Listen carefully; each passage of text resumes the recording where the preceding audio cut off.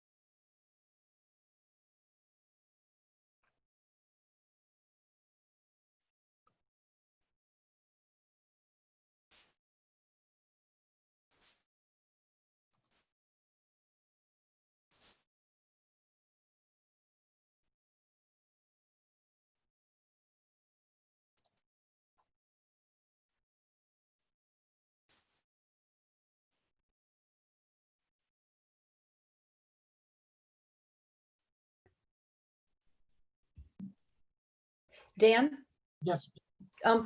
I know Augie wasn't in executive session.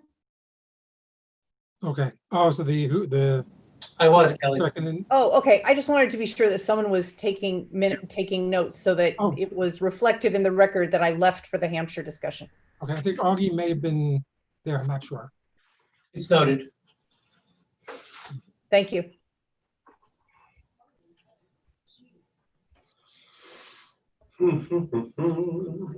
Hello, Rich. Good afternoon, everyone. How's everybody doing? So far, so good. Excellent. I know that we have a long work session, but Mr. Long, our new director of planning, is one of the attendees. I don't know if you want to see if he's willing to go on Show camera himself. for a second. Hey, Mr. Long. We promote him? Let's see. Jerry, is that you over there? You back? Jerry is still off. Oh, he is. Okay. Yeah. Yeah. Uh,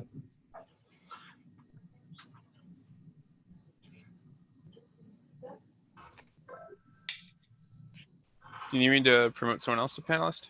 W. Long, which is William Long, our new planner. Where is Cliff? Cliff is on the home. Mute.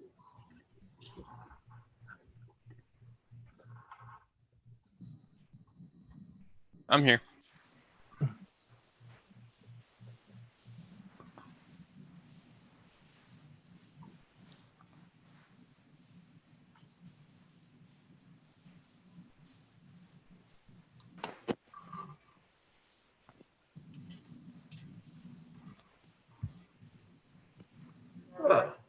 Hello, can you hear me? This is William Long, our new planner. Yes, hello. Hi, William. Nice to meet you. How was your Yes, first nice to day? meet everyone. Yes. Welcome. How are you? First day, went pretty smooth. Just went through and kind of got myself oriented. So, just looking forward to working with everyone. Welcome. Yes, thank you. Thank you. Yeah, I joined because I understand that you're going to have a conversation about the comp plan. Yes.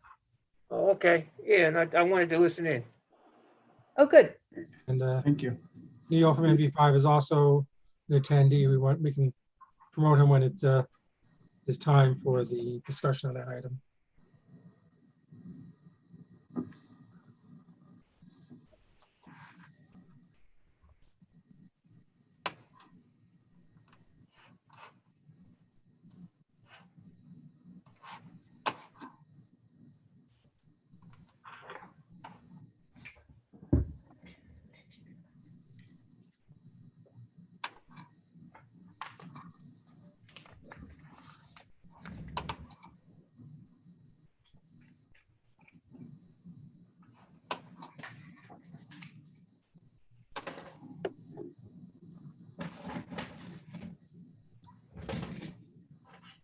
We have a forum, but I don't know where Dan or Nora are.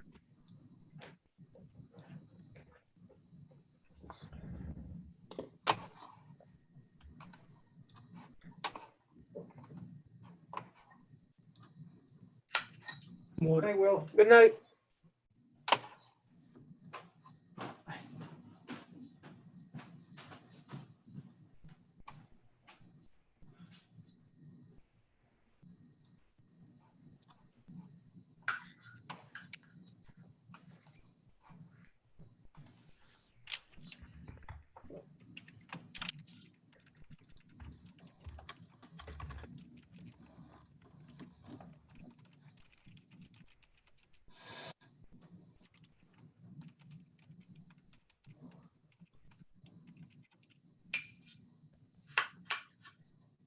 From the chamber?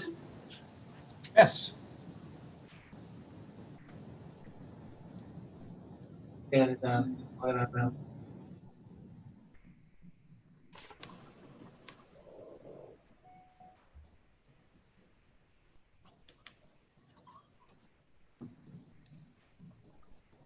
I've got Dan. Mhm.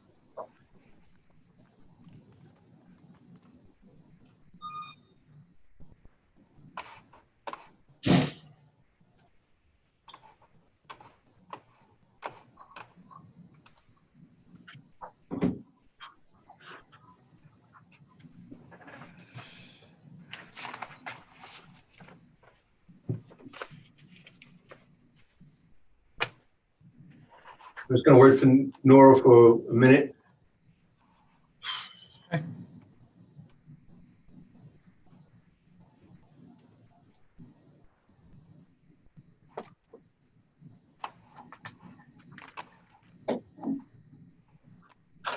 Claire? Yep. Has Nora come? I could give her a call. Well, she's here. Can you promote her? Oh, okay. I didn't see her in the attendee list. There we go.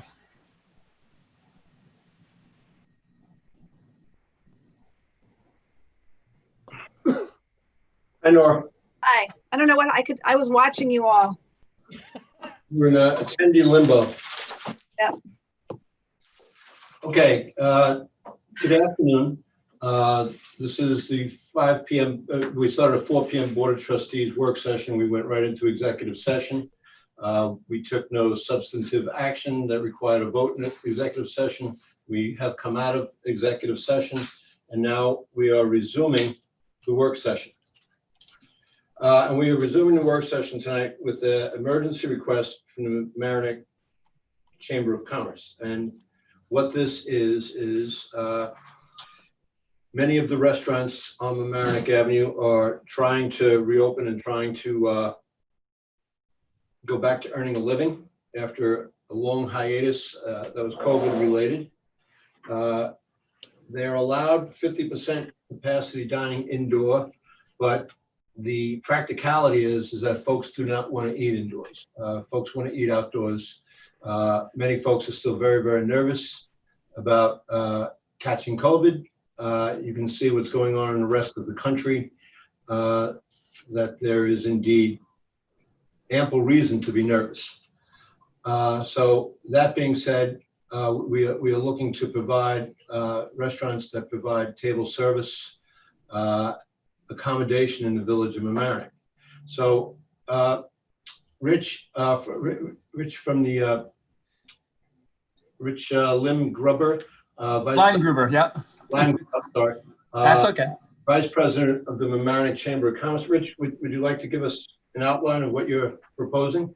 Yeah, I would love to. So first, good evening, everybody, and thank you, Mayor, Board of Trustees, and obviously other constituents and any members of the public.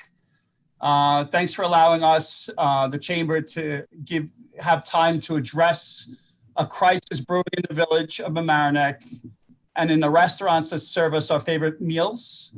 As Tom said, my name is Rich Liengruber. I'm the current Vice President of the Mamaroneck Chamber of Commerce, and I'm here today representing the Chamber of Commerce and all of our 117 members.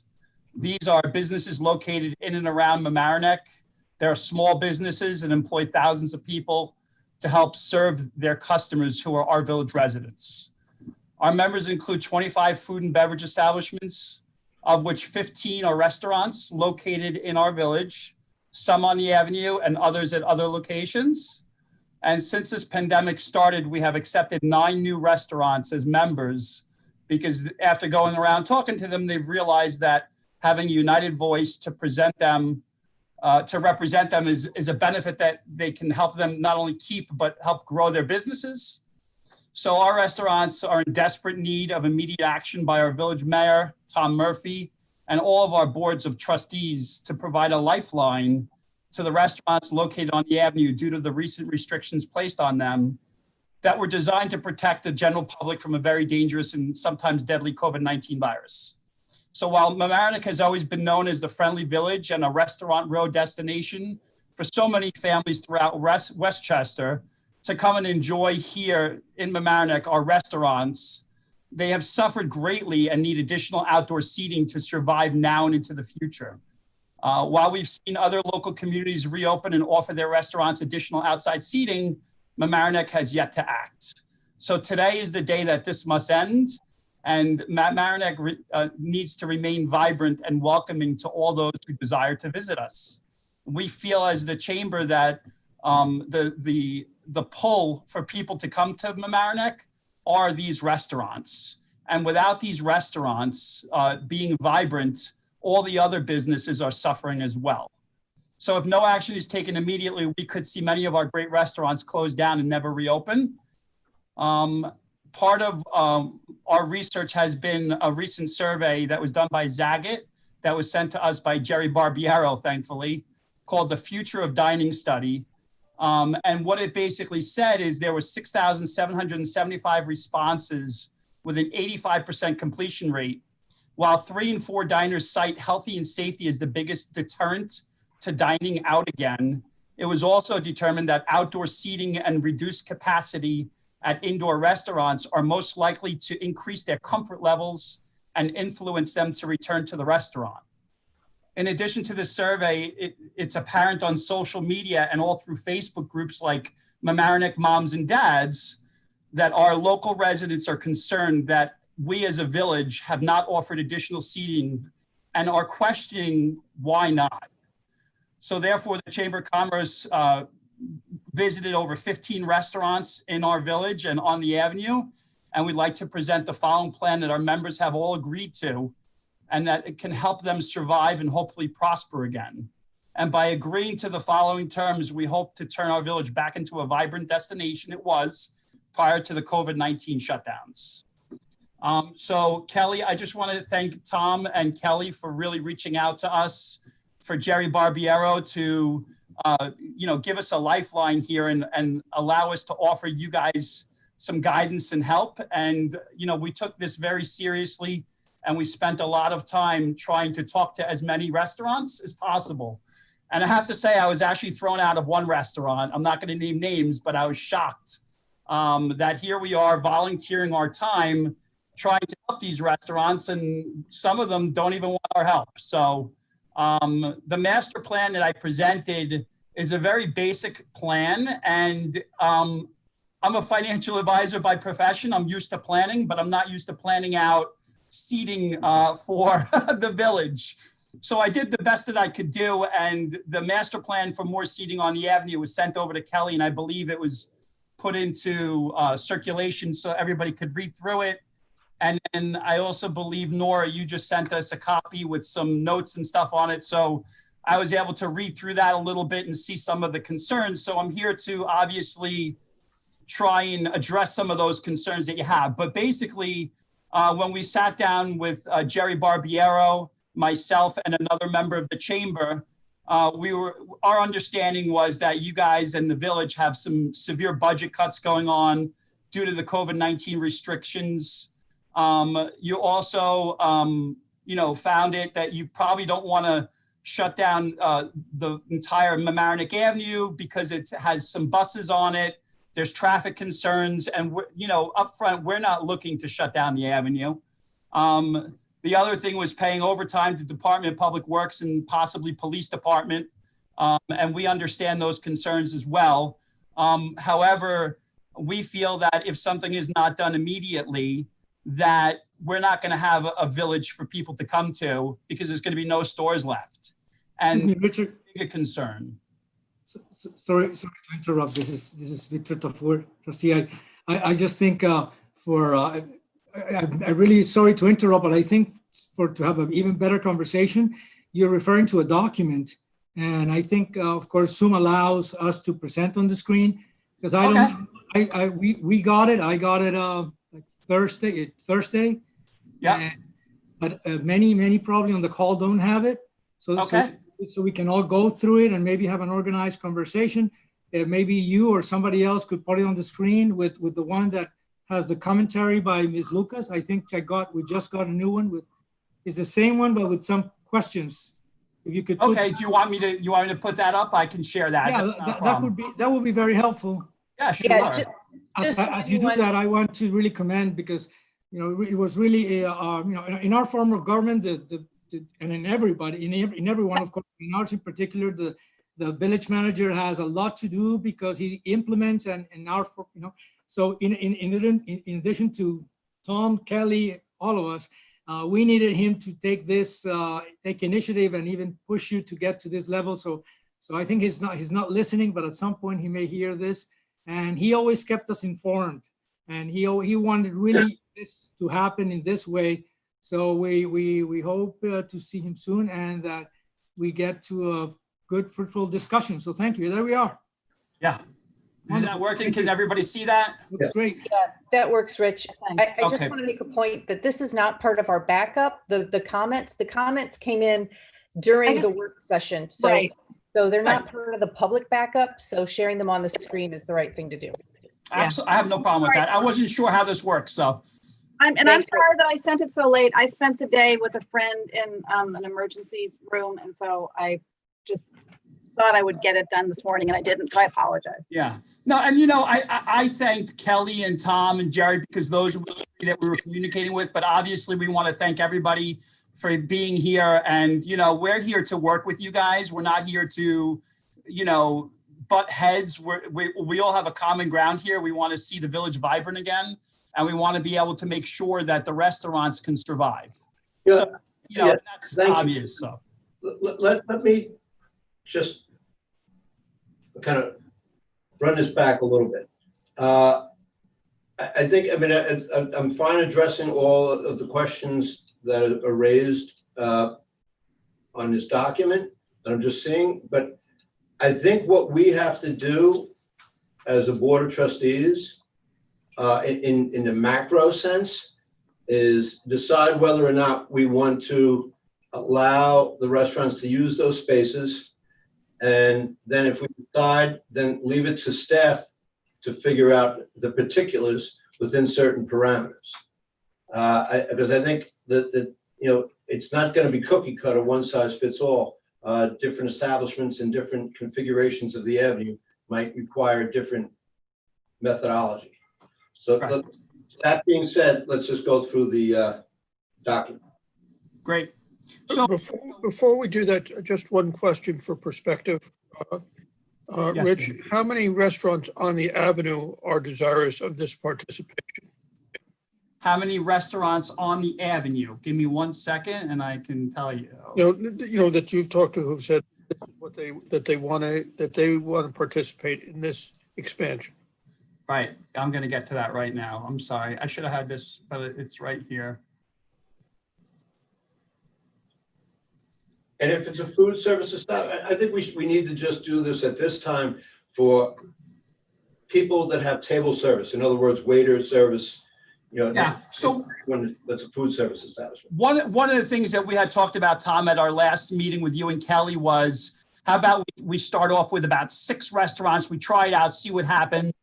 Our feedback to that was the chamber doesn't want to be in a position to pick and choose who gets the tables. However, after speaking with Dan a little earlier today, you know, some of the restaurants that are on the avenue do have a backyard patio, others do not. So, you know, if we had to choose which ones would really need to have seating outside, it would be the ones that probably don't have a patio. So I had given Dan a list earlier in the day. Enzo's Restaurant is one of them. Frank and Fanucci's. But Frank and Fanucci's has an issue because, like you said, they have a handicap and a bus stop in front of them, so they're not going to be able to utilize those spaces. Nona We had said- Corolla. What's that? So does Nona Corolla. They have the same situation. Yeah, but Nona Corolla actually has a patio in the back that they can Let's use. go through the list first before we. Right. Yeah, so we have Smokehouse Grill, Green Life, the Roaster Cafe Bistro, Hash O Nash, La Provinciale. Those are the restaurants that are members of the chamber that really need the seating. If you want to include Cherry Tree, I spoke to Adriana, who's the owner of Cherry Tree, and she's not getting anybody in her store because everybody usually comes and sits down and hangs out. So she really wants to get some seating in front of her place too, but she's not a restaurant. And she's on the corner over by the other place. So if you look at everything, I had given Dan a list of 6, and then I asked him to add on the Roaster Cafe because they're somebody who needs it as well. So I have 7 restaurants that really could use the extra seating in front of their establishments to help make or break them. And then, you know, we have other restaurants that would love to have some additional seating as well, but they do have, like, as an example, we have Pico Molino, who does have a nice patio out in the backyard. And they might not be ones that necessarily need this right away. Nona Corolla has a patio out back. So they might be able to get away with not having these extra parking spots in the very beginning as well. Okay, but total, regardless of whether you have patios, don't have patios, members, not members, you're telling me that there are 10 establishments on the avenue, if I counted correctly by the names you want, is that correct? How many restaurants on the avenue are members? No, I said how many restaurants are on the avenue that have seating. I don't want to penalize people for having patios, not having patios. It's not relevant. Just Okay. What's the total? I got, by your count, I got 10, up to 10. Okay, I mean, so I can name them: Sal's Pizza, Red Plum, Enzo's, Nona Corolla, Boiano Bakery would love to have it, but they're more takeout than anything. We have Frank and Fanucci's Harbor Fish, Pico Molino, Smokehouse Grill, Green Life, Roaster Cafe, Hash O Nash, and La Provinciale. So that's 13. And if you include Cherry Tree, that's 14 restaurants or takeouts. Okay, that is going to get cumbersome, especially in the beginning. This is why I was focusing on, if you look in Rye and other communities, they're doing just restaurants that have table service. Right. Okay. Like Sal's doesn't It have. would be the 7 that I mentioned before. Yeah. Correct.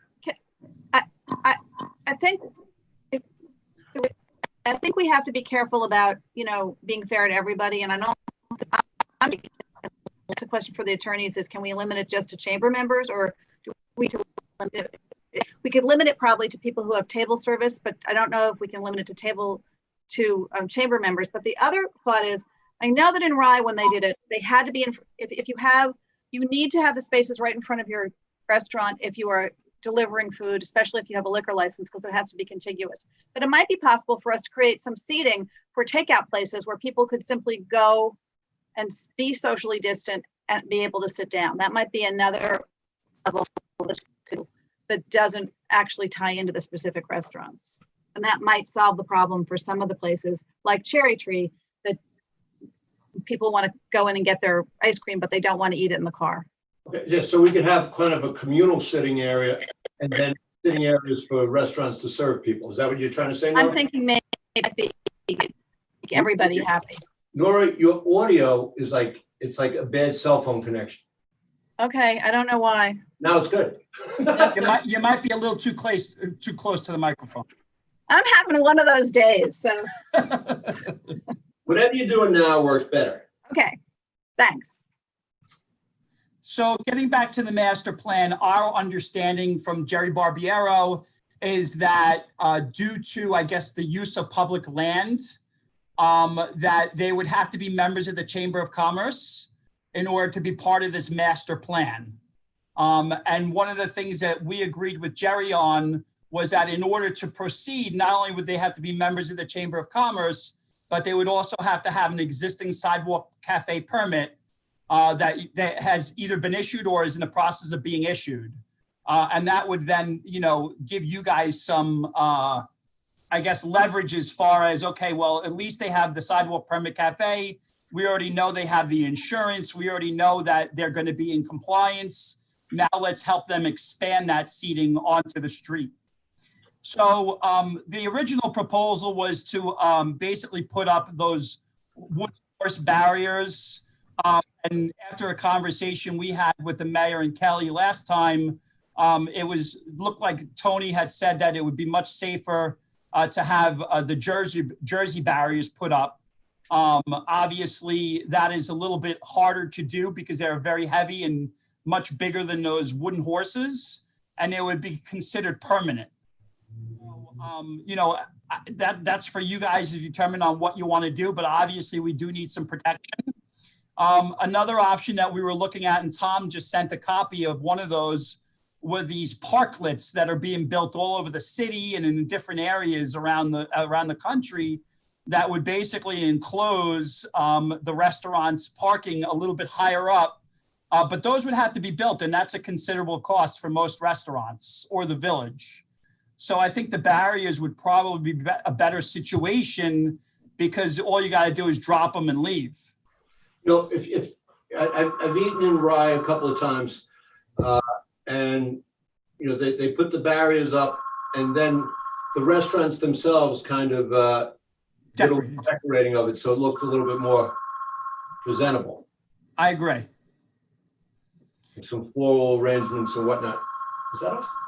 So, you know, I addressed the overtime with the police department. We don't think that there's going to be a necessity to have more police on the avenue because of the fact that we're not closing the road down. If anything, there's going to be less cars on the road because they're going to not be able to park there. So Yeah, and the other thoughts that we were talking about, Rich, I'm sorry. I talked about the police overtime in some of my responses, and the reason being people were talking about closing off the avenue, a la Purchase Street. Mhm. But if we're not doing that, that negates the need for the police. Correct. I mean, I think it's unreasonable to block parking for the entire avenue because that will affect the other businesses. There's not just restaurants, there's other retailers. And I think that as an example, if you probably go out and walk the avenue right now, you'll see a lot of empty spaces. So a couple of our members, even longstanding members, had said, Rich, I have 8 parking spots in front of my location here, and they're all empty. And if I were to be able to get 4 of those spots to put up tables and chairs, I can guarantee you those other 4 spots are going to be taken up by my customers. So the village could have either 0 revenue in all 8 spots, or they could take half the revenue on 4 of those spots. And, you know, you just got to walk down the avenue to see there's not a lot of cars here at night. And I think Tom and Kelly, you saw that as well. So, you know, the other thoughts that we were brought up by other members are reducing the metered parking back to 6 p.m. on the avenue. So, Sorry, Richard, yes. can we really try to nail the issue of what kind of barrier is needed? Because I think. Oh, sure. Yeah, absolutely. If we, or at least have the discussion of the key elements, because one of them, of course, is safety. And Yes. there are, of course, ramifications out of this, liability, security, et cetera. So I don't, because on Tuesday when you met, it was 9 a.m. Tuesday. I couldn't do it for job reasons, work conflict. But the key is for our staff to tell us if they do think that is the way to go, and it's because of safety. So I really would think this is the time to kind of clarify that or pass it on to Dan so that we can move, because not knowing how those divisions are going to work, we'll keep running in circles. Yeah, sure. Dan Sonoff, Yes. I believe you probably had a conversation with Tony Accavelli about the best way to facilitate this. You want to Yeah. jump here? Yeah, the day after, the day of the meeting we had, I met later in the morning with Chief Leahy and Tony Accavelli from DPW. We feel that the safest alternative is the concrete barriers. We don't want we don't want to put the restaurants in the position of having to take down, put up these barricades, tables every day. I think it's just more of a liability for them and for us. And I think in our discussion on Monday, we did talk about the possibility of the barricades, and it will allow for both lunch and dinner service for restaurants. So it'll be, greater equity or greater opportunity for them to generate revenue to help their businesses and serve the residents.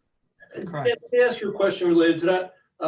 If any costs are charged to the village for this, could we get reimbursed by FEMA because it is a COVID-related expense? At this point, I'd say the answer is no. FEMA is really limiting their reimbursements to PPE and the like. So for instance, masks, cleaning agents, the gloves, the plexiglass barriers, those are the things that, based on our conversations with the state and FEMA, is what they're going to reimburse us for. So can we, so I think the main point here is that it has to be something secure, and it has to be a form of barrier, maybe not just cement, but there could be alternatives. So that would be kind of a need to make a clear assessment of how many for the 3 or 4 spaces and how many of all of them in total. So that's a quick thing that we can identify that could be done very quickly to see how much is the estimate, and not just that, but the implementation of it, putting it up and eventually taking it away when the time comes. Following up on Victor's comment, Dan, do you know how many spaces we have on Mamaroneck Avenue, roughly? It's been a while. I think it's something like 240 to 250. I can follow up with the correct answer tomorrow, though.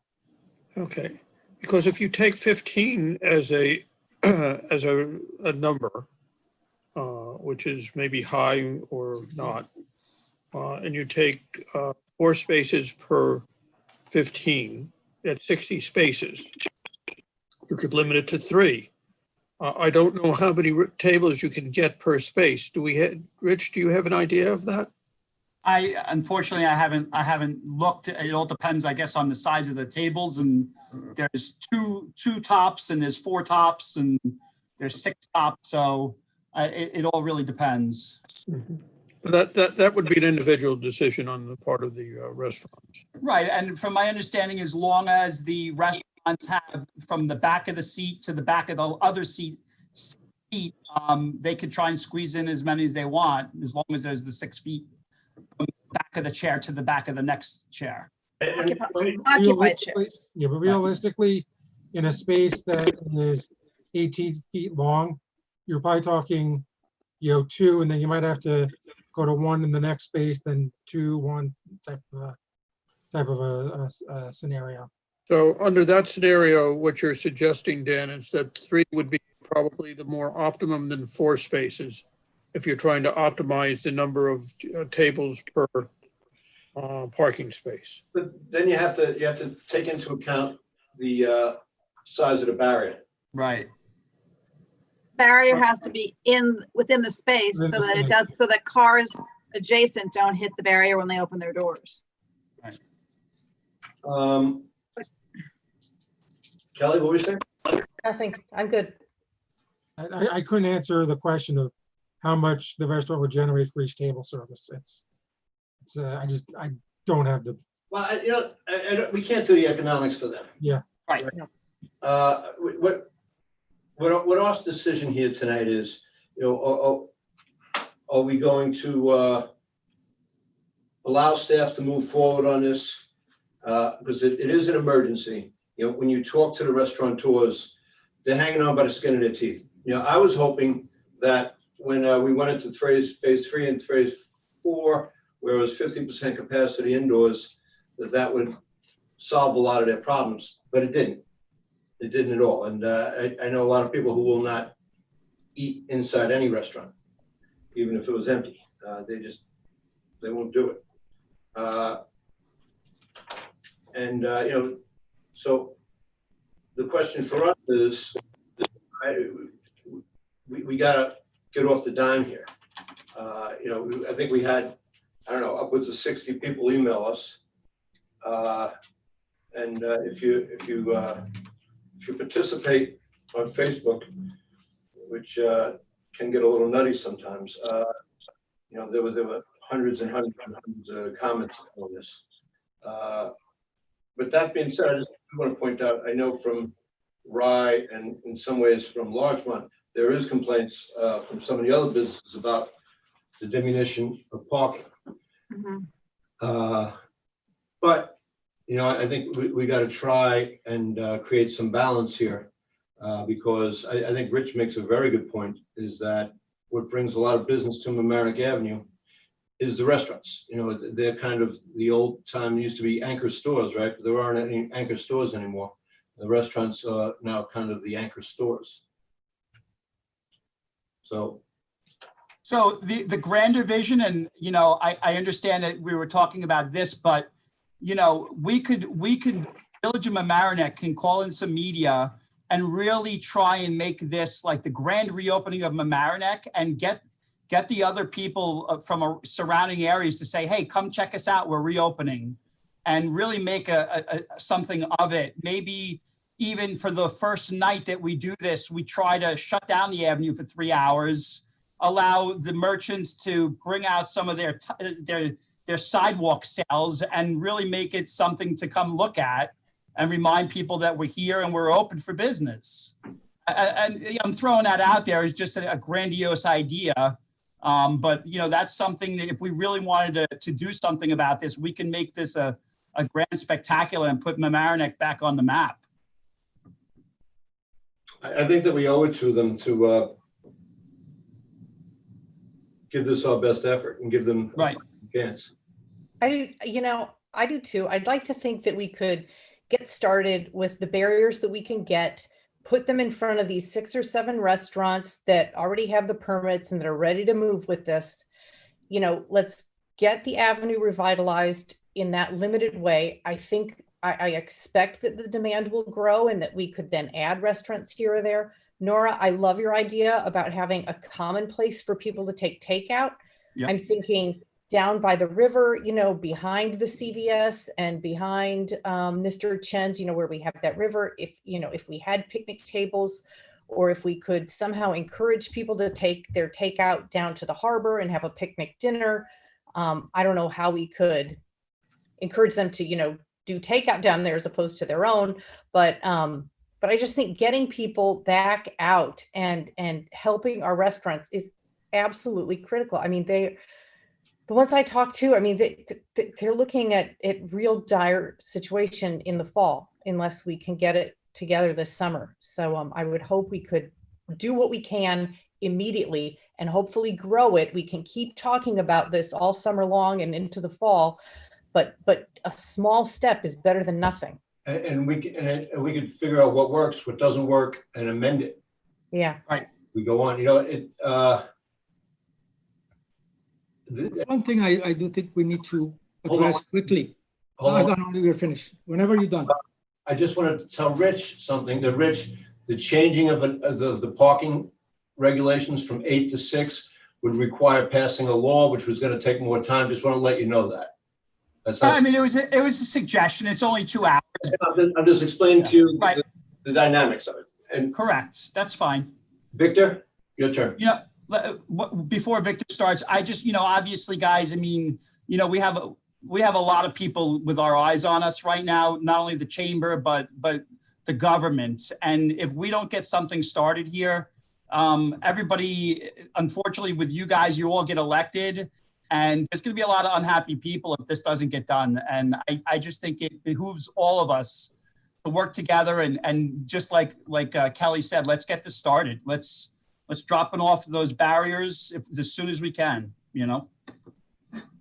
It's a perfect segue to what I was trying to say, that actually, I think this concept was circulating an email by a resident, I forget who, maybe even 4 or 5 weeks ago. So I think the concept of what's the right thing for the avenue is you know, it's echo by echo. I think it's pretty clear that this is the format. So that required other analyses. I think today they were discussing whether we could do it or not, whether it was a county road or not. I think one important issue for today is that if we're going to move in this direction, we have to know that we just can't stop a second phase or a third. We need to know the full plan out and be ready to undertake it, because I think of overall fair. The topic has been raised of fairness to all the restaurants out there. If we're going to invest, you know, the public resources on barriers, we would have to go not just for chamber, but for any other or for others that comply with the requirements of liability, et cetera, have a permit, the ones who would essentially conform with this. But and actually if you want, I don't want to stop this, but I think there could be, there's a kind of a little bit of a legal issue there that has been identified. So let's not just stay there. If it's going to be just the chamber, there's a legal issue. If it's going to be not the chamber, but anybody else, I think then we can move in phases, doing what we can now. But we have to know that once we give this to a couple restaurants, we will have to then try to accommodate anybody on the avenue that wants to do something like this, because I think that could also be a backslash. So since we've had to wait until now because of all the pieces to come together, let's make sure we don't go in just one experiment or just 5 restaurants, not knowing how the rest or the neighbor restaurant could address. I think we need to identify those issues as well, and then move forward. So the concept is well, but I think the concept should involve broadening it, or not be, or at least know when we're going to say what could be a critical issue or a critical point for somebody. I think it's just an issue of fairness. Let's say some of the small places in the bottom of the avenue, they may also need those 2 or 3 tables may also mean a lifeline for them. So that's what I want, because at this point, those big ones are ready to go. How about the small ones? So I think as long as we incorporate that sort of fairness and all encompassing, I think we would have covered most of it, and we would be kind of ready to. I hear what you're saying, but my suggestion. I've been trying to finish, and somebody's on top. I don't know who's trying to stop me. I'm not trying to stop you. I thought you were finished. I'm sorry. Okay. Please. My mistake. I was going to suggest, based upon what you were saying, that we limit it to sit-down restaurants that have an outdoor cafe permit. Because if you have an outdoor cafe permit, you've already had to get the insurance and all of that. So there's at least a nexus there that takes it, it doesn't mean you have to be a member of the chamber. You have to have a sidewalk cafe permit, and you have to be a sit-down restaurant, a restaurant that provides, table service.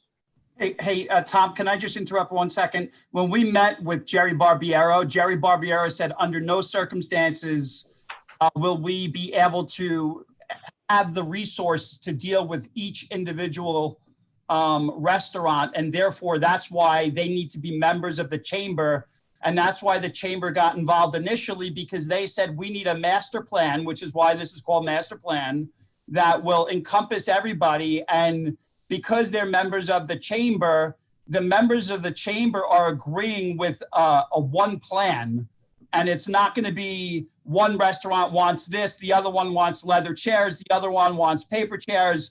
Everybody's going to have the same thing. So our understanding was that the chamber was going to be integral in getting a master plan and all of the restaurants to actually agree to the terms. And when we talked about why this was taking so long, and I think Dan had also mentioned that we don't have the resources to have each individual restaurant come to you guys with a plan. And that's why we were told that anybody to go forward with this master plan must be members of the chamber. And I'm all for allowing everybody to do this, but that's also not fair to the 9 restaurants that just joined so they could be part of this master plan.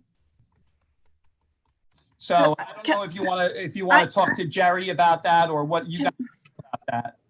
Can I ask a question? Yes. I have 2 questions. There was a reference to tables and chairs. Are all of the restaurants are going to purchase the same tables and chairs? No. In other words, some might say, I want to put out 5 extra tables and chairs, and one, so everybody would have different designs or different ideas. And the idea from Jerry was that we just need one master plan that all of your members would agree to, that we're going to put up the concrete barriers. They're going to be for 3 or 4 spaces. And we're going to do one as we do for everybody else.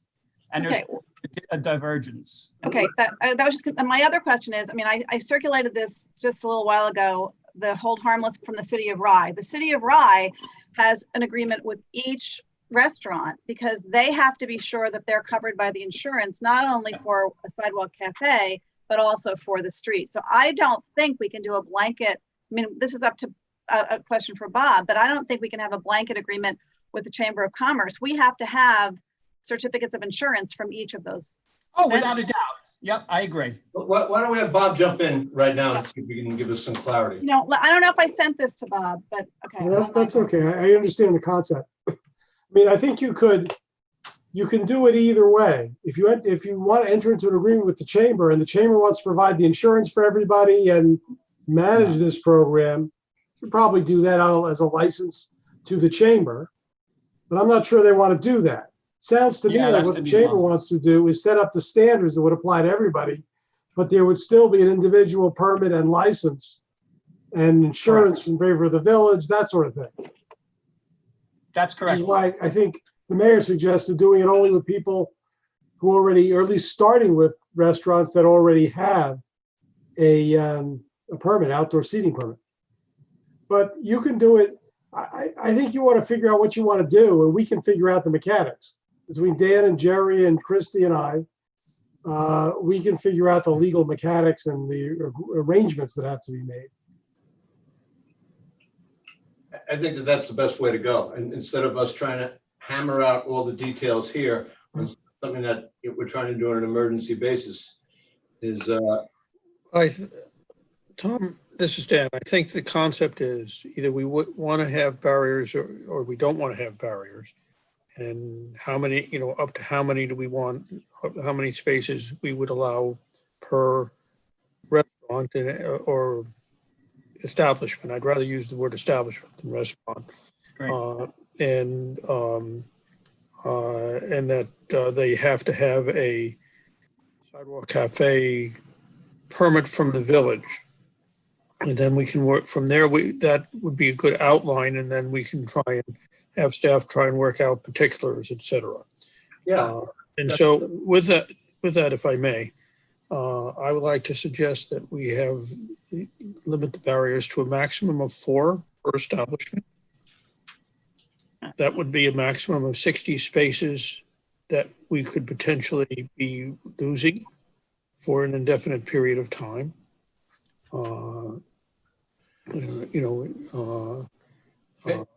And that they have to have a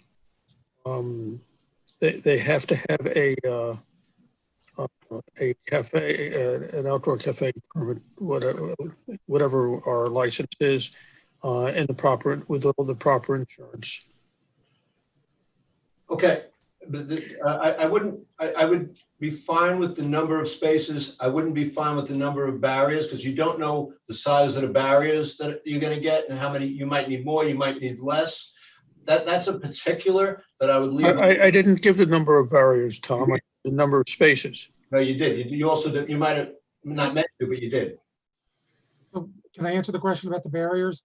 Yeah. The barriers that Tony looked at, and I was looking to select, were 6 feet long, and you just need 1 per space. So it doesn't have to be the same length of the space. It just has to be long enough to prevent someone from parking in the space. Wait, can I ask a question? What you're saying, 1 barrier per space. So if it's 4 spaces, you only need 4 barriers.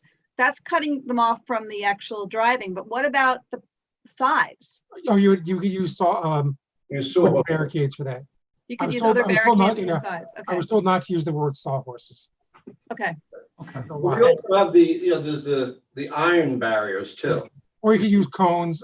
I mean, Blocking barriers. we have those types. We have more than enough to establish the boundaries of the spaces. Okay. You also have situations where like Sal's Pizza and Smokehouse are right next to each other. And I believe you can provide a little space between the barriers to let people walk through them. You're not going to need to butt them up against each other. So in a space like where you have 2 restaurants next to each other, you might not need 1 for each space as well. Okay. But I think we're wise to let the staff work out those particular. Right, exactly. Yep. Of course. I think we have to figure out a budget though. I mean, Dan had quoted $65 a barrier, but that's on the internet. They seem to be much more expensive. I know Rye didn't need, they only used about 30 barriers and they spent maybe $15,000. So I think we have to figure out Okay, that cost too. I'll confirm that with Tony. Well, I'd like for there to be a decision to move forward with this initial stage.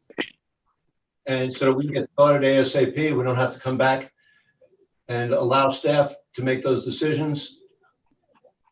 I'd Because like to, Tom, I'll be happy to make a motion that, that we allow up to 4 spaces per establishment with concrete barriers of 1 per space, well, or let's just say 4 spaces. Let's not get too specific. Let's let I said up to. I didn't say 4. I said up to.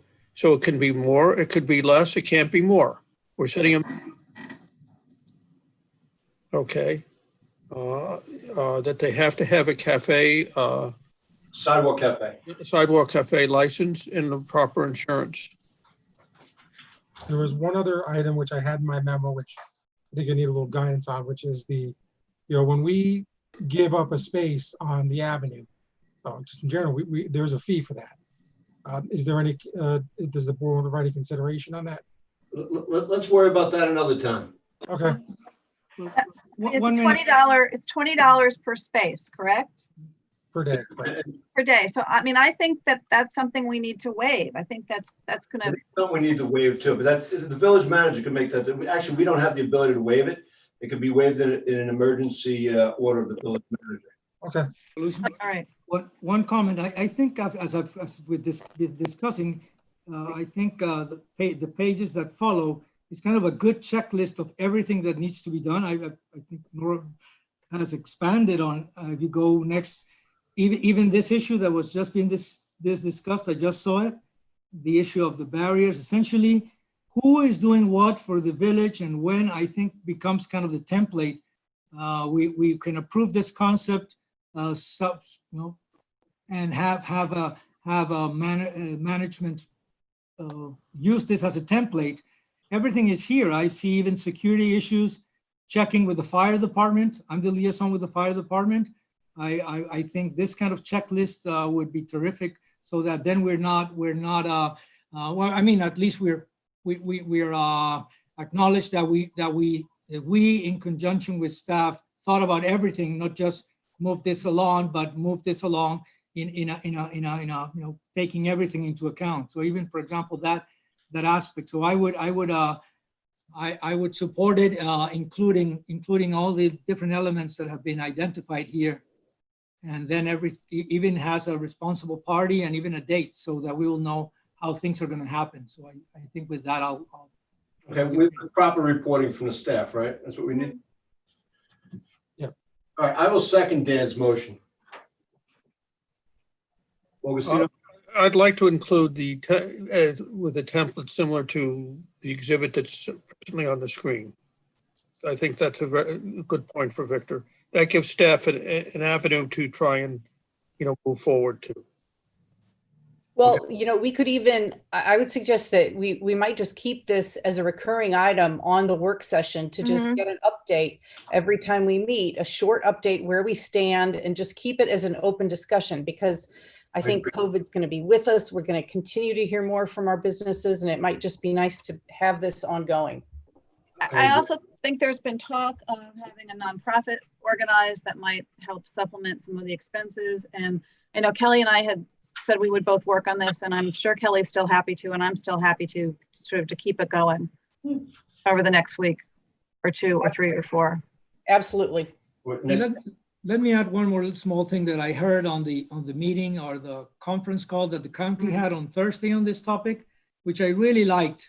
This was Mike Martinelli who raised it, that they're doing this in several places, and with the probably the chamber in general, that safety pledge that all the restaurants kind of do it on a voluntary basis. This safety pledge on making sure in addition of course, of inspections and whatever, that their owners, employees, and transferring it to the customers do take that safety pledge to use all this. I think it's kind of it's a good balance, and if the chamber is willing to really promote this as part of their effort, I think it sounds really nice. So it's not part of, I didn't see it on Ms. Lucas's list, but I think it's a very good thing that came out of that conversation on Thursday. So if I can just comment on that, I agree 100%. But going around to those 15 businesses, I can tell you every single one of them is very serious about the concerns of COVID. You can't walk into a store without a mask. You can't take off your mask until you're down at your table. So as much as you guys want the written pledge, which we're happy to abide by, if you walked around the village, they're already doing that because that's how desperate they are. So they're already doing it. Richard, we've been walking and biking the village like crazy in the last 4 or 5 months. So we've never been as local. I've never been as local as everyone. I've never been as local as I've been, and I actually love my town more than I know you do, know what's going on. All right. I know. I would say that I've talked with the city of Rye with Julie Sousa, who is the council person who organized it, and the city of Rye actually had to affirm to New York State that the safety requirements were being complied with, and that all of the restaurants had already done the affirmation to New York State. So while I know that people are doing it, I think that's going to be part of our obligation too. And I think that the staff probably should work with City of Rye staff who are like a month ahead of us on this. Yep. Okay. Thank you, Nora. Augie, call the roll. Trustee Winthrop, Yes. Natchez, Yes. Lucas, Absolutely. DeFore, Yes. Mayor Murphy. Aye. I want to thank the chamber for all its hard work. Hopefully this will be a jump start. And we are more than willing to take further actions as they become necessary. We wish everybody well. I'd like to thank the scores of people who wrote in over the past few days. Made some valid points. 99% of them were well thought out and very polite but direct emails, and I appreciate them. And this is how government works. And I hope for success for these establishments in the future. Nobody eats out more than me. I'm a pitiful single guy, and I eat out a lot. So I'm looking forward to their revival too. Mayor Murphy, I know someone asked a question. Is it okay if I answer the question? It's regarding the use of the sidewalks. You know what? I don't want to start doing that at work sessions, Dan. Okay. Because it just leads us down rabbit holes. Okay. You can answer them offline yourself. Okay. Mayor Murphy, I have one quick question. If somebody is emailing the mayor and board at vom.com, are they all getting replies, or I mean, is there an obligation for you to return those emails? Because there have been a lot of people emailing. I think I've replied to 98% of them. Okay. Some of them within a half an hour. Great. Or or as they came in. I had a busy weekend replying to email. So there's not an obligation, but they're all logged in and they're all acknowledged. We all get them. All 5 of us get them. We've all read them. Yeah. Wonderful. Thank you so much. The chamber appreciates it. Our members appreciate it. And I think that the village, residents will appreciate it, that we can go back to our village and start eating outdoors. So we appreciate it. Thank you, Rich. Yes. Thanks, Rich. Thank you. All right. Thank you. Look forward to opening up. One last question. So should I have them call their food providers and start ordering more food, or? I don't know. I hate to make a business decision for somebody else. All right. So, I mean, when do you think this will? We've agreed to do this. When? We're going to start the process of working on it tomorrow. Okay. Thank you so much. All right. Thank you. All right. You're welcome. Bye. Thank you, Board of Trustees, for addressing this. There's one more thing. If we have to authorize funding for it, depending on what it costs. We may have to schedule another meeting to authorize funding because we don't meet, well, we meet in 2 weeks, but we may not want to wait that long if there's another step we have to take. Well, we could do a transfer at the AP meeting if we have to. Right. When's the AP meeting? 25th? 2 weeks from today. I keep forgetting what today is. The 27th. Today's the 13th. Yeah, so it's the 27th, all right. Hey, before we move on, I just want to ask whether we want to talk about the resolution that Dan provided to authorize sidewalk sales. This would apply to the retailers on the avenue. I know in the past, it's typically been the lingerie shop and Roberts, and we've received an email from Maid, which is around the corner. And I just wonder if we need an authorization of this resolution in order to allow retailers to put out a table to just get some visibility. I think it's on for the regular meeting. Is it? Mm. Okay. Yeah. You- Yeah, I But don't think I put defined dates in there, though. Correct. The time Yeah. frame, is it going to be, I had a question about that, Dan. Is, in the past, it's been done like for 3 days, 4 days. So now, can you give us one of the old resolutions that we can see? I'll forward to you, but my recollection was that we did it for like 2 or 3 different 3-day periods throughout the summer. Yeah, Well, it's like a, But again, it was only, 1 or 2 shops that really participated, so it was very targeted towards their. It was almost always on a Saturday. It was like they put stuff out in the morning and they took it back in, and usually by mid-afternoon. and it was often like a Friday, Saturday, Sunday, or Yeah, or a Thursday. It was never, since I've been here, it was never like a sidewalk sale where you see another community where the chamber organizes it. They'll bring in attractions like, face painters, bouncy things, all, it wasn't a sidewalk sale like you'd see in other communities. I'll just leave it at that. Okay. Do you foresee any conflicts, or how would you deal with the plan if what kind of to reconcile, to make everything work, because it has to be work for everybody, because it's never happened before. Well, I mean, if Never happened. it's just a matter of allowing, it depends on the complexity of the event. I mean, this is not going to be like I said, a sidewalk sale you'd see during a typical summer. This is going to be shop owners, plying their wares on the street.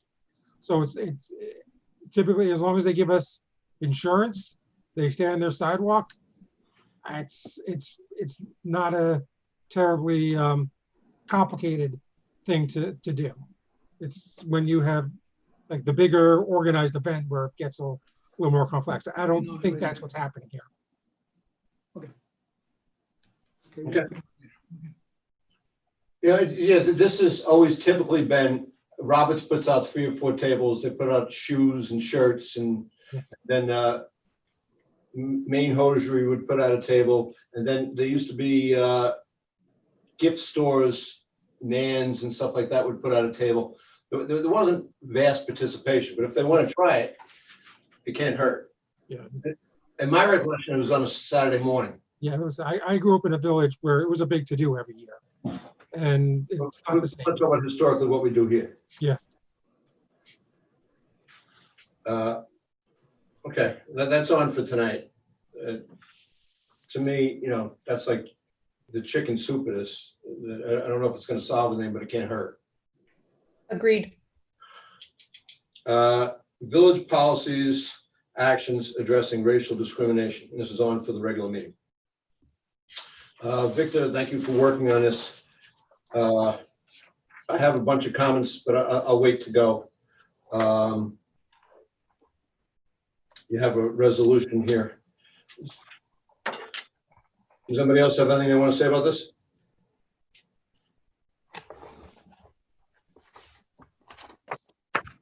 To thank Victor. I had one more input that I didn't get in that draft after I have circulated it, which is I did talk to after I prepared it, I quickly run it through the CRC, and I see actually that Gerandi is attending and hopefully listening.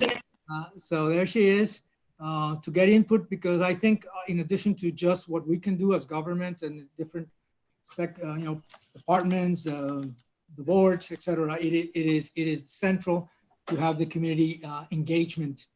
So I got a feedback from I've just started, and of course all of us are welcome, but CRC, Cure and the STEM Alliance, and there was a suggestion that the engagement, and I have here one line that I would like to add for your consideration, which is give me one sec. I'll open it. The problem is once you close, it takes a minute, but I'll catch up here. Policies. It is this. There was one whereas clause that I would like to add. It's very short, based on that input, which is that whereas it would be the one to include a whereas just before the resolve, the first resolve, and it would be for whereas for meaningful and empowered community engagement, the village board recognizes that multiple modalities and facilitators, educators, and other professionals will be needed. Essentially, that when we address the issue of having the communities tell us their stories, having those workshops, that is not the village trustees or their departments doing it, that we in a way we commit or we pledge to bring people who know to do this. I know it was probably part of what we all agreed to, but it just it spells it out. So with that, I pass it back to you, Mayor. Okay.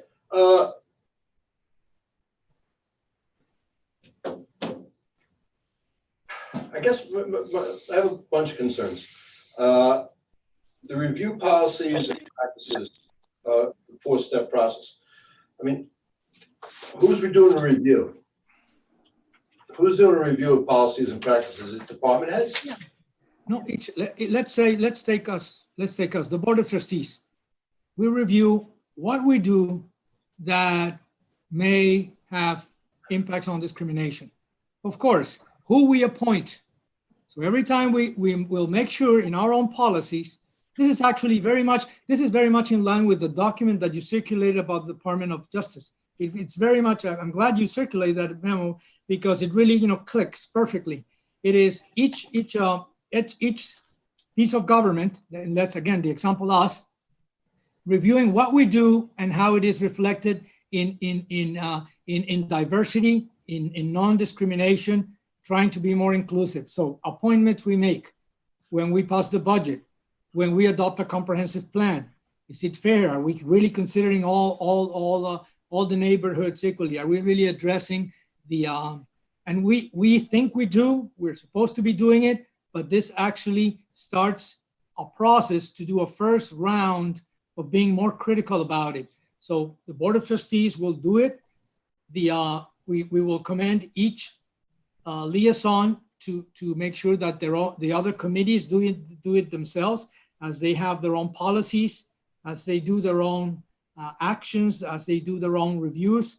Of course, then the village manager will ask on their departments, and this is an iterative process, but this is just a procedural first start.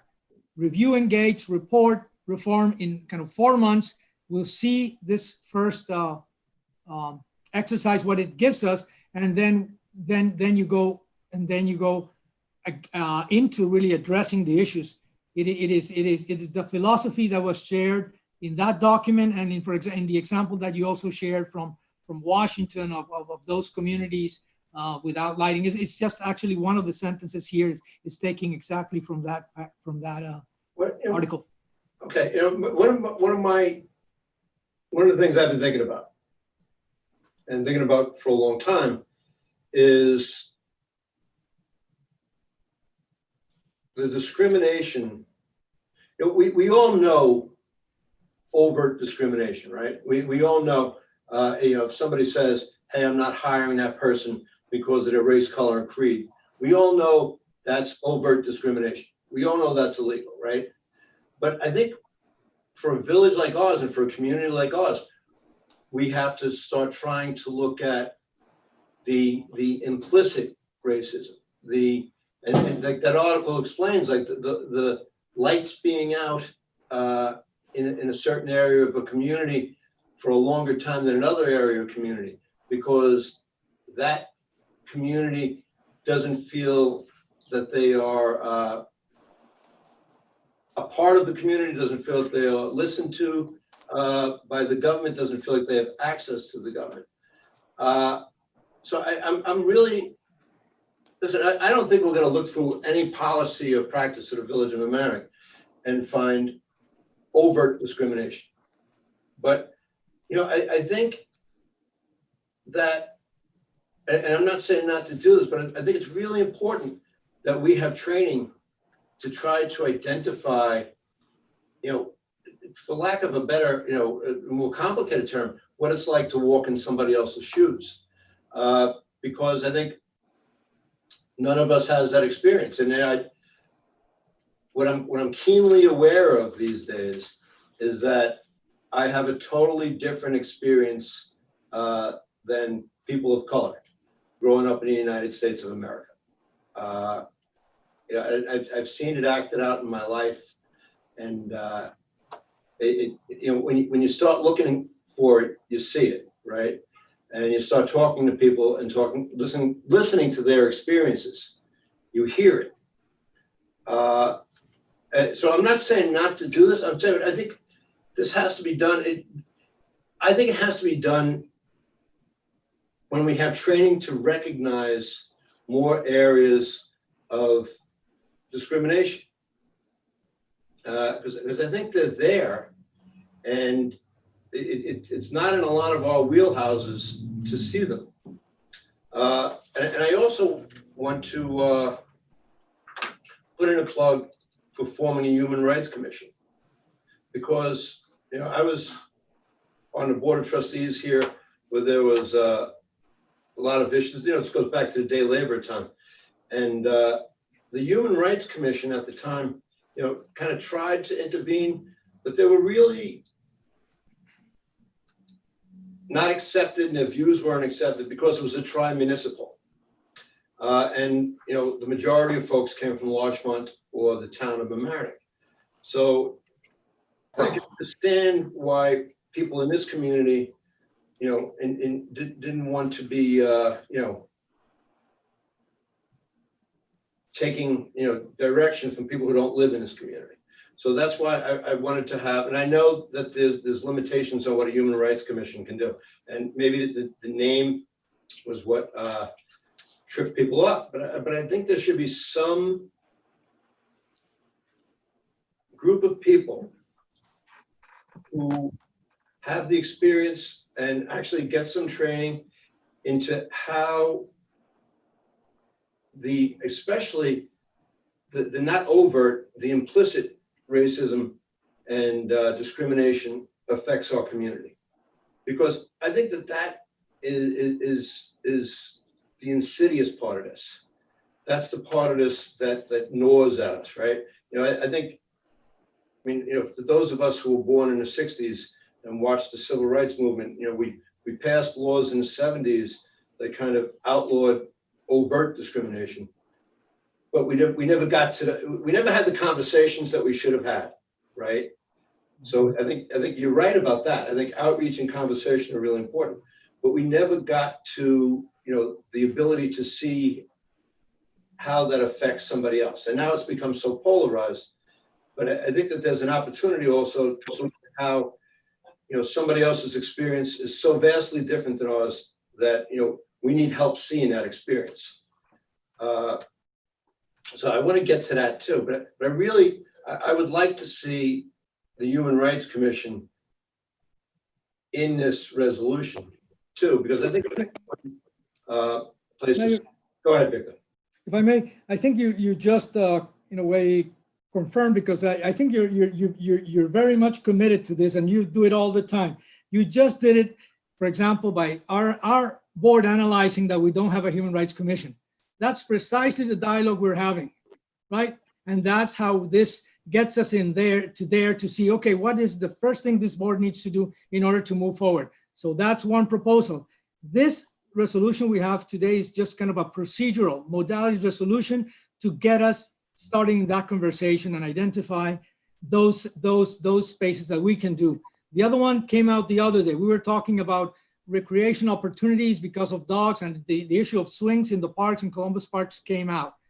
For today, by moving quickly, we already identify that section is underserved on recreation. We move quickly, we will probably have a proposal to consider and have swings in that area, and will benefit and start leveraging where more recreation is needed.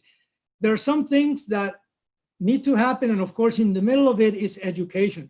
And I was not born here. I, came here 14, 15 years ago. And sometimes I still have difficulties communicating, expressing myself, and it was harder before. And I was shut down, and I was treated badly several times as well. So other times, so it is never about me, really. And I hate to bring it today, but I really think that the issue here is we really need to act this moment, because things are scaling up, and we just need to move. So this is more of a procedural way of engaging those stories to come out, and actually the conversation just started. So this will allow, I think, what you're suggesting, and we can put just all bones and flesh to all these stories and actions that can be done in an expedited manner. I'm glad to hear you say that, because that shows me that you feel, as I feel, that this can't be a one and done. This is going to be something that's going to be continuously discussed. Because, I remember the time so clearly in the middle 70s where, and I'm going to get a little racial on this because I have to, that white people kind of felt like, hey man, we changed the law, let's move on. But we never had the healing process. We never had the conversations that were going to be really hard and really difficult. And I think that that's what we have to do. And it should have happened in the mid 70s, and it didn't happen. And here we are, what the heck is that, 45 years later, and but it's better late than never, right? So I agree with you. And I will put together something for the Human Rights Commission at a future meeting. And I'm hopeful that the board will think about supporting that. But as long as I'm comfortable and confident that we're going to have constant communication on this, and it's going to be a process that is not terminated at the end of the year and we move on to something else, because that's what happened. That's what happened to us in this country. We stopped talking, and we stopped talking to each other, and that opportunity slipped by. And I think because of some of the horrific things that have happened in the past few years, and because there are people, young people particularly, who are willing to really fight for this, it behooves us who are more mature to help them out and to try and facilitate. So as long as this is going to be an ongoing conversation, and this isn't the end of this, and we're going to keep looking at this and working on this, and we're going to consider the Human Rights Commission, I'm all for it. Anybody else? Tom, I actually talked to Elizabeth Sanger, because she was part of that original Human Rights Commission tri-state effort several years ago. And I think the name issue that you referred to is they got into trouble with the county, and that it can't be called a commission because a commission has to have investigative powers, and that's at the county level. So I think we just need to call it a committee, but a human rights committee. It's a technical point, but if we can just avoid that mistake from the past, it would probably move us I along. remember the term. It was, And to amplify what Kelly said, because it was a commission, if somebody made a complaint to the local commission, it couldn't be elevated to the county, which under Astorino wasn't existing. George has beefed it up again. So it's a better resource for people. So we might be an educational resource and a resource for change, but in terms of an actual complaint, the county may be better able to help people. Right. I think you're right there, Nora. But what I'm envisioning is a place where people can come and talk about it, and possibly have mediation, and possibly get directed to resources. But I think a lot, there has to be action. That's definitely true. But I think people need to know that they're heard and they're really listened to and that they're understood. So if people have a venue where they can voice complaints and possibly try and work out a plan of ameliorating them, because I think a lot of times, and this has happened, I've been guilty of this too, is of giving offense where I didn't mean to give offense. And it wasn't until somebody pointed out to me that that was offensive. And, I like to think that I have a little bit of self-reflective ability that I was able to say, yeah, I can see what you're talking about. And I think that given half a chance, most decent people will not want to offend. So I think, I feel more comfortable with this than I did going into it. Anybody else? Dan? Most everything has been said. There's no point in repeating it. Okay, just wanted to. All right. Are we done with this topic? Victor, thank you for your work. Just for tonight, not forever. Right, just for tonight. Absolutely.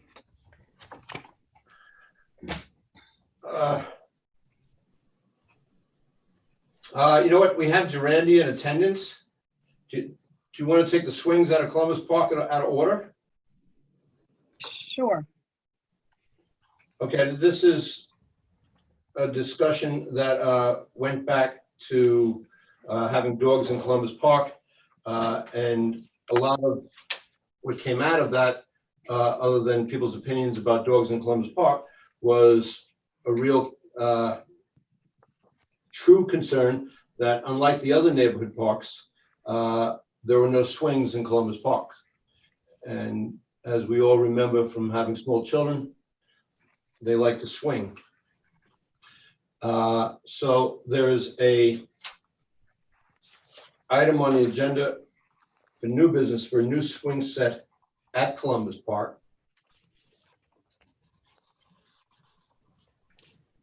If I can just pull it up here. Dan, you want to talk about this while I'm pulling up? Sure. Before I understand, I think it was a meeting included Jerry, Jason Pinto from Recreation, Durandi. I don't know if Tom, you were in attendance, but many items were discussed, and the topic of swings at Columbus Park was raised. As the mayor mentioned, it's one of the community parks that we don't have any swing set at. Now, what makes Columbus Park different from some of the other parks is that a lot of the residents in the adjoining neighborhoods lack mobility choices. I recall from a statistic cited by our former planner about, I think, 30% of the people who live in Washington rely on public transportation to get to and from work. That was one of the reasons why having a supermarket in the area was so important, because for many people, there was a food desert. Well, you also have a lack of recreational opportunities that people in Washingtonville may not be able to access because they can't easily get to other locations in the village.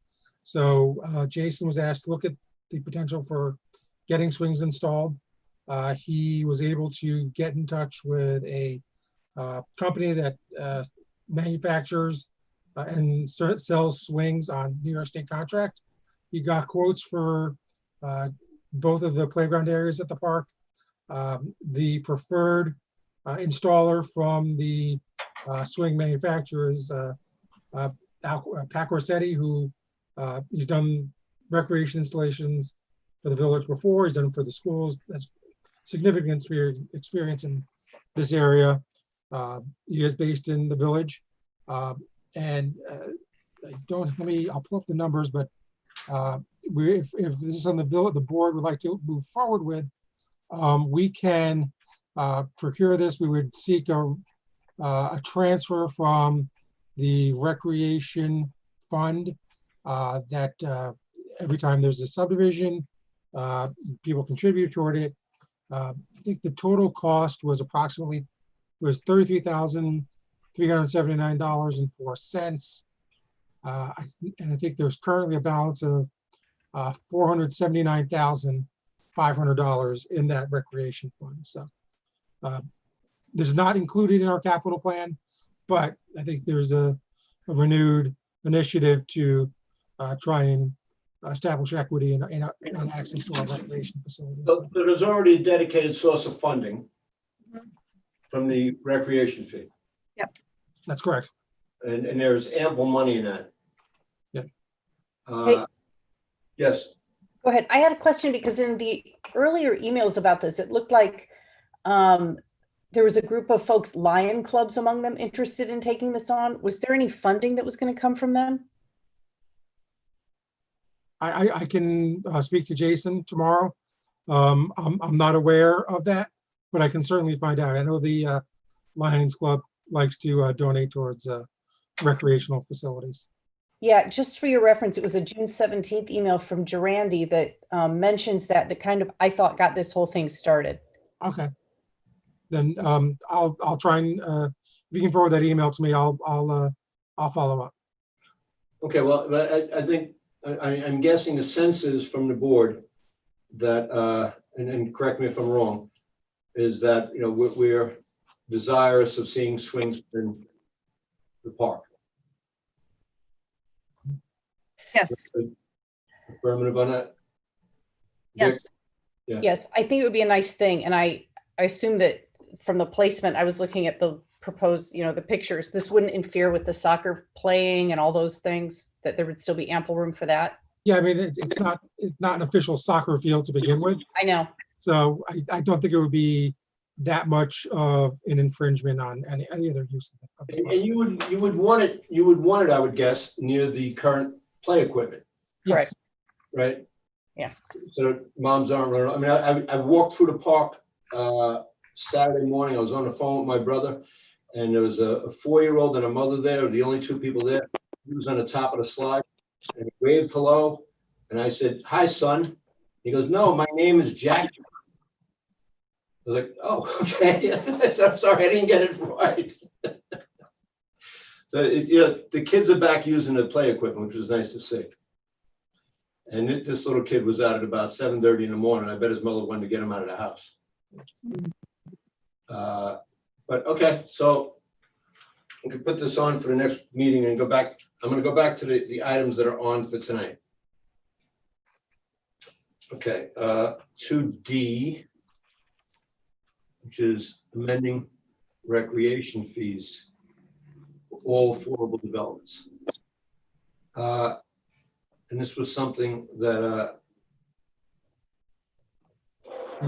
brought up, so I'm going to explain it. What this would do is, for the people watching at home, when any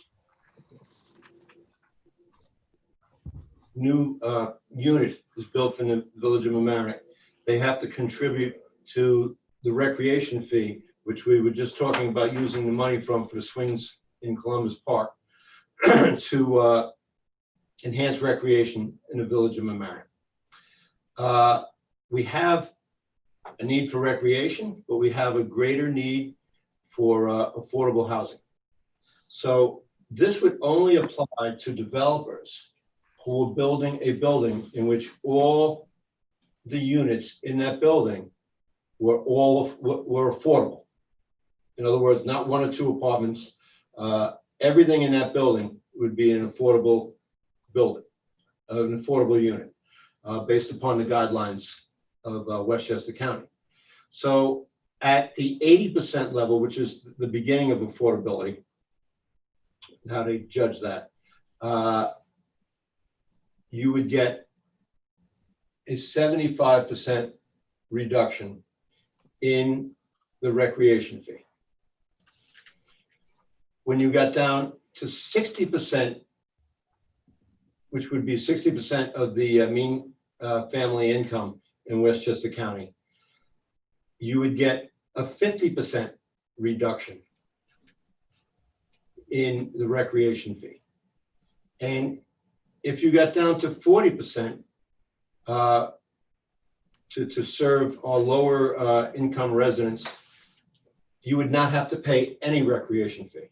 So, you know, the lower you reached in the economic, to help our economically disadvantaged people, you would get a bigger bonus, as it was, or a bigger discount. That is what the law before us says. With that explanation, does anybody on the board have any questions or concerns? I'm curious about the table.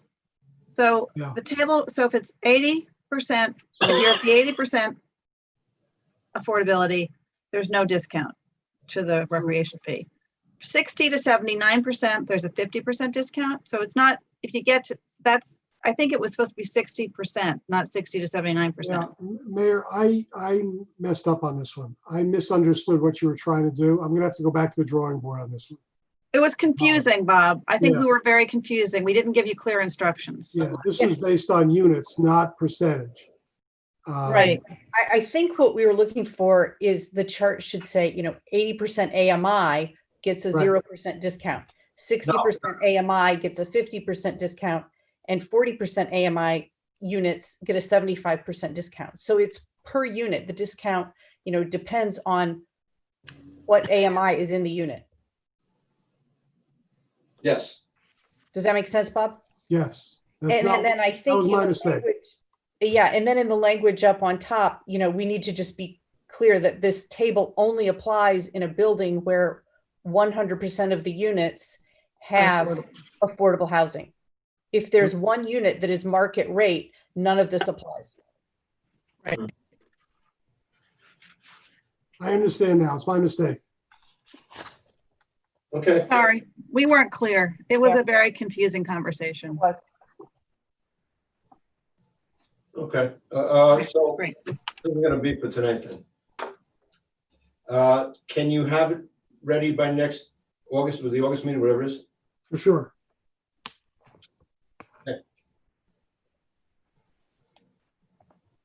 The tree law.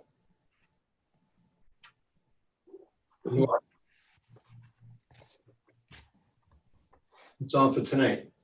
To make it, to schedule a public hearing. We ready with it? I mean, I'm good with it. Does anybody have any questions? I have concerns about it. I'm willing to wait to see what the public says. So Nora, when were we looking to have the public hearing? I just want to make sure we allow enough time for public hearing, given that we're going into August. And I think just under the Zoom constrictions, we should allow more public hearing on Well, everything we do. We have to circulate it to the boards and commissions, Yeah. which I think should have been part of tonight's agenda. I think we missed that. Okay. We'll schedule a public hearing for sometime in September, not for August, certainly not for August. Thanks. So I think if we could circulate it to the boards and commissions, especially to, well, I mean, especially to the planning board and HCZM, because they were the two boards that had been asking for a tree law, but circulated to their August or 1st of September meetings.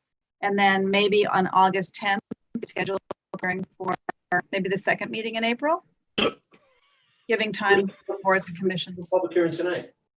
Huh? I thought we were scheduling a public hearing tonight. Are we doing it for, No, it's on the agenda. you're right, it is, okay. You But have I it, it's being For scheduled September. as written for September 14th. September. And I thought that would be enough time to get to the other boards, but actually thinking through it a little bit more. I mean, we could try and push it, but the other boards don't necessarily meet in August. I just realized. So if you want I to push think it you out should to the later circulate date. it to ZBA as well, because we're adding some responsibility on the ZBA, so they should look at it. The schedule looks like getting in September. Sorry, you cut out a little bit for Oh, when? I'm sorry. I think we should schedule it for the second meeting in September, Okay, not that- for the that first makes meeting in sense. September. So I'll change it from the 14th to, I've got to look, it must be like the 26th or something. And then I also think that it would be, and I know, you know, with Beverly, because she kept tabs of all of the people who made comments, that we should just sure everybody who made a comment Gets a gets copy. an email saying this is, you know, where they can find the information on the website. That would be really great. Yeah. Yeah. Yeah, I think that would be good. Second meeting in September is the 29th, it's a Tuesday. Right. What'd you say, Victor? Second meeting in September is the 29th. Not a Monday, but a Tuesday, the 29th, because of, I think, Jewish holidays. Monday's a holiday. Okay, So I can edit the resolution right now and send it to Yom Sally. Kippur. thanks. Thank you. Okay, so just, Nora, you please remember that. It's gonna be. Yep, we'll get I will. the resolution. I will.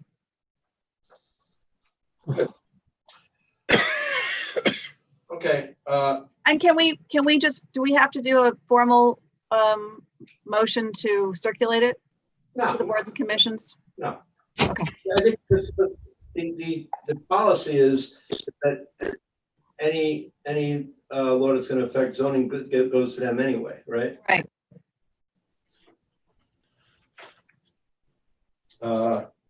Tree law, harmonization, alignment of appointment and removal authority for planning and zoning.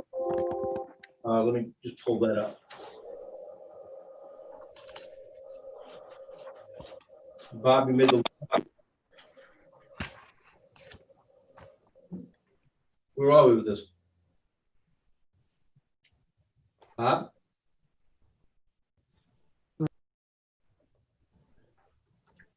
Bob, your speaker's off. Your speaker's off, Bob. Your mic. This was, well, you've got a resolution.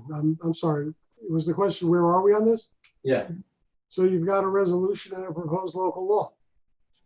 It's up, if you like the law, you can schedule a public hearing.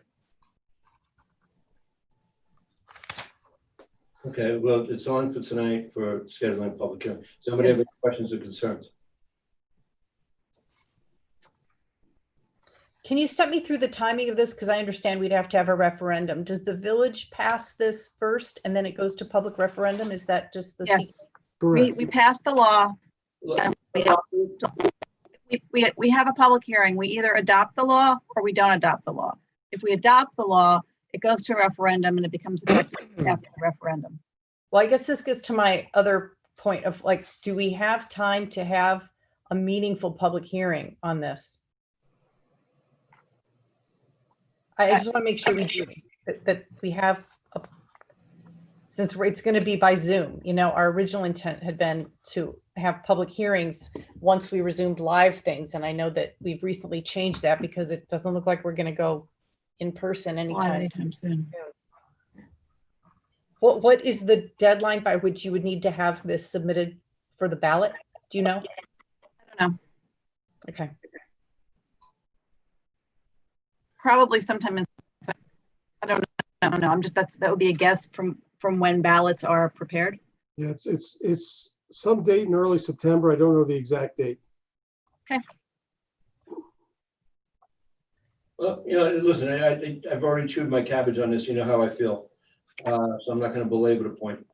But, you know, it's up to you guys. It's on for, I just want to make sure that there were no other issues or concerns.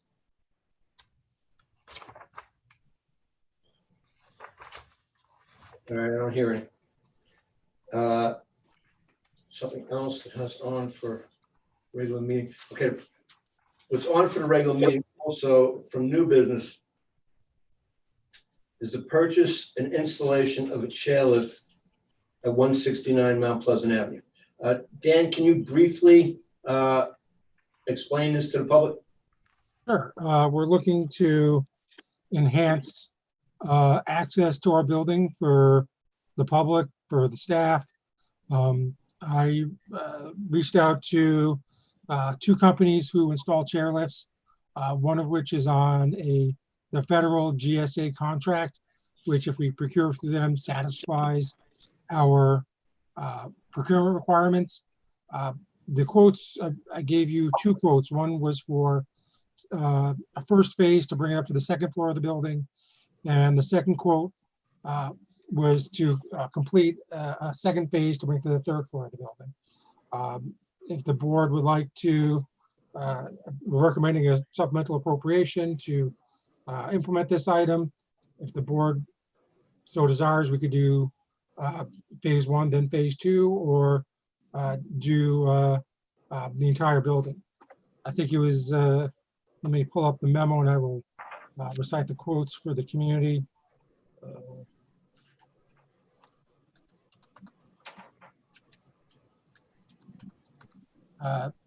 For 101 Mobility is a company on the GSA contract. For phase one, to get to the second floor would be $17,960.74. And if we want to just bring up to this third floor, it would be an additional $12,625 based on the federal contract, which we are allowed to participate in. I'm for doing both floors. I just think it's more, given our financial constraints, I think it makes more sense to do the second floor only, because that's where we have a known need today. There doesn't seem to be a penalty for doing this in phases. It's not as if we get a discount for doing both phases at once. And I think we should put off phase two unless council advises us that we need to do the third floor right away. And we could get that opinion by the next meeting. I'm in favor of doing the second floor only, phase one at this time, with the understanding we could revise that in 2 weeks. Would like to see the advice of counsel, and inclined with doing the whole thing, but would like to see advice of the legal opinion. Well, I actually would like to, I would like to see, you know, we know what that building is. We know what its constraints and limitations are. I would be in favor of doing both and just do it and getting it done. Because no matter what, you know, we hear from the lawyer, you know, that there needs to be access one way or the other.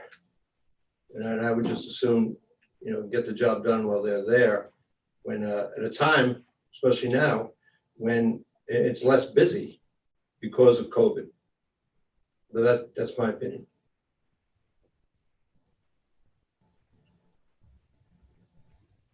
Nora?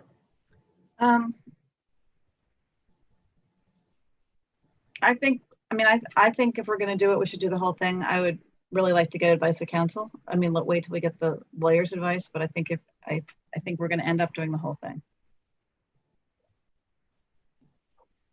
Daniel? I already said what I want to do the whole thing. You didn't say it out here. Yes, I did.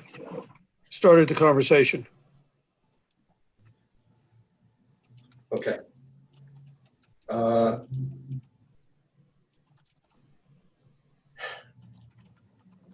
So what, I mean, it's on the agenda tonight, and so the options are, A, we just do to the second floor. B, we do second and third floor. And C, we hold it over until we get a memo from the village attorney. Actually, I think there's another alternative, which is to approve what we have tonight to do the second floor so that we can get started on that right away.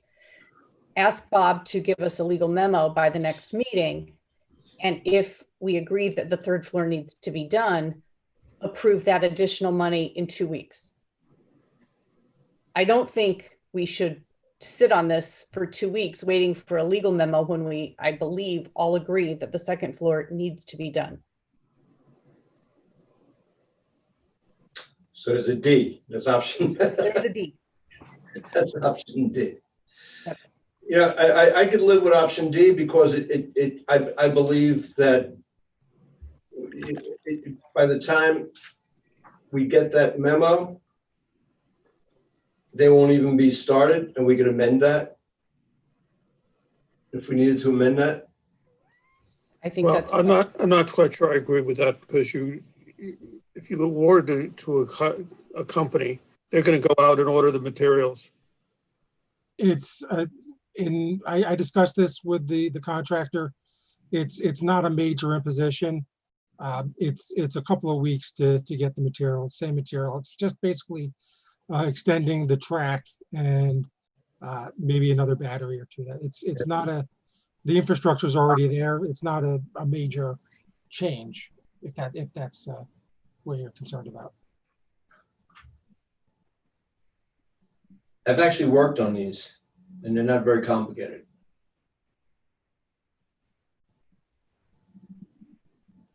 Okay, so it's on the agenda for tonight. Yeah, I think that the problem with the second floor has to be fixed sooner rather than later. I agree.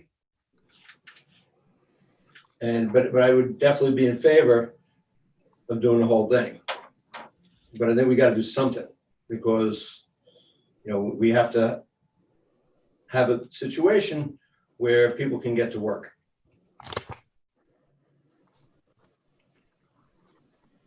All right, so we can make that decision at the meeting, I guess. Yep. All right. Go back to the agenda.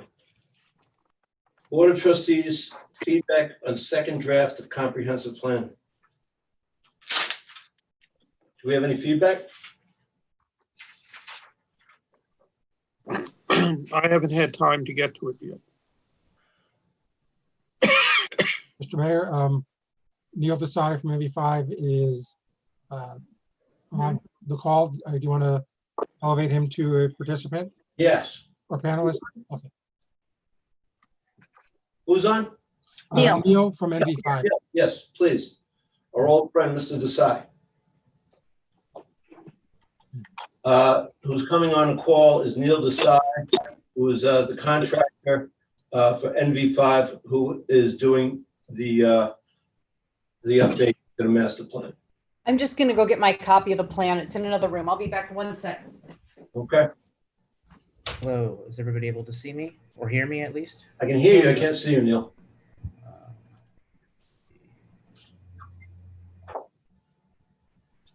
But you can start talking if you want. Oh, there we go. Thank you. Okay. All right. Thanks. I assume we don't have a lot of time. How much time do we have? A few minutes. Give yourself 10 minutes here. Okay. Oh, I was a comment and a suggestion. I think I think it was great to be part of this meeting at the very beginning to hear about what the Chamber of Commerce and the village is doing. There's in my attempt at there's an attempt that I made in the comprehensive plan update, the draft, to talk about the pandemic, and I wanted to get certainly I wanted folks' feedback on that because that was very much a kind of like not a placeholder, more than a placeholder, but it's just I wanted to get in there something in the comp plan update about the pandemic. And one thing I just want to say is that it is an emergency, definitely, and but I think the thinking that you put into this is valuable for the future too, potentially beyond the pandemic. There might be elements of this experimentation that a lot of towns are doing and the village will be doing that might make sense for the future, whether there's a pandemic or not. The other thing, I think it was somebody mentioned about the looking behind the businesses and having more activity on the other side of the buildings along the river. And I think one of the concepts proposed in the comp plan update is the idea of evolving into a more two-sided downtown where there's activity happening on both sides, not just Mamaroneck Avenue. And the other quick thing I want to say about the The topic of equity and discrimination. I think this whole process of the comp plan update is I mean, this is what every planner tries to address and do the best job possible at engaging people. But I think in planning, often discrimination or of the it happens by omission often, and it can happen due to budgetary limitations, but that's not necessarily an excuse because there's ways you can go around that. It can happen due to the lack of skill or motivation by the planner. But I think the one thing I just want to say about the comp plan update is that we spent a lot of time in the public engagement, various ways to reach people, because not everybody's going to come to a meeting. We were at the Avenue Festival. I met with a lot of the committees, but I just I think embedded in my interest in planning is making sure that as best as we can we've reached out, tried to engage all aspects of the community that is Mamaroneck, and so I was pleased to hear you talk about that.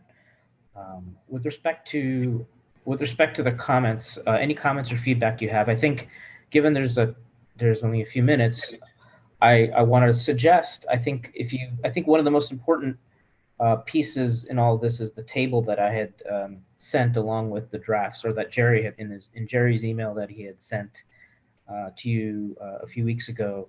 There was a Word document that was called the comments, first full draft comments and responses, and that category that compiles all the comments that we receive from committees, from BOT, from public, and we respond to each of the comments and show how the second draft that you've been looking at or will look at has been impacted by those comments. And a large portion of them were kind of small corrections, but at the same time, a lot of them were also updates on activities that have been done. And I've been trying as much as possible to look at the meeting agendas, things at the BOT. Over time, I slowed down a little bit in March, but I imagine that there's a lot of things that you either have or will come across in your review of the comp plan update that are updates to activities, like, okay, this has already been accomplished, or we've decided to look at this street as well for a walking assessment. And so I wanted to suggest, if people are ready to, for this first layer, the updates, if people have feedback on those first layers of kind of factual information, things that should be updated, goals that have been accomplished, I would suggest maybe that's something that could be sent to me soon, if you had a chance to go through the document. And then the second layer would be the more substantive issues and questions. And of course, these are the questions, these are obviously the more go beyond updates into, do we really want to recommend this approach and that sort of thing. So I think the second layer is I think would be worth, is certainly worth focusing on in the next time we have at a work session. But I think in terms of moving the process along, I would suggest that if folks have already had a chance to review the comp plan update and they have this kind of first layer of information or corrections, they can send them to me. And the second layer too, if they have more substantive things. But I think I'd like to focus the discussion next time we talk on the substantive issues and questions that you might have had while you're reviewing the document. Okay. I think the fact that we don't have another full meeting, we only have one in August and then we meet in September, and that the comp plan is a pretty meaty topic, we might want to have a special meeting to just talk about the comp plan and not try to squeeze it in to a work session where something, like with the Chamber of Commerce that was new to our sort of schedule. And so I think we need to have a time where we just dedicate to the comp and figure all the Will has done so that we can really focus on it. Like a comp plan works. Yeah. Makes sense. I know, one more meeting, but I think we should do it. Maybe in August. Yeah. Availability is in August. Yeah, like Neil, you mentioned, if we plan additional walking safety assessments, the traffic committee is meeting on Wednesday. I know we've already planned one for Prospect Avenue, so I can talk to them on Wednesday and get back to you with information like that, where they anticipate we might do some additional walking safety assessments. Yeah, that sort of first layer information would be great to send as soon as as soon as you find out that information. Yeah, I mean, all our committees are just resuming meeting again this month. Okay. So maybe we should probably all talk to our committees and make sure that the comp plan is on the agenda to see if there are sections that we want to comment on. Hey, Neil, I think, a lot of us are maybe wrongly conditioned to think that, the pandemic, the worst of it will be over by next year. But that might not be the case, right? There might not be an effective vaccine, and we're seeing a resurgence. Is there long-term pandemic planning for how communities deal with this, if it's a year, 2 years, 3 years? Well, I took a very preliminary, I did some preliminary thinking on it, and that's reflected in the draft of that you have. And the concept that I had in mind, I've been trying to follow as much as I can in order to be able to answer good questions such as that. Right. I do think that there's a chance that it's something that we have to, that we'll have to go through in cycles, meaning there will be times where there's a lot increase in cases and we have to scale back. And there's times where it's safer and you can open things up. And so the concept I put in the pandemic write-up in the comp plan update talks about having like a package of policies and rules and physical things that you can implement during those closure times, or those more kind of times when there's restrictions that incorporate social distancing, the things that you might be doing in the village now, but kind of have it as a package of things that you can activate and deactivate as need be. That was just my very first, very preliminary, thinking on how you might approach this if it's an ongoing thing. At the same time, I think as I said earlier, I think there might be pieces of, like, just for example, that while there are issues with Zoom meetings and things, I think it's certainly been very effective. And there might be things beyond just restaurants in downtown, but other parts of village operations that have been have to experiment with new ways of doing things. And those actually, some of them might actually be good ideas for the long term, not just during the pandemic. Okay. Let me add a couple comments since we have very limited time. Neil, first, I compare briefly with the November, I try to just compare, quick comparison versus October, and there are significant improvements. It's much better, and the document that you mentioned about the comments, where they are, it's terrific, and very, very substantive comments by many, many residents that have participated in this for a while, and newcomers, and it's a mix of input that's wonderful, and comments that really challenge the plan to be better. So I think that all has developed into a plan that can be looked at by committees as they start reopening. So even if you don't get our full input now, because it'll require that dedicated session, because I think it warrants it. I think it satisfies that point to have like a second draft. So I think on that, I think we feel fine. I actually spent a lot of time, or most of my time, looking at the third document that you presented to us, which is the phasing and implementation table, right? Right.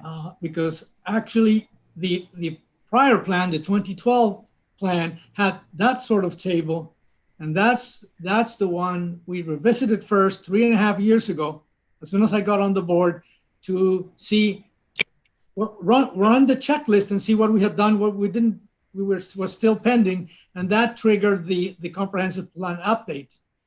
And of course, many of them have not been complied. But now that you've developed, this is the table called Phasing and Implementation Table. It has the facing, the expenses, and the departments and who's responsible. You started filling it up. Yeah. But going through this table is going to take this board at least 2 hours, and that is an exercise that we need to do with our staff and with the boards.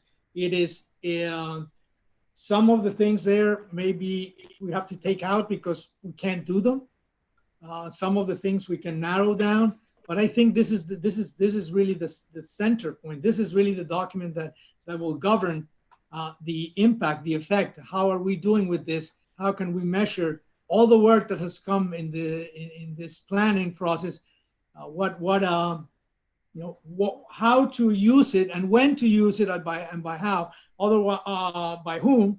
I would recommend that we all really focus on that document. It is extensive, and we would need, I think, the new planner and your help, because just going through this 12 pages, it is really raises so many questions. But if you don't answer them, all those beautiful chapters have no meaning.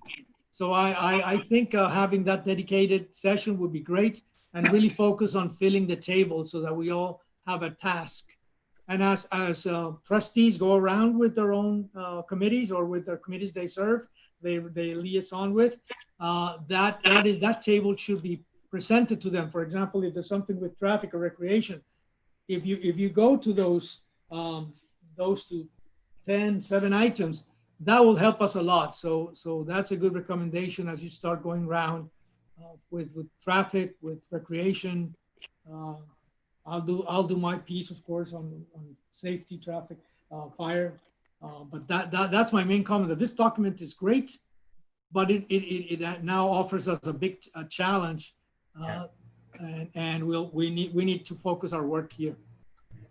I just want to mention, yes, that's right. That phase implementation table is deliberately a separate. It's referenced in the actual comp plan update draft, but it's a separate Word document because things change in the future, and so and it's kind of a working document for the Board of Trustees. And my plan is to kind of get that filled to a certain degree that I'm able to, but then obviously the BOT will need to, and the village manager will need to fill in. And the other thing I want to mention is I did speak with the new planner. When do you think are you going to provide more on that? Well, I think the focus. I want to make sure the PDF draft of the actual update is solid and completed, and then there may be the table might have to change because whether there's certain strategies we've added. So I would suggest probably I would probably start focusing on the actual update itself first in terms of the content. But it's really important. I just open a page and let me give you an example. Sure. 8.5, create a Vision Zero action plan. Yeah, I think we're already started. I think we have it there. So yeah. I think we need to refocus that so that this document really becomes the to-do list. Right. That is a to-do list. So it really becomes more than just a document on the shelf. This table gets you to what actions need to be taken, on the different time frames. So let's refine that, because it's really in some places it's out of sync with the PDF. And if we can help you there, I think that's what we need to do first. Yeah, that's without a doubt. I mean, that's the hope, that worksheet is a living document and it's used that way. Yeah, I did speak with William Long, his first day today, a few hours ago, and he offered a few comments, and I'll be sending him a hard copy special request and to the new planner, and we'll be talking a little bit more as he gets more familiar with the draft and the village. Is there anything for Mr. Desai? Anything I should think about? Anything that we need him to look at with fresh eyes? I'll submit comments. I think the introduction, which is where a lot of the work that has gone into the resilience, into even the neighborhood character, part of the moratorium, we'd like to make it pull it into the beginning, the intro, the executive summary. I see. This issue of executive summary has been very important for me, and I think we still Right. don't have it. That's Good point. many people are just going to read that. Good point. So we need to make it very, very powerful. That's my big one. Okay. No, anybody else? No, thanks. Okay. Thank you. All right. All right. Thank you, Mr. Desai. Thanks. Take care. We'll see you again soon. And I'll send you comments too. Well, Okay, great. and we'll figure out we'll work with Neil to figure out a date.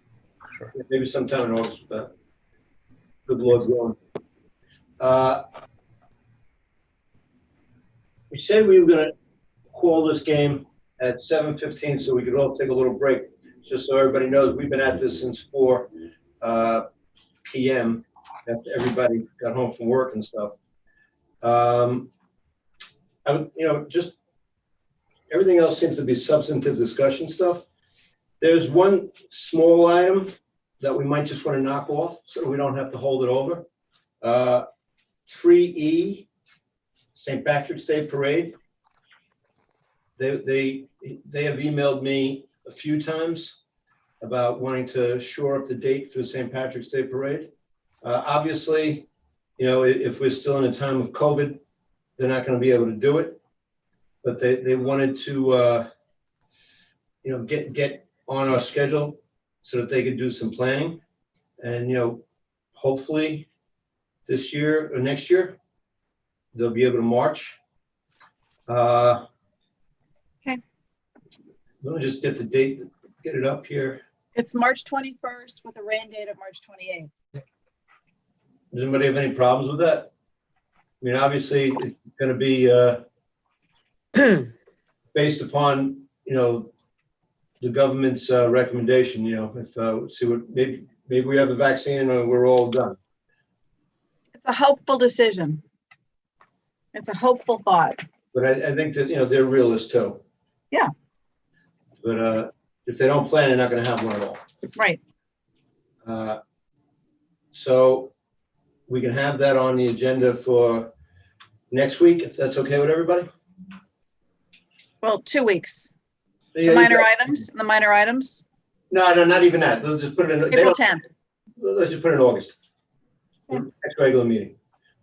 The minor items should just be the minor items. Just this way they can come and, be happy and take pictures, all the happy Irish stuff we like to do.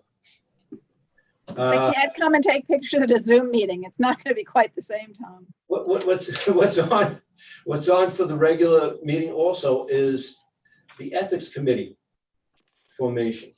Do you want to hold that over? Or do you want to do No, it? I think we should do it. I think we should do it. Let's pull it up.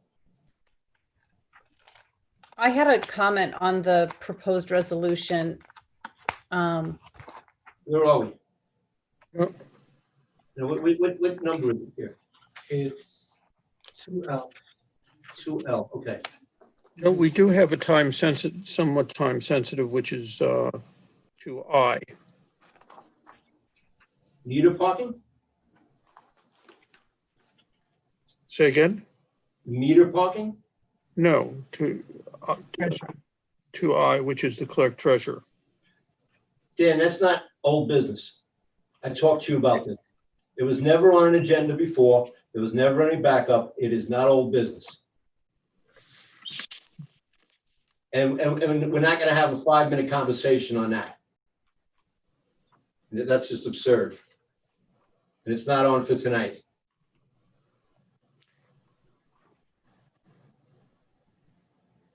So we got the ethics revision committee. The draft resolution. Yeah, I just, I had a comment on the third whereas that we're trying to form this ad hoc code of ethics review committee composed of up to 5 individuals. Hi, I would just suggest that we, Yeah, I'm turning it on. No. It's the Barneys who were, okay, you've been muted. okay, I would just suggest that we end the whereas at that point. I'm just concerned that if we list the backgrounds that we're looking for, we might discourage people from applying who don't necessarily have those backgrounds. And I think the resolved that calls it the tennis committee should be the ethics, obviously. Yeah. Sorry. Yeah. 3 times, yeah, sorry. I was plagiarizing myself from an earlier resolution. Well, I think we should be calling it the Ethics Code Review Committee, so we're very clear about what this is. Good point. Mhm. Well, also, And I suggest in the first whereas that you strike on the second line from elected officials down to the fourth line through fairness be stricken because you're setting a tone that I don't think is correct. I'm sorry, can you say that again, Dan? I got lost. The first, I've circulated this before. It's where the first paragraph, second line, at the end, after fair treatment, stop after treatment, Mhm. skip to the fourth line and continue in local government operations. That's the draft that I have. That's Local the draft. government operations. I think that may have already been made. Yeah, I think Okay, I might have posted the first draft with the work session, but the revisions that trustee Natch has requested, I think are probably on the version that's on the regular meeting agenda. yeah, and then code Okay. review committee. so what we need to do is you need to have the ethics code review committee put in everywhere where you have the word committee. Yeah. So we're very clear about that, Dan? You know what? Let me pull up the other agenda just to And make sure I'm being accurate in what I just said. you know what? While Dan's pulling that up, can I just, I'm thinking that 5 individuals might not be enough to get a wide swath of the village. You thinking 7, 9? What were you thinking? 7. I'm fine with that. How about but if we don't find 7, why don't we say, no fewer than 5, no more than 7? That's And fine. make sure it's an uneven number, because we might not find 7 people, and I don't want to, Yeah. I think that's fine. But I don't even know that on this that we need to have an odd number. I mean, these are just going to be recommendations, and I don't think. Right. I mean, it just might be good to have. How about, I don't want to cut someone out. how about, whereas in support of this effort, the board is desirous of forming an ad hoc review committee composed of up to 5 individuals. Up to 7, I'm sorry, up to 7. Yeah, that's fine. To answer trustee Natch's I think you're better off at 5. I don't think that gives you enough of an ability to have every area and, socioeconomic represented.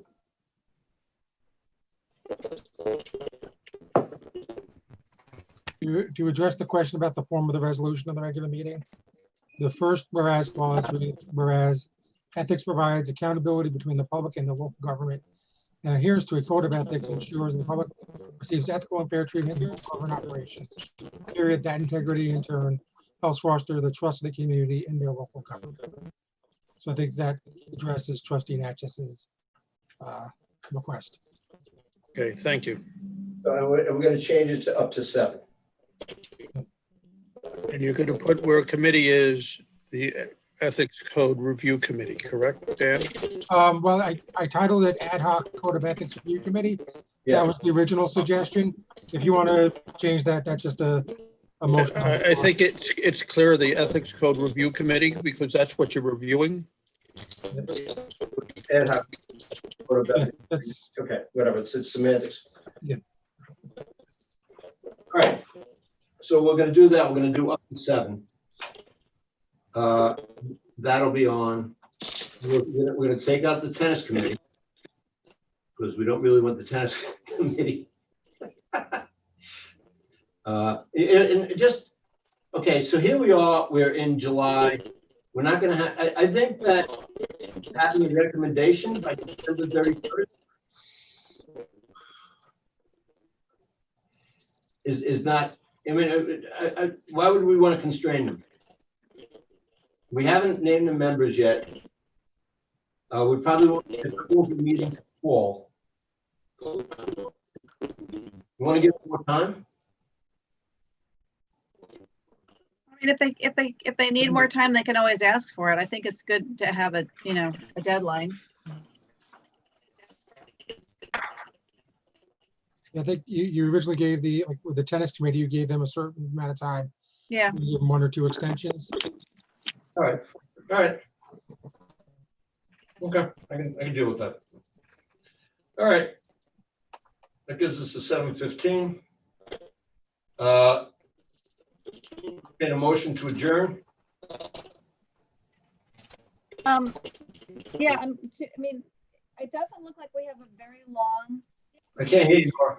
it doesn't look like our regular meeting is going to go very long. And I'm wondering if we should try and clean up the work session. Laura, can't hear you. Okay, it doesn't look like our regular meeting is going to go very long. So do you think it's worth spending a half hour at the end of it trying to clean up our work session? Because we don't really meet for another month. No, I mean, if we don't add to the work session, we can get through it in a month. Well, but we're definitely gonna, that's you know, that's gonna add to the work session in April and August. It's just, we never don't add to the work session. I tell you what, I've been up since 5. So Okay. I'd really rather not. Okay. But I appreciate the offer. But maybe when we do the meet, if we get another meeting in August, we could clear up things. We've added a lot of stuff in the last couple of months. Yes. All right. Have a motion to close, please. So moved. I'll second. Augie, call roll. Trustee, Trustee Winstrup? She said aye. Yeah. Trustee Natchez? No. Trustee Lucas? Yes. Trustee Tofor? Yes. Mayor Murphy? Aye. Thank you. See you all in a while. Come back at 7:30. Okay. Line this, Augie.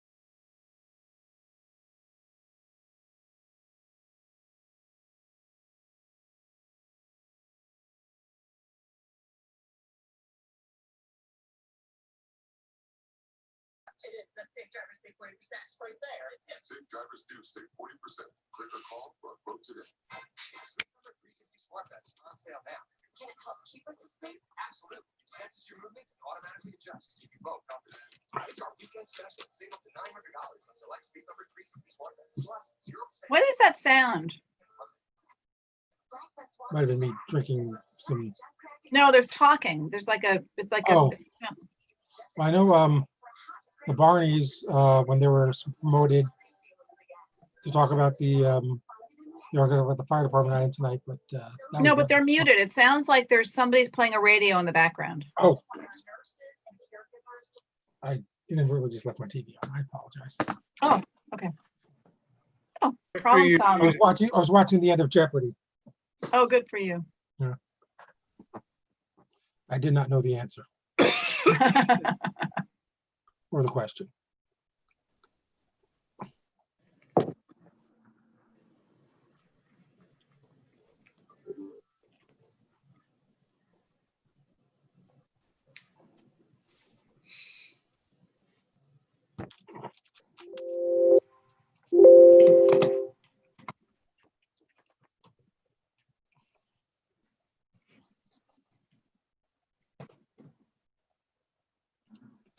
Hey, Jared.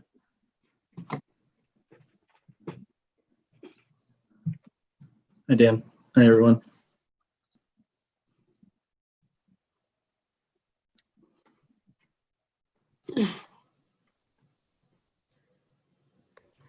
Jared, right now Waverly is the first item on the agenda, but the mayor may, take an item or two out of order. I don't know. Okay, you can hear me, right?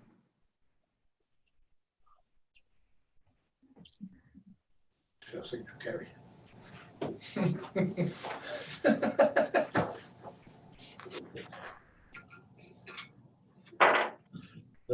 We have the whole gang here.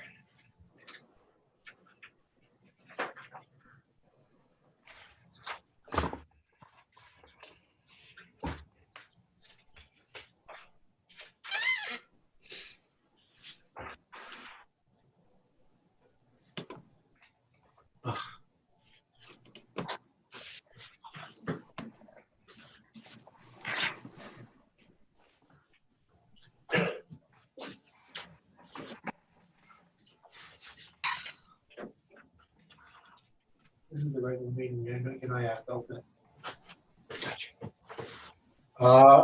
Everybody ready? Yep. Okay. Good evening, and welcome to the 7:30 p.m. Board of Trustees work session. Please join me in a pledge of allegiance. I Pledge allegiance To the flag of the United States States of America, And to the republic which for is for which which it it stands, stands, one nation, nation, under God, indivisible, with liberty and justice for all. Thank you. Okay. I need a motion to open this meeting. So moved. Second. All in favor? Aye. Aye. Aye. Aye. No ayes there. Thank you. The first item on the agenda is a presentation, and this is about the Waverly Avenue Bridge. I was hoping that there were going to be some people on from the neighborhood, but maybe they are watching. Mr. I'm sorry, the gentleman from HVEA, what's your name, sir? I can't read it. Hi, Jared Anderson. Hello, Mr. Anderson, how are you? Good, Mayor Murphy. How are you? Okay. Mr. Anderson, you're going to give us a little presentation about the Waverly Avenue Bridge? Yes. Okay, you want to take over our screens there?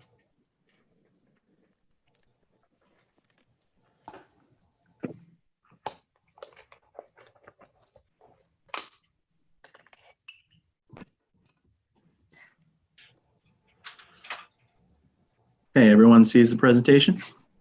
Yes. Okay, great. Well, thank you, Mayor Murphy, members of the board, for having me tonight. We had this meeting, similar meeting in May 6th at the town board session. And Supervisor Seligson asked that we also make a very similar presentation to the village board. So here we are. We're going to speak about, of course, Waverly Avenue Bridge. I'm sure you're familiar.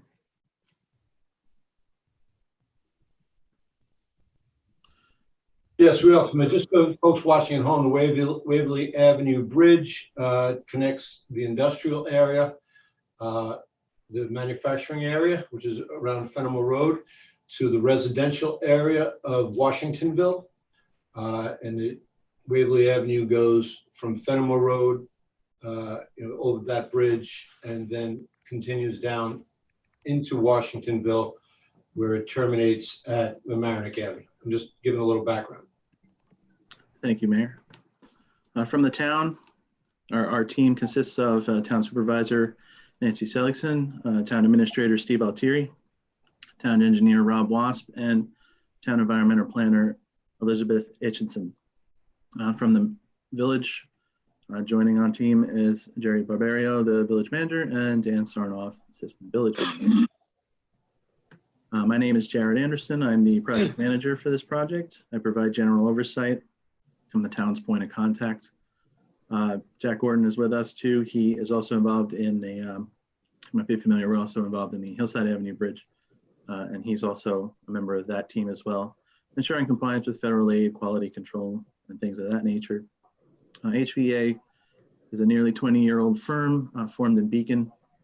3 former New York State DOT Region 8 engineers are the partners, and we're supported by our Rockland County Chestnut Ridge design staff. And really, infrastructure projects like this, bridges, roads, highways, trails, this is what we do, especially those in receipt of federal aid.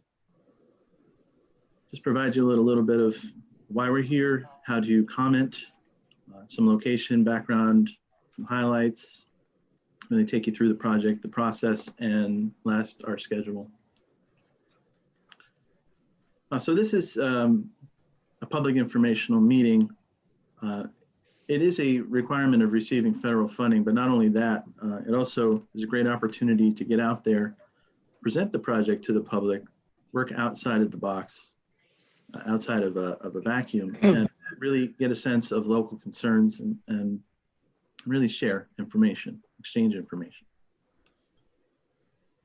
To provide comments, your best bet is to email Town Engineer Rob Wasp, rwasp@townofmamaronecknewyork.org, or myself, Jared Anderson, janderson@hveapc.com. Just leave that for a second, but please make sure you provide comments. We're going to keep it open for 2 weeks so that by the end of next Friday, we ask that you've provided your comments so that we can review them, prepare responses, and combine those responses with comments that were previously received at the town's meeting back in May. Sally's all right. Yes. Excuse me, Sally Roberts, the addresses for comments that Mr. Anderson just gave us, can we put them on the website so that folks can access them and make comments if they are so inclined? Absolutely, Mayor. Thank you, Sally. I'm sorry, go ahead, Mr. Anderson. No problem, thank you. So just because we're here appearing before you and the town, it doesn't mean that these are the only chances to raise your concerns. The team is always available.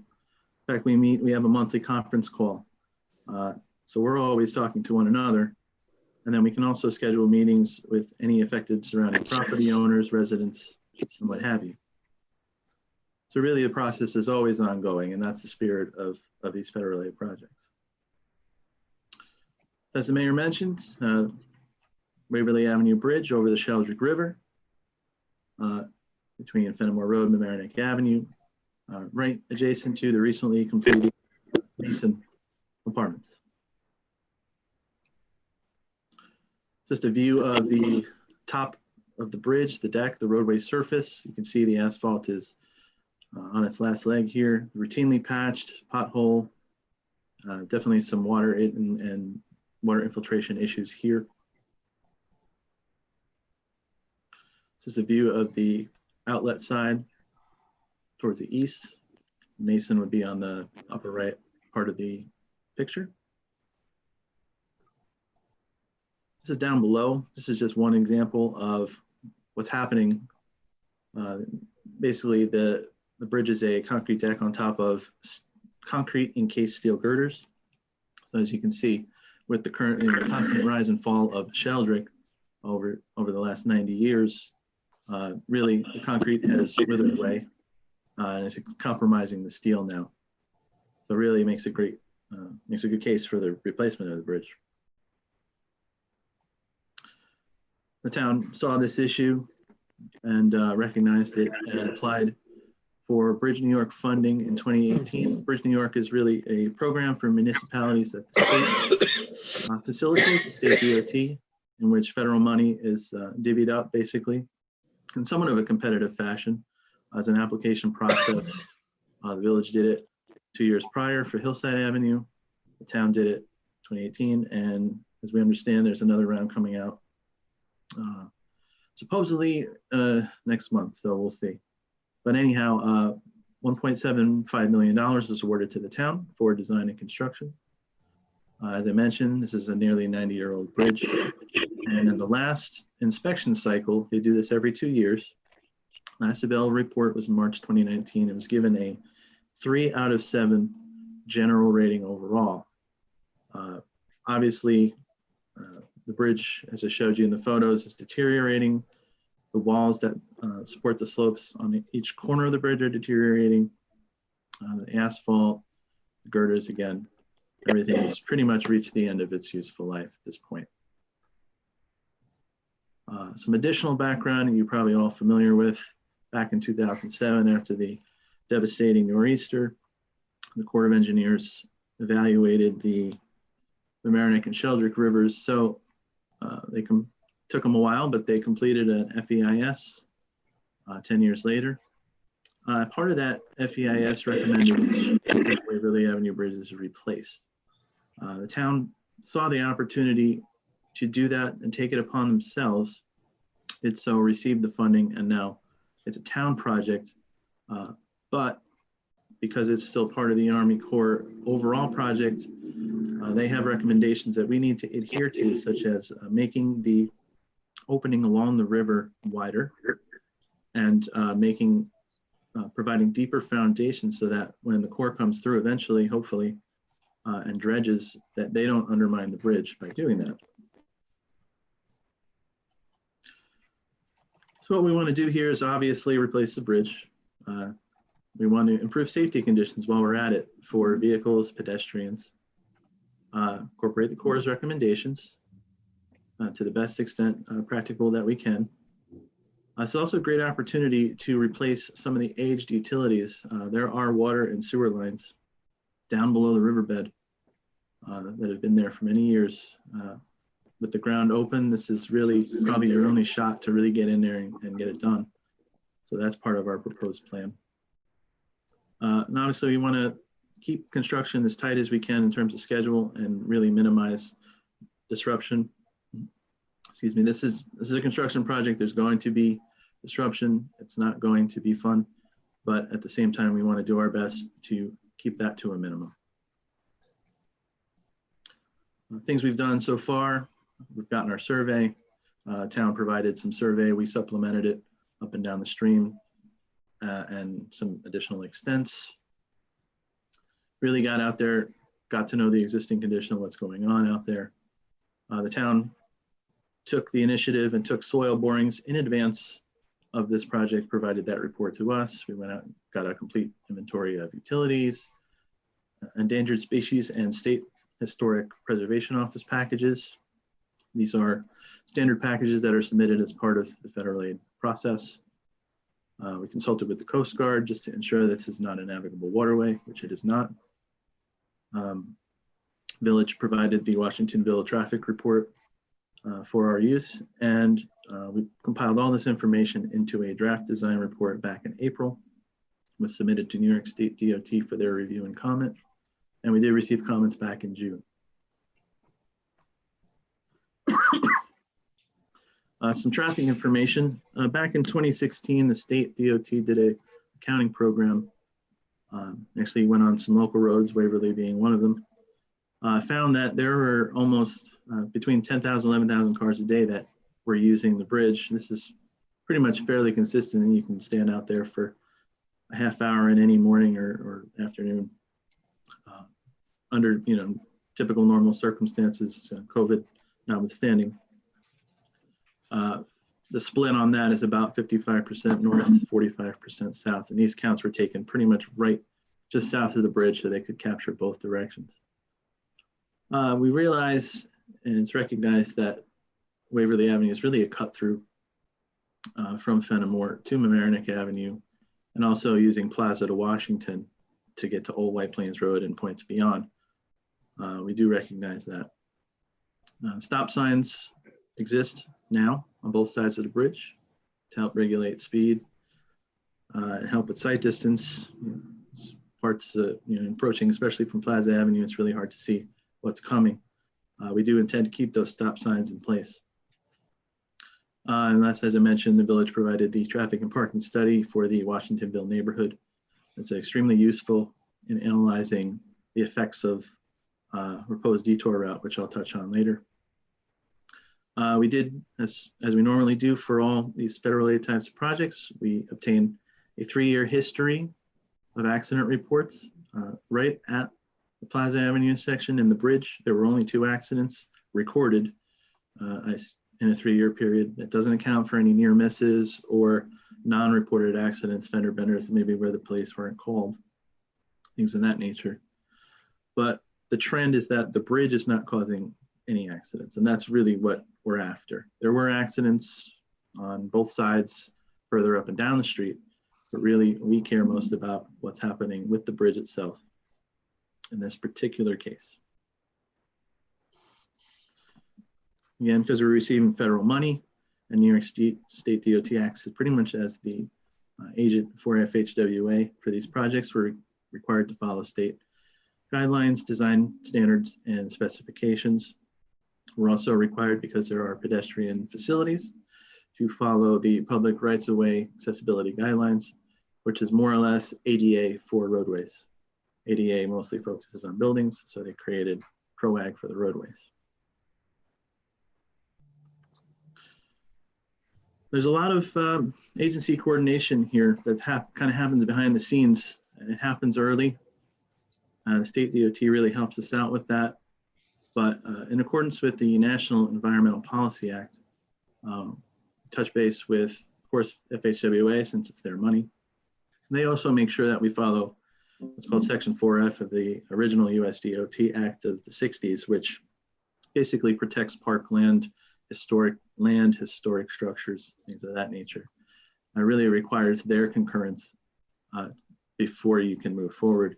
They also provide overarching concurrence with a lot of the determinations from the other agencies that follow, such as the Coast Guard. They ensure that we're not working over a navigable waterway. We would require a permit otherwise, but here we don't because it's not navigable.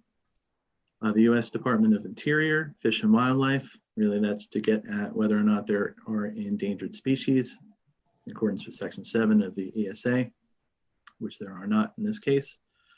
NOAA, which is the National Oceanic and Atmospheric Administration. They are responsible for fish habitats. We do not have one on this project. SHPO, as you've heard of, State Historic Preservation Office.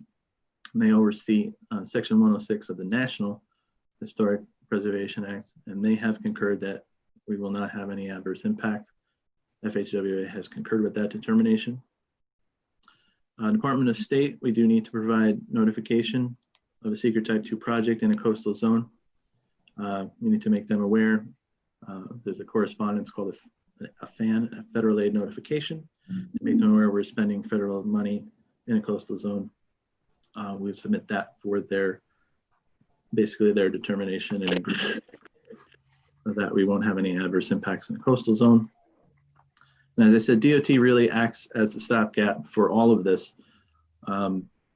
We can't move forward even with final design until they're satisfied and we've satisfied coordinating with all of these agencies. As I noted on the bottom there, secret type 2, this was a determination that was made by the town at the May 6th meeting.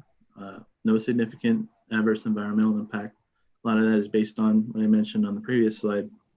A lot of no adverse impacts received from a lot of the agencies that we did reach out to. Secret type 2 does not require a coordinated review amongst other agencies, although just by the nature of reaching out to everyone, we are getting their feedback and their input. And then we're also here tonight presenting to you to solicit your feedback and comments as well. The project is subject to the Army Corps of Engineers review because it does need to line up with their plans, their long-range plans of their big project. So we are widening the bridge opening on the river, on the water, by 8 feet to 33 feet. Provide deeper foundations, as I mentioned, bury those a little deeper so that when the Corps comes through and dredges, we don't undermine the structure. We have sent our plans, our 30% level draft plans to the Corps, and they have concurred with our approach. We're going to do that again at the 90% level once we're a little further along, just to make sure that they're still on board. This is also a great opportunity to slightly improve the Waverly Avenue alignment. Right now it's a little disjointed, it's diagonal, it's abrupt. This is a great opportunity to provide a gentler curve over that bridge, line up a little bit better with the northern part of Waverly. And by doing that, we have the opportunity to improve sight distance in all directions. And of course, we want to make sure we provide ADA PROAG compliant sidewalks. I'm going to be providing those on both sides of Waverly, so connect to the existing sidewalk network on the west side of the road and connect with the recently completed Riverwalk at the Mason on the east side of the road. There's no question we're under some tight constraints here. We're up against private properties on 2 of the 4 corners, which we will impact, unfortunately. We do have pretty much every underground and overhead utility you can think of in Westchester County out in this little concentrated area. Detouring during construction, that is the preferred way to get this job done. We're going to close the bridge on both sides. And for those traveling northbound normally on Waverly, they will have to use Fenimore Road to Hoyt Avenue and Mamaroneck Avenue. What that does is that allows for longer work days, safer operations for those working in the site. They won't have any vehicles to contend with passing through. Also, time is money. So the more time you can save on the long end, the more money you can save. And also,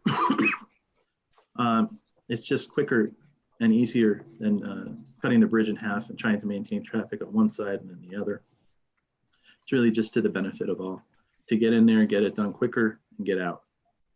Of course, at all times, we want to make sure the Sheldrick River is protected from erosion, sediment, construction, debris, hazardous materials.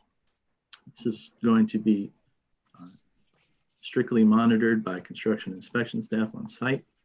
It's also a condition of a lot of the permits and will be a condition of our construction documents. This is a contractor responsibility and to be taken seriously. As I mentioned, we do need to acquire right of way on 2 properties, the Mason property and the Mistis property diagonally across from that. We'll need to acquire in fee, so we'll need to make purchases.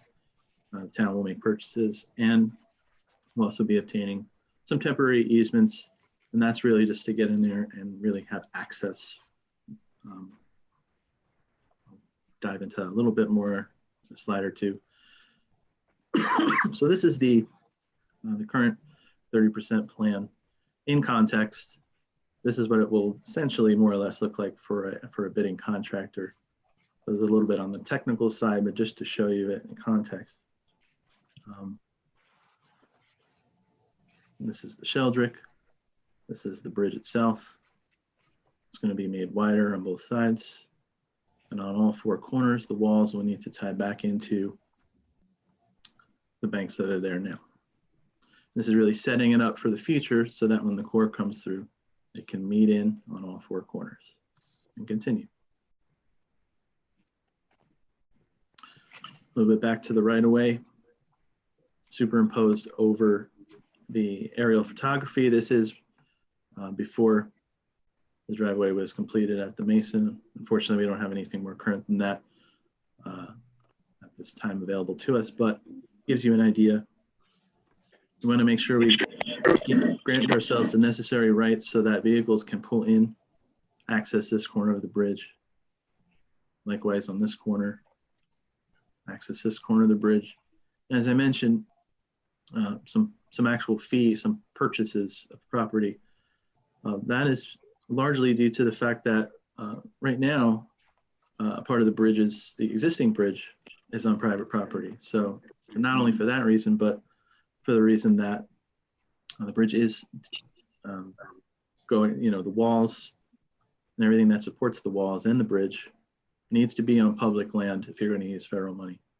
So there is a federal allotment for right of way in order to purchase these rights and basically clean up the property. It's more or less what's going to be happening.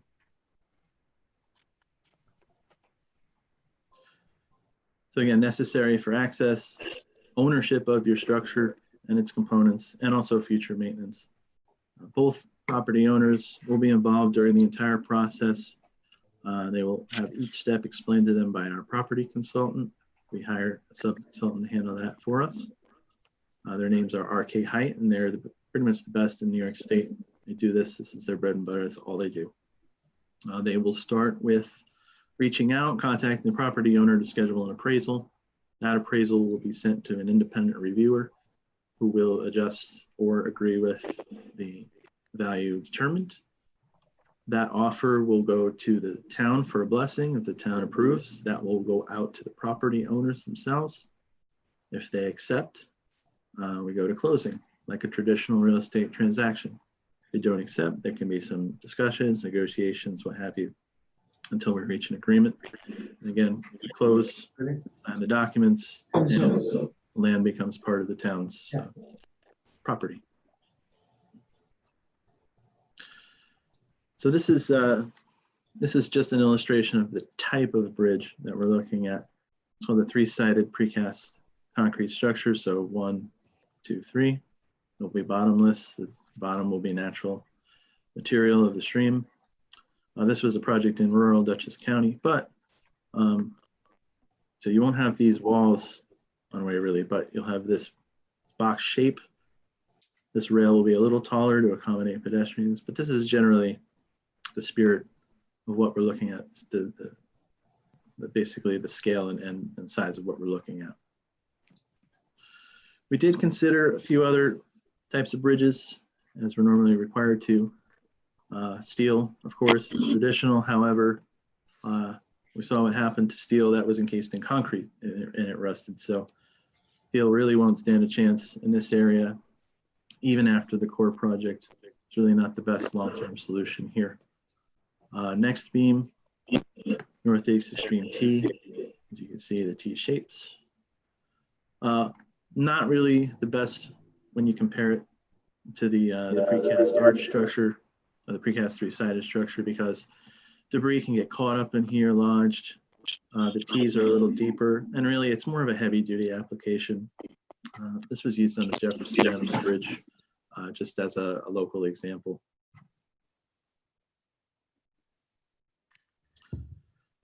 So, as I mentioned a few times during this, DOT provides oversight. We're working with Region 8, Hudson Valley Region Advocacy Office, and they are basically FHWA's eyes and ears. Everything that requires approval from the feds, they handle that for us. They contact them.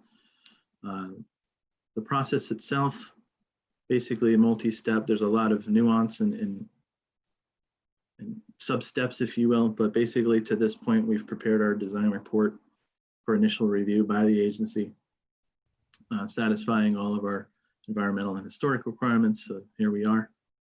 We're gathering our public input at this point as we're here today. We'll compile all of that, and we can submit our final design document and obtain approval to move forward by the state so that we can complete final plans, advertise the project, award to a low bidder, and proceed with construction. Some of those steps are, of course, further down the line.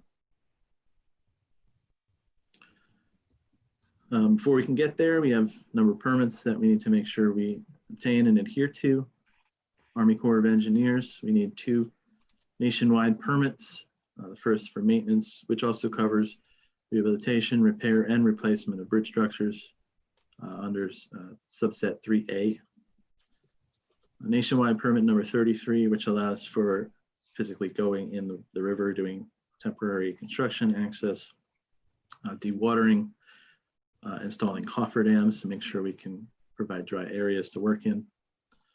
The DEC, by complying with these nationwide permits for the Army Corps, we are qualified to obtain what's called Section 401 water quality certification, just to ensure that we're not doing anything detrimental to the water, that we ensure that quality is, of course, maintained.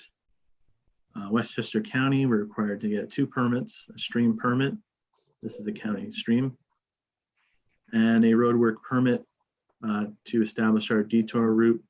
Mamaroneck Avenue is a county road in this area under their jurisdiction, and we'll also need to adjust some of their signal timings to best make sure that the detour route functions as best as it can with what's out there. On the village side, as we understand, we'll need a street opening permit. We'll work with village engineer and DPW on that. So I'm sure Dan will help us out. And we also, it's not really a permit, but we do need to prepare a local stormwater pollution and prevention plan. Excuse me. Even though a DEC SWIP is not required, a local SWIP, we'll prepare that. Have experience doing that on the other bridge, so it should be no issue providing that to the village. Estimate, so out of the 1.75 million that was received, just over 1.5 million of that was allocated towards construction. 95% of that is federal, so really the town is only responsible for 68,364 of the 1.5 plus million.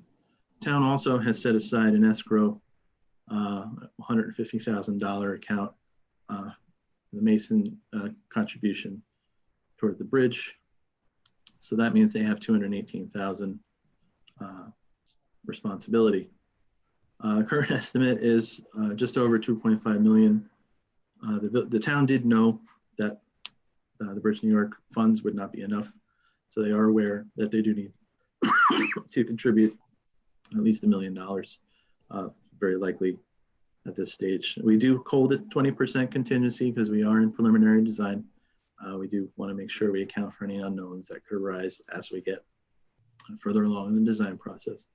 That 2.5 million plus also has a $250,000 set aside for water, sewer, underground electric, and things of that nature. That would be done under our project and would be reimbursed to the town by the water, sewer, and Con Ed.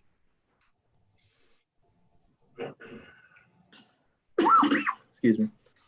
Schedule-wise, we've come a long way and we've got quite a ways to go.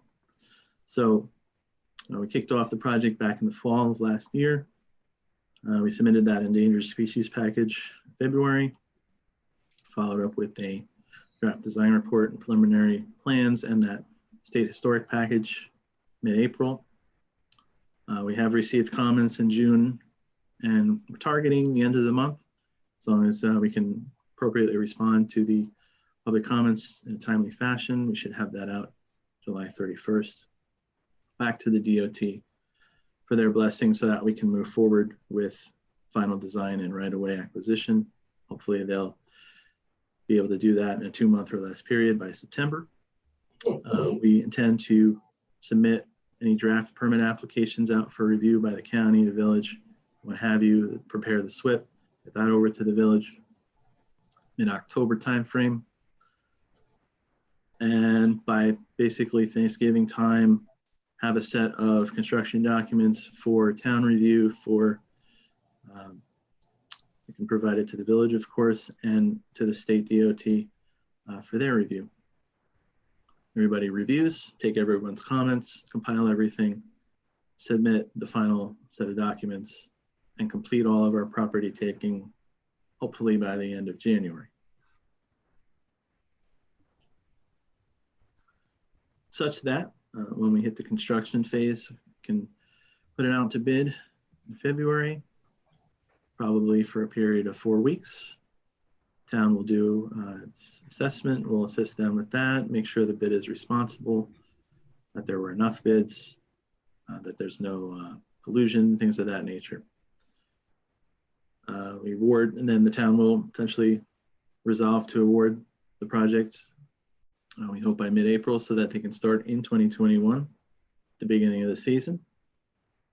Construction complete by end of 2021. And I put a star there for a reason, based on what we learned between meetings.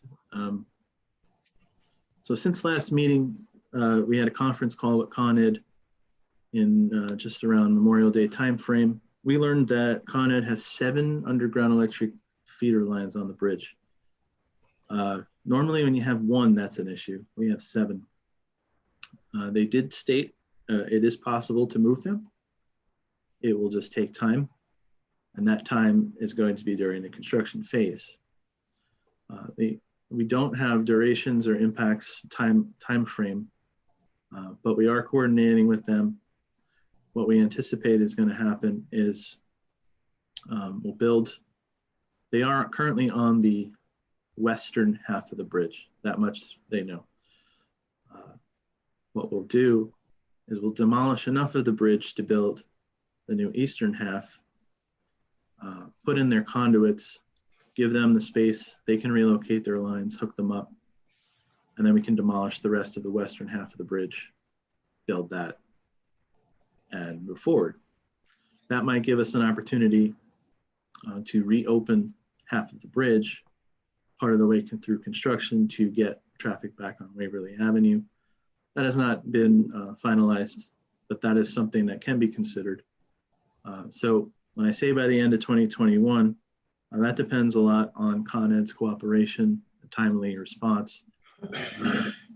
It can be, we coordinated with them thus far. We hope that they'll stay on board with us, that they don't get overworked on inundated with other projects.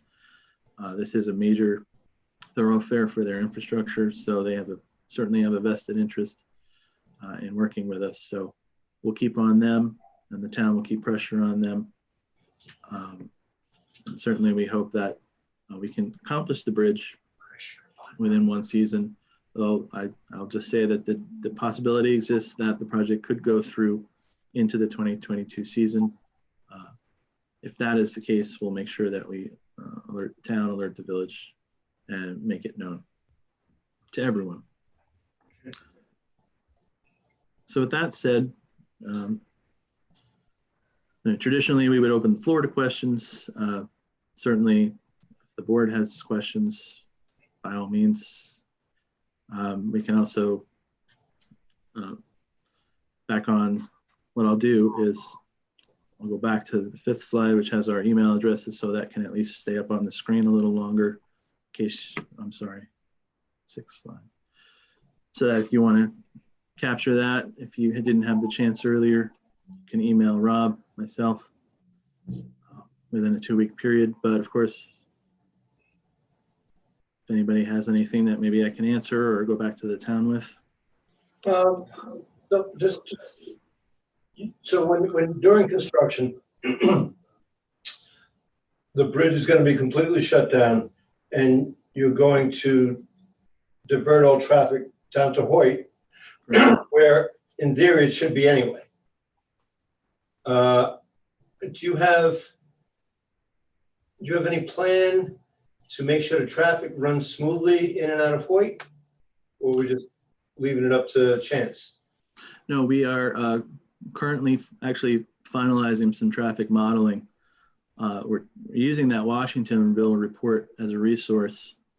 Even though that's 2016 numbers, what we've done to be conservative is generally we increase it by 0.5% per year just to be on the safe side. So 2016 plus 0.5% for each year up to 2021, because that's going to be pretty much the bulk of construction. And then we take that in the traffic model and we pretty much build a network of that little part of the neighborhood there, and take Waverly out of the equation and send them around the horn, basically. I don't have the results of that yet, but should have them shortly, and we would be sharing those in our monthly meeting with Dan and Jerry, so that that information can certainly be relayed and will be relayed to you, Mr. Mayor, and the board, so that you all understand. Certainly don't want to just cross our fingers, and we know it's not going to be the early indication. It's not going to be the best situation, because you're taking upwards of 10,000 cars. Well, let's just be fair and say 55% of that was headed in the northbound direction. So say at least 5,000 to 6,000 cars throughout the course of a day, and sending them to Hoyt Avenue. We got to make sure that we set signal timings properly to allow more time for people to get out of Hoyt Avenue, make that left, and get back to Mamaroneck Avenue. So this is all moving parts right now. We should be done probably this month, at which point we can happily share that information with everyone.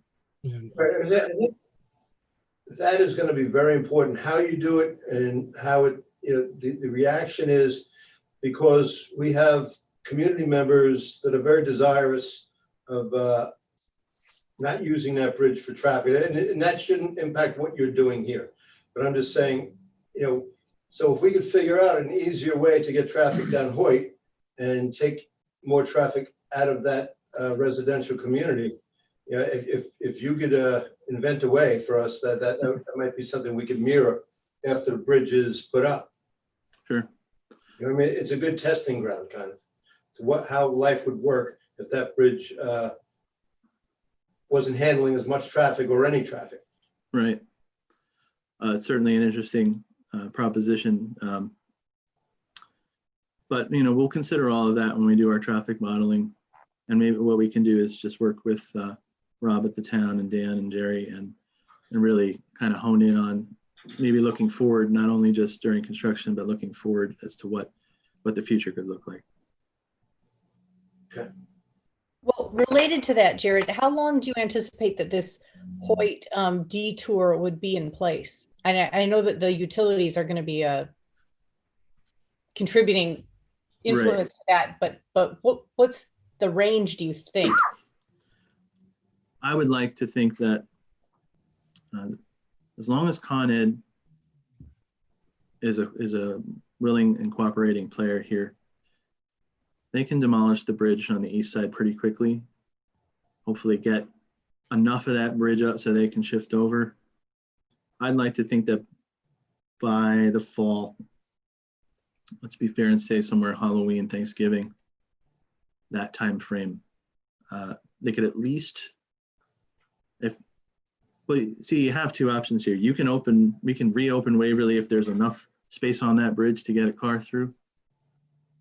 Great, you can open it northbound. You wouldn't be able to open it southbound, but at least you can open it northbound. If you can do that by the fall, before the holidays, that would be the target. Or if there's public sentiment to keep it closed and keep it that way, if the detour is working, keep it closed and let the contractors still have that localized closure access without vehicles coming through. So sort of answer your question, hopefully by the fall. And then that also gives you two options. And you really won't know that for sure until it's in real life and it's really happening. But certainly you're not boxed into just one answer here. You actually have some options. Okay, so I'm sorry. Go ahead. Sorry, just if I follow up, I think the project was going to go to bid at the end of April. So I'm just saying if it started shortly after that, or, are we talking that we would deal with this Hoyt detour for 2 or 3 months? So that if it was a time for us to really look closely and see if that was working and if we should make it permanent in some way, would we have 2 or 3 months? Would we have 2 or 3 weeks? I'm trying to gauge. Oh, the detour, well, I'll just slide up to the schedule. Mm-hmm.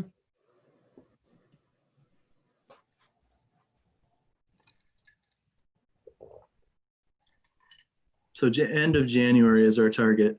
Yep. To have pretty much every document ready to go. We want to bid in February. Okay. Giving them 4 weeks out to bid. So Yep. say that's March, beginning of March. I've given 6 weeks between receiving bids and putting out an award. That could probably be earlier if the town's meeting schedule works out. If we can because even after bidding, you need DOT's approval to award the job. Right. Once they have that, that's why we provide a little bit of a cushion. So let's say, to be fair, mid-April, start of construction, or award, and then they'll start right after that. Okay. Get out there so that by the end of April, shovels are moving, demolition is happening. So end of April you might have that detour in place upwards of end of April to end of November. That could be 6-7 months where that's in place, just by the sheer nature of the utilities. If you didn't have Con Ed in this bridge, it'd be a lot shorter, 4 to 5 months. The question is on Hoyt, you have a light at Mamaroneck Avenue, but not at the other end. What are you proposing at the other end? At the south end? Yes. By Fenimore and Hoyt.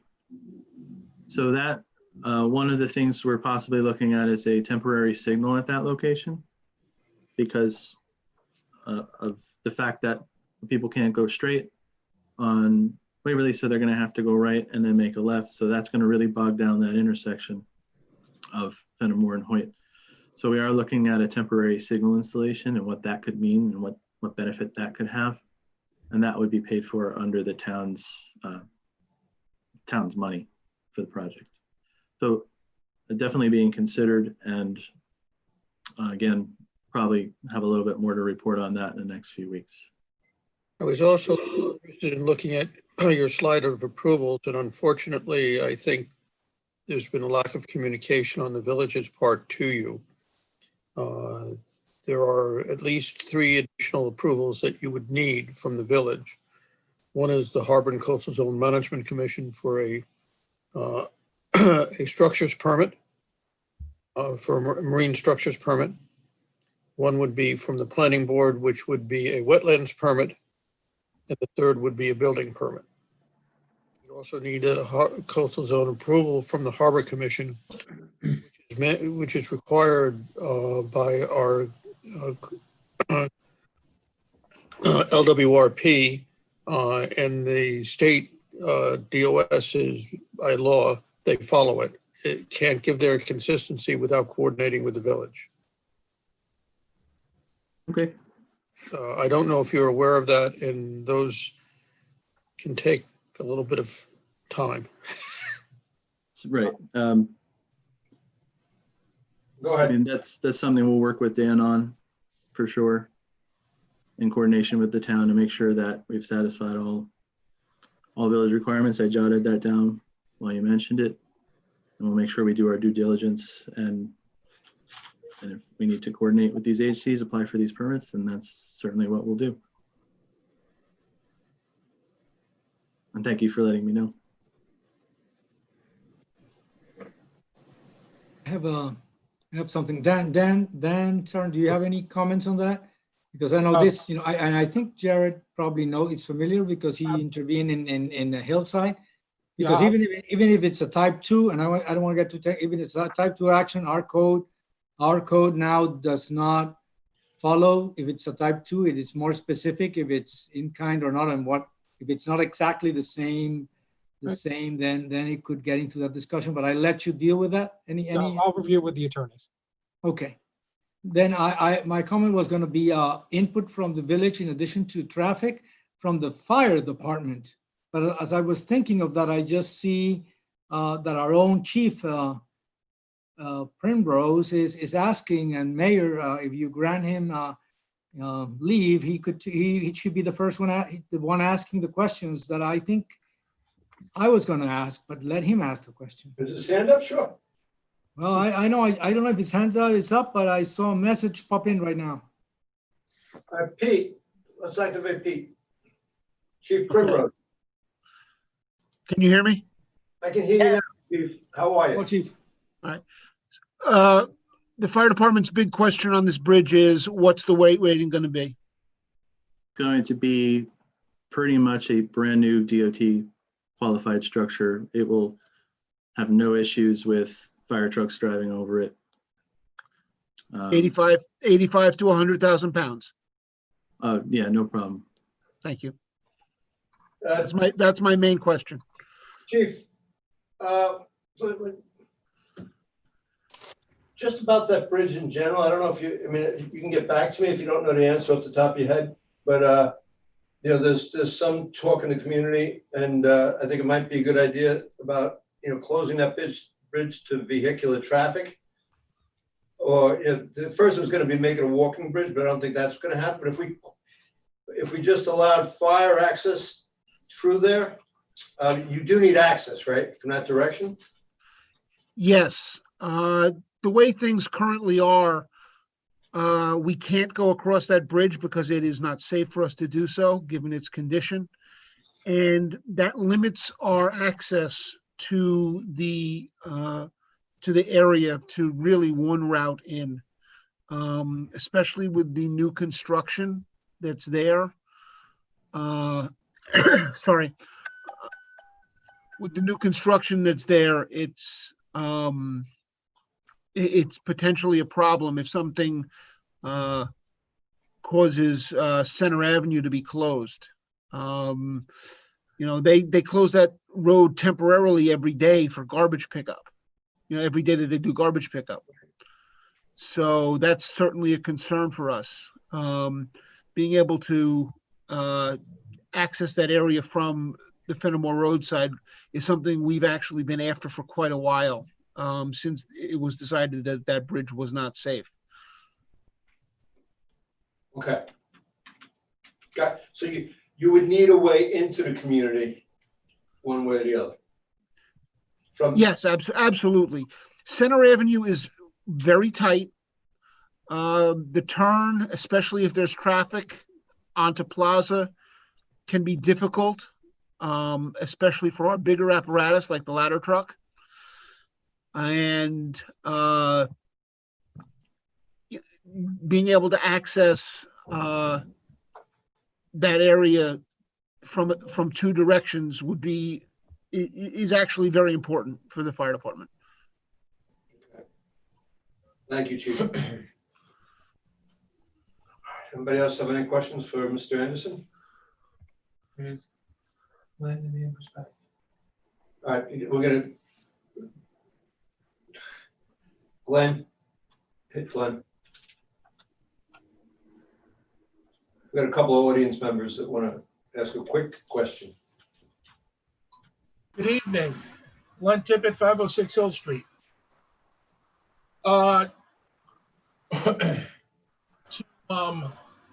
add a traffic device at the corner of Hoyt and Fenimore, you're going to also have to set up some kind of a noise signal for oversized trucks, because they are constantly getting stuck under that bridge. And with the additional traffic, your chances of having an undersized truck get stuck under that bridge. And if you have all that additional traffic and then you have a truck underneath that bridge, it'll be a nightmare with the traffic backing up over there. So if there's any way to add, before you hit the bridge, if you could add some kind of a string that would sound an alarm to stop the truck, because you probably have a truck get stuck under there every 2 weeks as it is now. The other thing is the access with Waverly Avenue. Please get off of, you're going to turn that into a pedestrian and an emergency vehicle only bridge. You're not being realistic with the amount of traffic in the village. The best route to go is to ban all commercial traffic all over that bridge. If you want to slow down the traffic in the neighborhood, just ban all commercial traffic going over that bridge and go in that direction, because even the people who live in the neighborhood use that bridge to leave the neighborhood. Not only would you be eliminating people going through the neighborhood, the people who live in the neighborhood would all be confined to leaving the neighborhood through Mamaroneck Avenue. You're talking about it on both ends. You're going to see it when the traffic actually goes there. I don't want you to give overhope to the people in the neighborhood. I think that if you turn around and ban all commercial traffic, which will stop a lot of the gardener trucks and such that are located in the industrial section from going through there, I think that's your best bet. But you definitely need to have a sound alarm before that bridge, or else you're going to have a truck get stuck and it'll take half a day to get all the traffic taken care of over there with the backup. Thank you. Thank you, Glenn. Next, go to Mr. Spatz.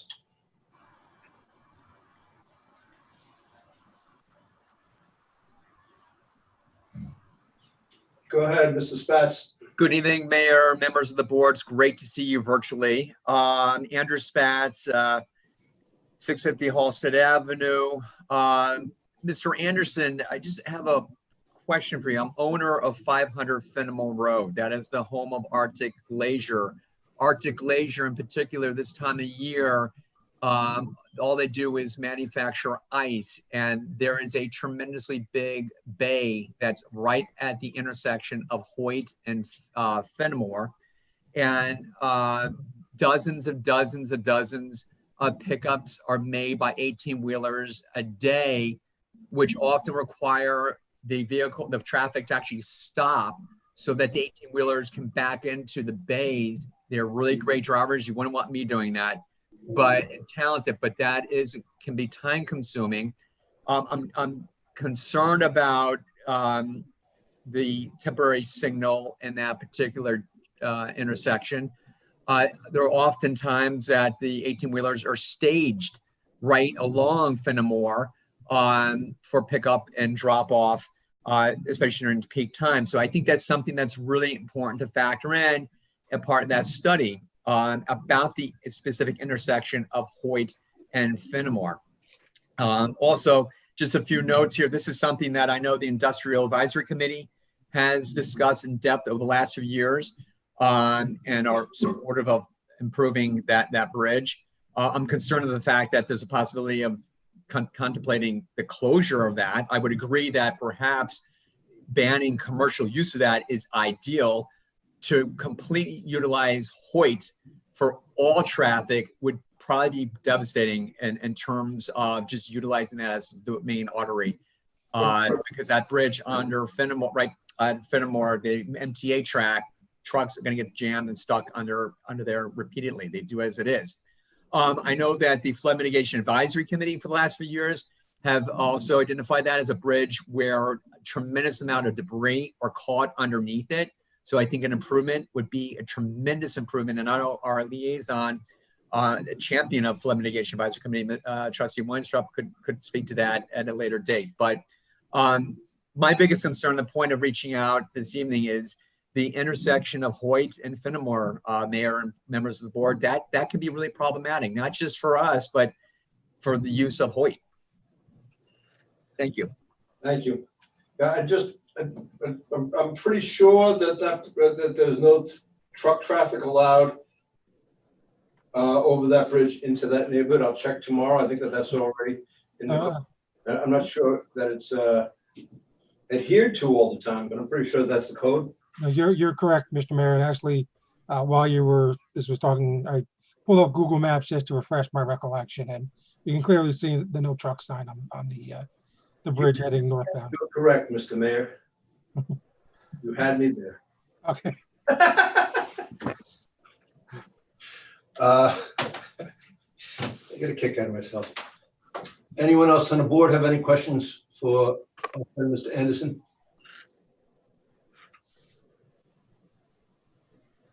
Nora, you're muted. Nora, you're muted. Thank you. I have a couple. Mostly that this is a similar situation that we had with the Hillside Avenue Bridge, in that it was not a type 2 action because there were these easements. So there were two different actions, and it was an unlisted action.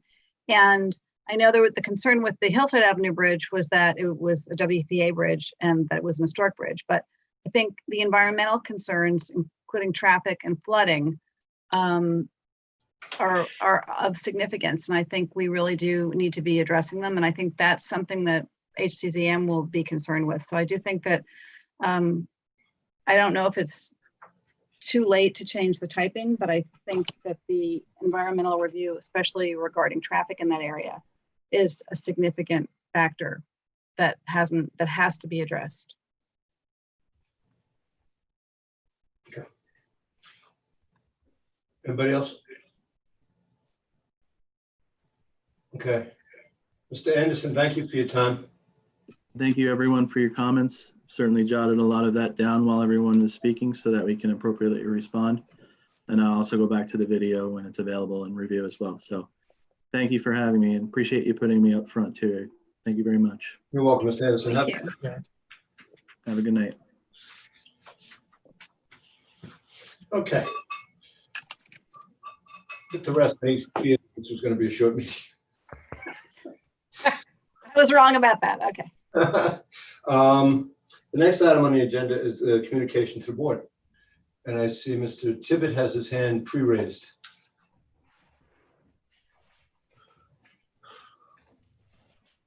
Yes, Glenn Tippett, 506 Hill Street. Two quick points. No trucks allowed is not no commercial vehicles allowed. Go with no commercial vehicles and you have to enforce it. The second point where Mr. Spatz was talking about the ice plant, you also have to deal with Marvell Industries, which makes the plastic pellets that probably have a dozen tractor trailer trucks that also use their site right on Hoyt Avenue. I would also speak with them and coordinate that. Couple of things you were talking about outside dining. I would jump at it. We're behind the 8 ball on that. If you have gone by the train station anytime in the last week or so, we have no more than 40 cars parked at the train station. That includes upstairs, downstairs, and the extended lots. That's it. 40 cars total in every single parking lot, which basically means that because we don't have summer camp, because the restaurants haven't been open, everybody is gone. They're to the Hamptons, they're to Jersey, they're wherever they're going. They're operating remotely with their families elsewhere. You go on Mamaroneck Avenue at 11 o'clock in the morning, maybe 30% of the spaces are used. I purposely went up there at Saturday night at 5:45, and over 50% of the spaces were not in use on Mamaroneck Avenue on a Saturday night. When was the last time you saw that happen here in this village? It makes perfect sense. You might as well use the space for dining. I don't even know if at this point if it's even going to help you. I think everybody is gone until September, and that's what might just be what you're looking at is come September, have your plan in place, and hopefully you have a nice fall between the restaurants and the outdoor dining. But I think at this point we're shot until Labor Day based on how the people vacation and travel in this area. On that subject, obviously our parking revenues are going to be down significantly. I'm gonna ask tomorrow, what did we bring in for our monthly parking revenues for June? And if nobody's parking, we're probably not giving out any parking tickets. And I had asked earlier in the month and received information that we only sold 414 parking permits for the railroad station, which is about 70%. We might have sold more since then.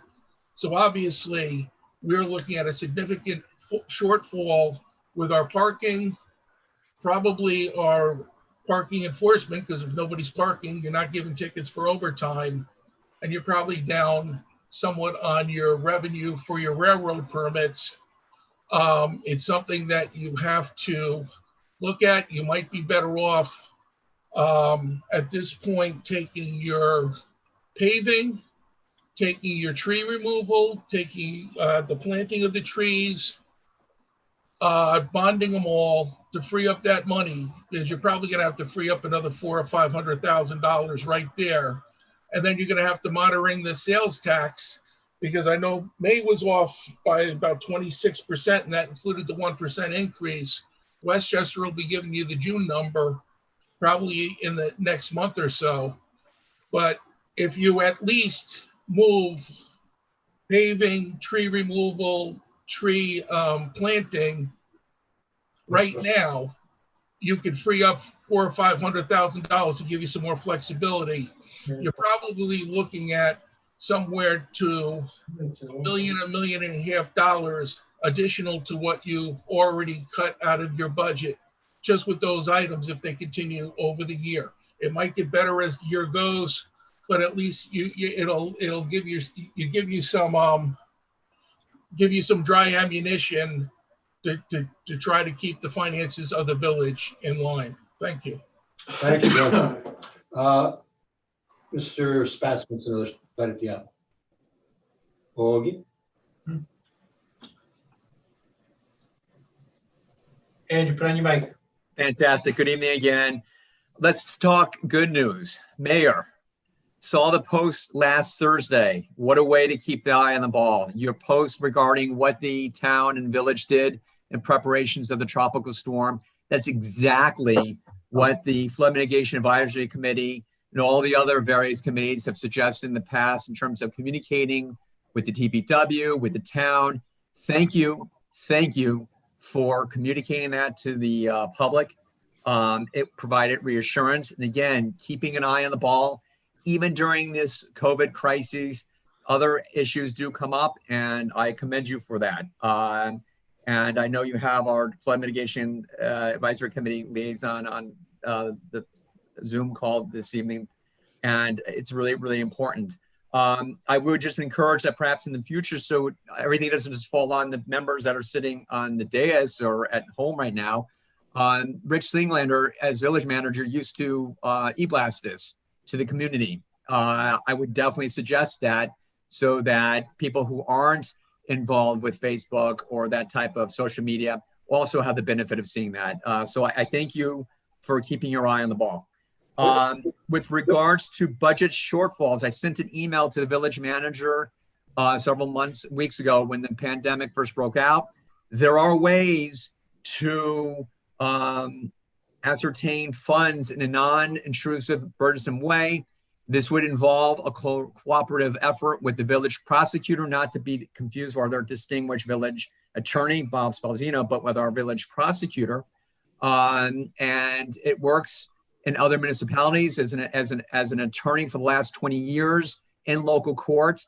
I would be more than happy to sit either with your budget committee, the village manager, your assistant village manager, and whomever else to communicate with you, with the village prosecutor, to discuss how this can be done. Again, in a non-intrusive or burdensome manner. It would be a great way to alleviate some of the burden that would otherwise fall on the private sector. And the final good note here is baseball is back in our village. I'm coaching Little League, and we had our first weekend back. I wish you all could have seen the smiles on these boys and girls that were playing. They actually feel like they used to for just even an hour or two under the sunshine was very memorable. So I'm really pleased to say that baseball has returned to our community.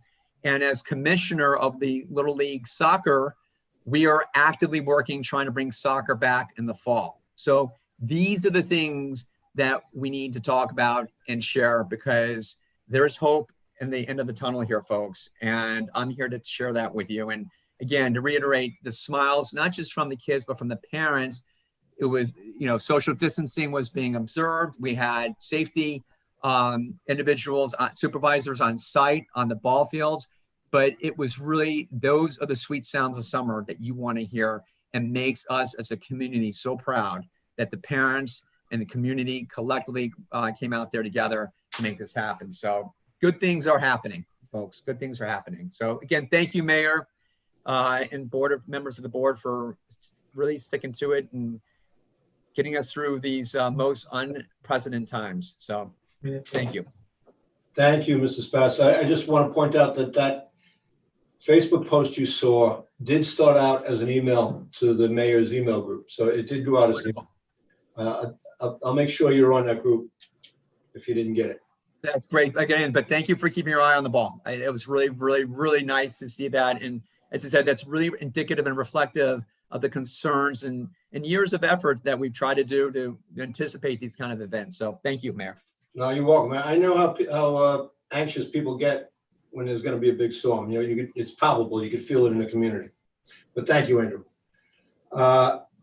Next up is a public hearing on the demapping of Old White Plains Road, a part of Old White Plains Road. First off, I need a motion to open this public hearing. So moved. Second.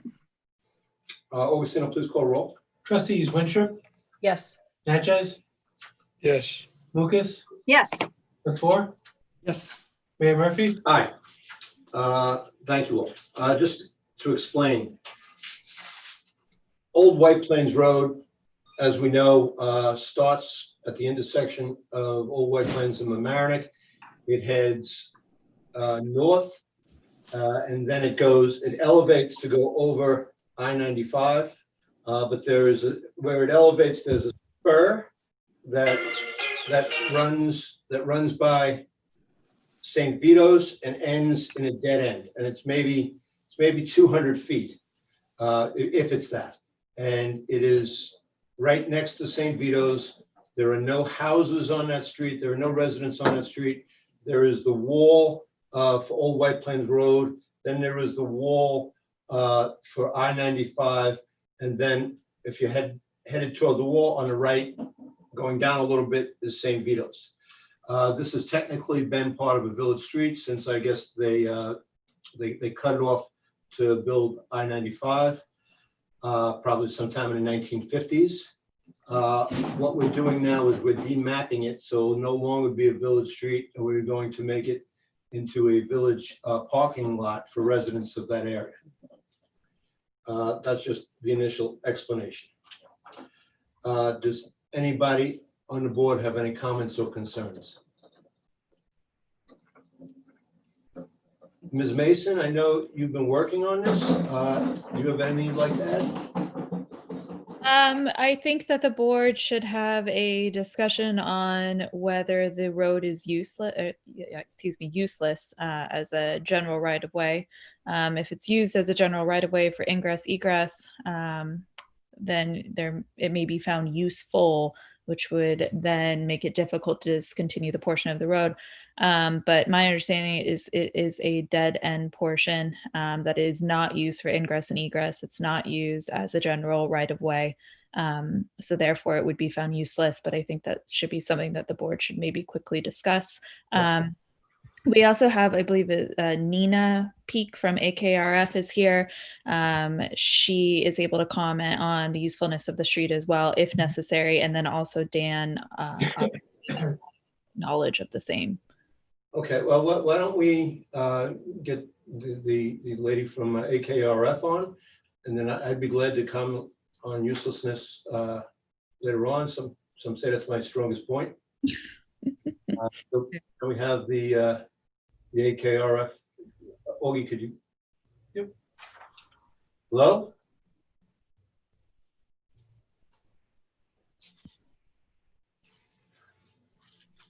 Christy, what did you say her name was? Good evening. Can you hear me? Yes. Hello. Good evening. Hi, good evening. This is Nina Peak calling from AKRF. Thank you. I spoke with Christy earlier today about the application that is before you, and we did a preliminary review and believe that concur with Christy's determination that the board should discuss the usefulness of the street. Given that it's a dead-end street, the purpose is currently spillover parking. There's no potential, at least now, for connection to Elliott Avenue or certainly to I-95. It's not currently used as a right-of-way. It's not necessary for overall traffic circulation. It's not currently a means of access or egress. It certainly seems that the board could have a discussion regarding its current uselessness. Well, yeah, just to comment upon that, as I said before, this is a little spur that was left over when they built the 95 and they extended Old White Plains Road over 95 via the bridge. There are no homes in the area. There are no homes on the spur. Nobody lives there. You can't go on that little spur of Old White Plains Road and turn onto any place else. It will be used for a useful purpose of providing parking, regulated parking for people in the community. There is no business that is connected to it or needs it. There are no access streets that intersect with it or could possibly ever intersect with it. So in my opinion, it is not useful as a street, but it'll become useful as a regulated parking area. Anybody else on the board? I mean, it seems like its primary use is parking now. So it's not used as a street. It's not used as a thoroughfare. And as I understand it, the parking would be during the week, not on Sundays, because I think it's used for church parking on Sundays, but its only usefulness is parking, not as a thoroughfare. And I think even in our work session last time when this came up, we learned that it's not even used as a recreational spot. There's not a basketball hoop there. There is nothing. We did a walking safety assessment of that area in general. Gosh, I guess it seems like 10 years ago, but I'm sure it was right before COVID. It was right before COVID. And we looked at that area. In fact, it is just a dead end. There is nothing there but some cars hanging out. So I think we've attested to its uselessness. I would agree. Anybody else on the board have any other comments? Mr. Tippett would like to chime in.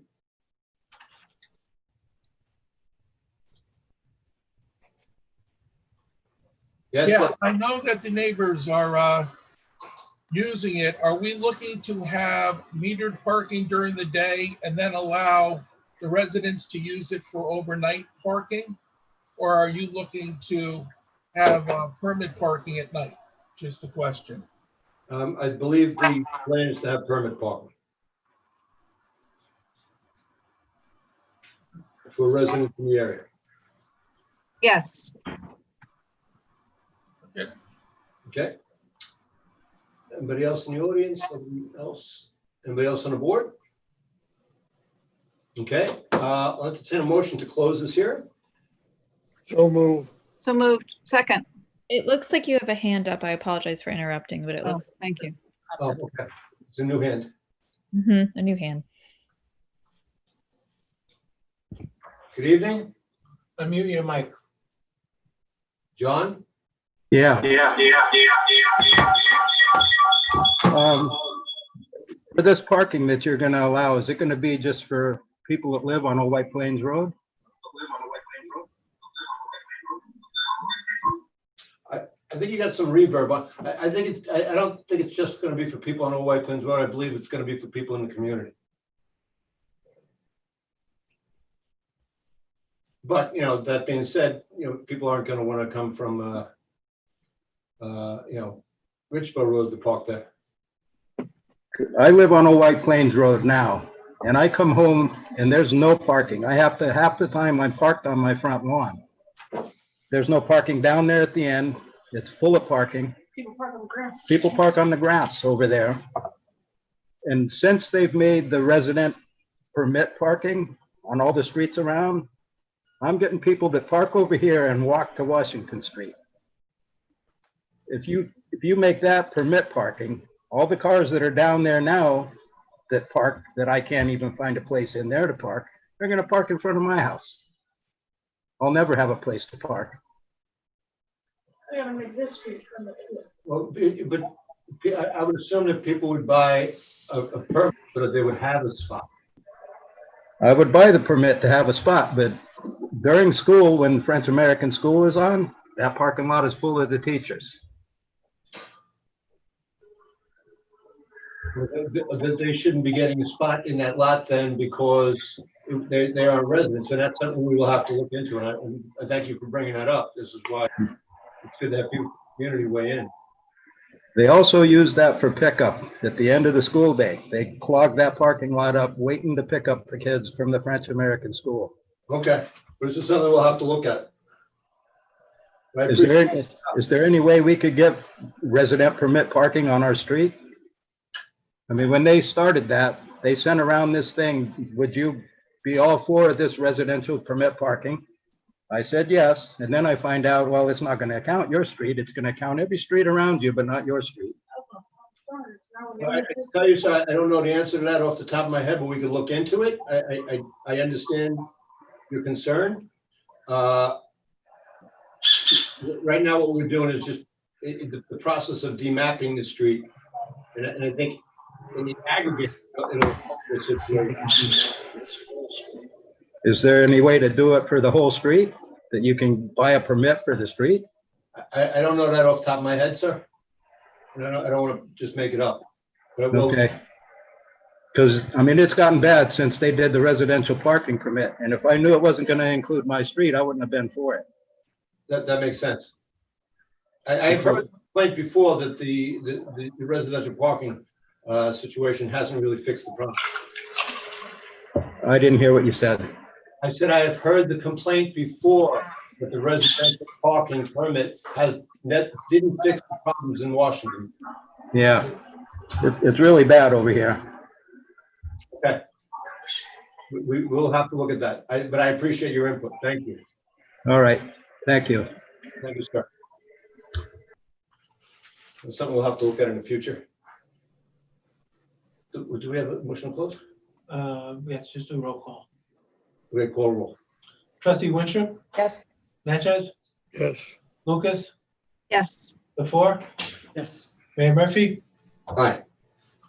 Okay.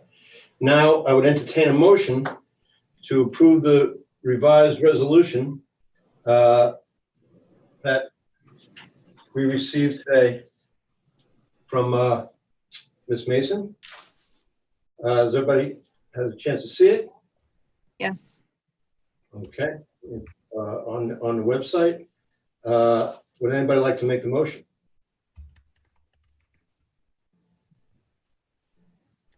Yeah. So moved. I'll second it. Augustino? Trustees Winstrup, Yes. Natchez, Yes. Lucas. Lucas, Yes. Sorry, yes. four, Yes. Mayor Murphy. Aye. Thank you all. Next item on the agenda is 2A, over budget accounts.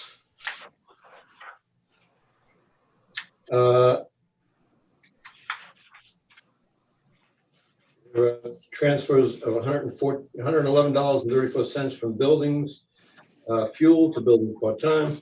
There's a transfer of $35,225.09 from Board of Trustees contract services to legal contract services. That's for Civic Paget Resol and all those guys. Then there's Board of Trustees contract service, $2,275.56 to administrative administrative offices contract services, the quality facilities cleaning invoice. And then there are serial bonds, transfers of $41,290.65 interest to a bond anticipation note 0.0700 ban interest. Augie, could you just explain that one? Yeah, absolutely. We had excess funds in the serial bond interest of 41,000, which we needed to cover the ban interest that we paid for the fiscal year. Okay. Can I have a motion to approve those transfers? Or if there's any questions, obviously. No questions? Does anybody want to make a motion to approve the transfers? So moved. Second. Augustino, please. Trustees Winstrup, Yes. Natchez, Yes. Lucas, Yes. the four, Mayor Murphy. Aye. This is an authorization to execute budget amendment to fund village justice personnel budget line. And this is taking $27,774.79 and transferring it to village justice personnel. And that is because we have a longtime employee, Ms. Dunaway, who is retiring, and she has been with the village for quite a while and did a great service for this community. And she has accumulated vacation days and sick days and personnel days. And when you leave a municipality, you're entitled to be paid out for those days. So this is money that Ms. Dunaway is entitled to under the law. And we thank her for her long and good service to the village of Mamaroneck. And we wish her all the luck in the future. And hopefully sometime in the future, we will honor her at a Board of Trustees meeting. Does anybody have any questions or concerns about the transfer? May I have a motion? So moved. Second. Okay, thank you. Augustino. Trustees Winstrup, Yes. Yes. Natchez, Yes. Lucas, Yes. the four, Yes. Mayor Murphy. Aye. The next is the manual vouchers of $7,731.70. Anybody on the board have any questions or concerns?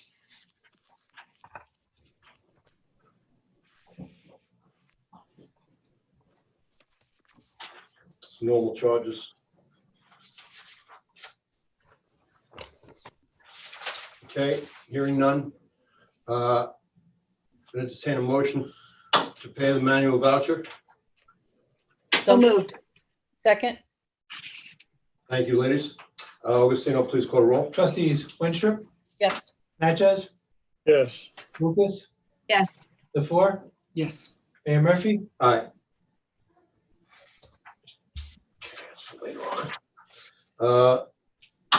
Abstract of order vouchers for fiscal year end 2020. This is money for bills that were sent in the last fiscal year that ended May 31st, right? Ollie? May 30th. Fiscal year ended. Right? May 31st. 30 days. Oh, you're right. I'm sorry. Of $107,933.23. Does anybody have any questions or concerns?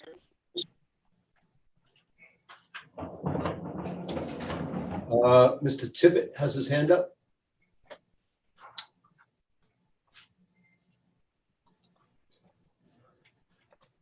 Yeah, I just have one question.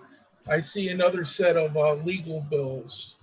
How badly did we end up over our budget for legal for last year? I don't have that off the top of my head, Mr. Tippett. I'll see if the Augie could give it to you tomorrow, maybe. Glenn, I can email it to you tomorrow. Thank you. Thank you, Glenn. So can I have a motion if there are no questions? So moved. Second. Augustino, please call the roll. Trustees Winthrop, Yes. Natchez, Yes. Lucas, Yes. the four, Yes. Mayor Murphy. Aye. Okay, the next order of vouchers, $661,145.72. Does anybody have any questions or concerns? Yeah, I do notice on page 1 of 12, I think there's a double payment for Roberts for shirts I purchased.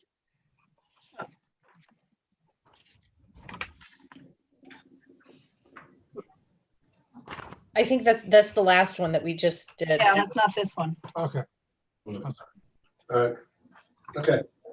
I have my copies, but on page 40. 40?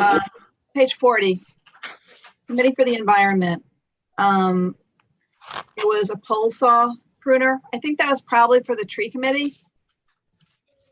I'm not sure if that matters.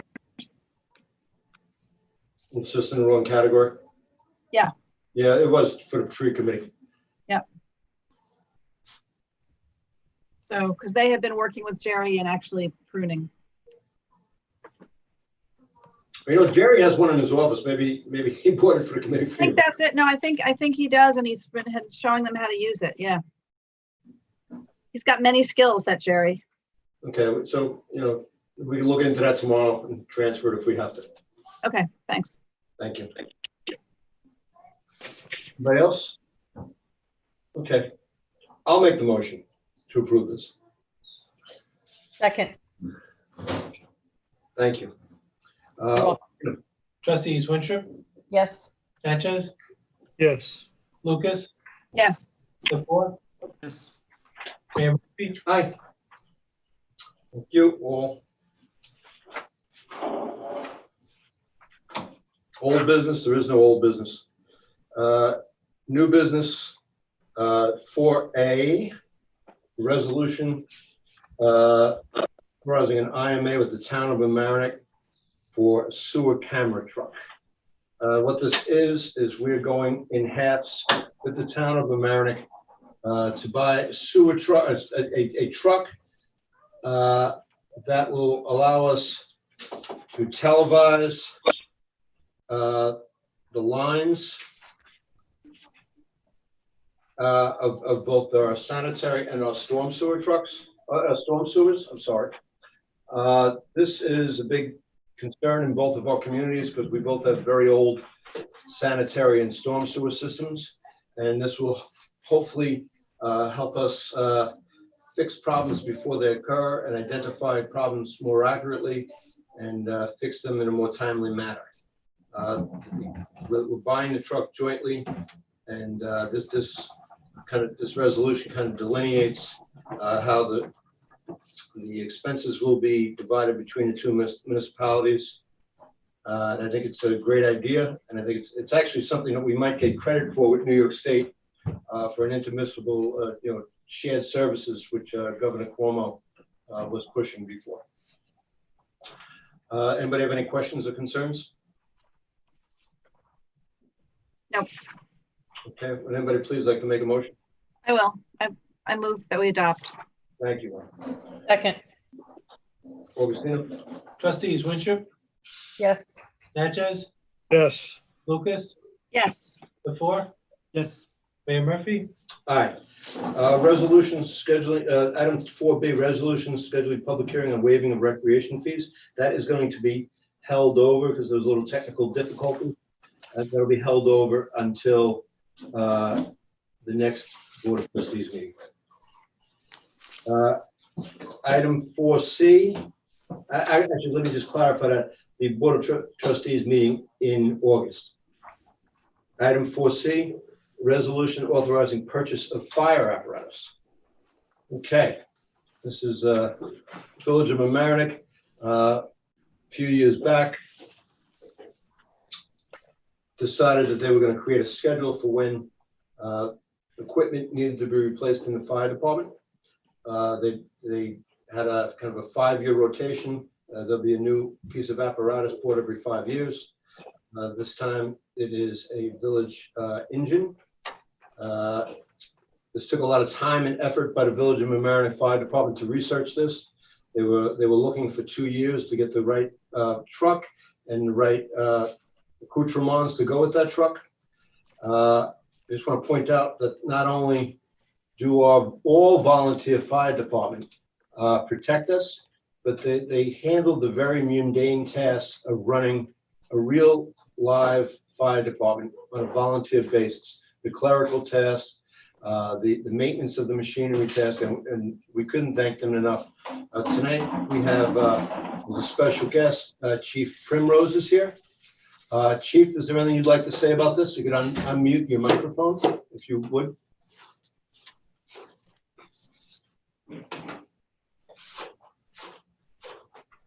Yes, Mr. Mayor, as you said, this is part of an ongoing plan for regular replacement of our apparatus.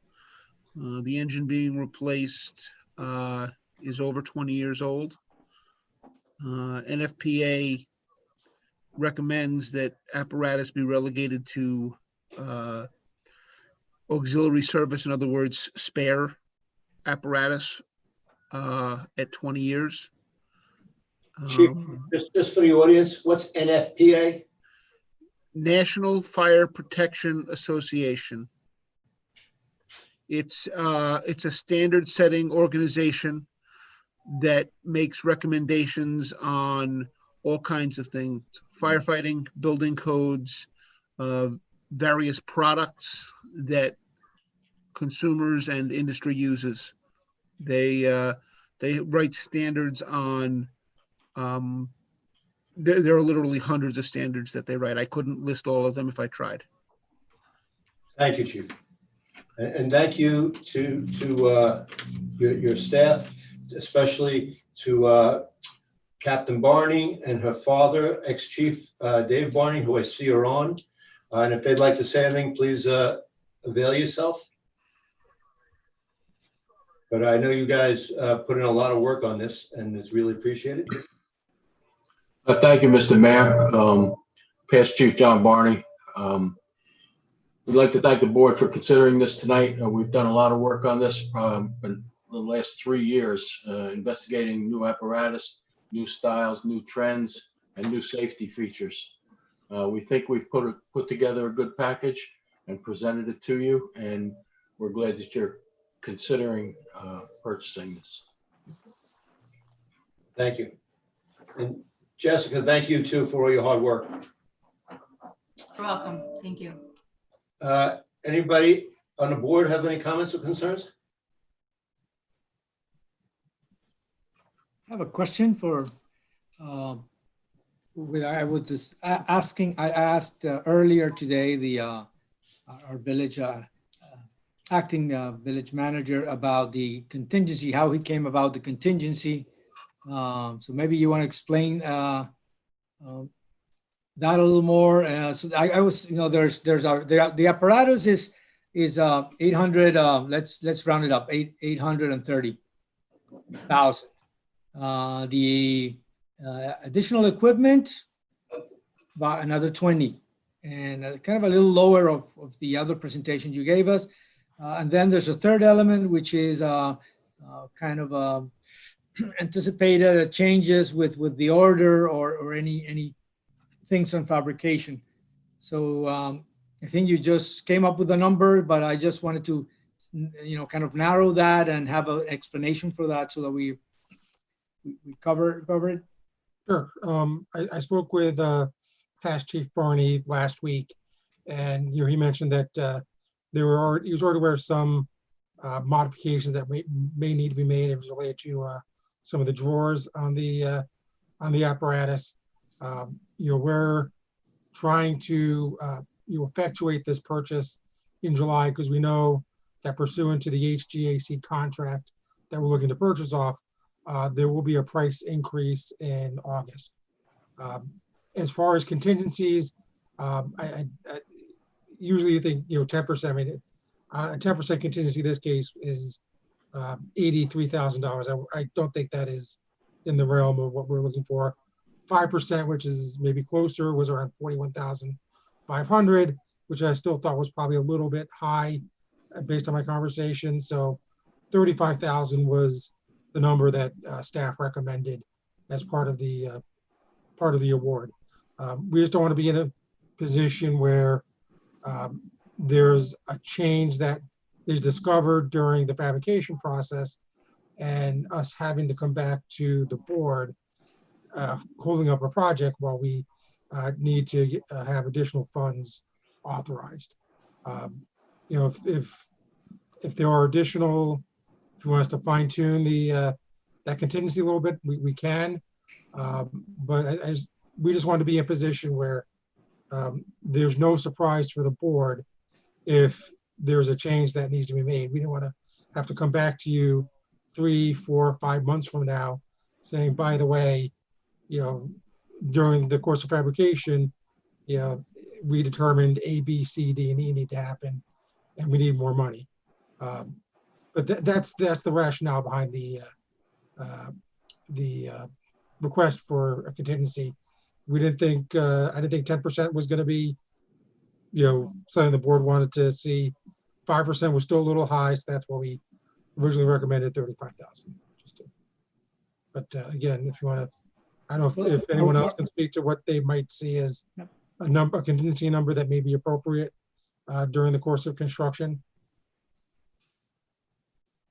Okay. Can it be less? Is it, or is it it'll be too, I mean, this, I think if you have any, we need to have a cushion there so that you can go and order it and make the modifications.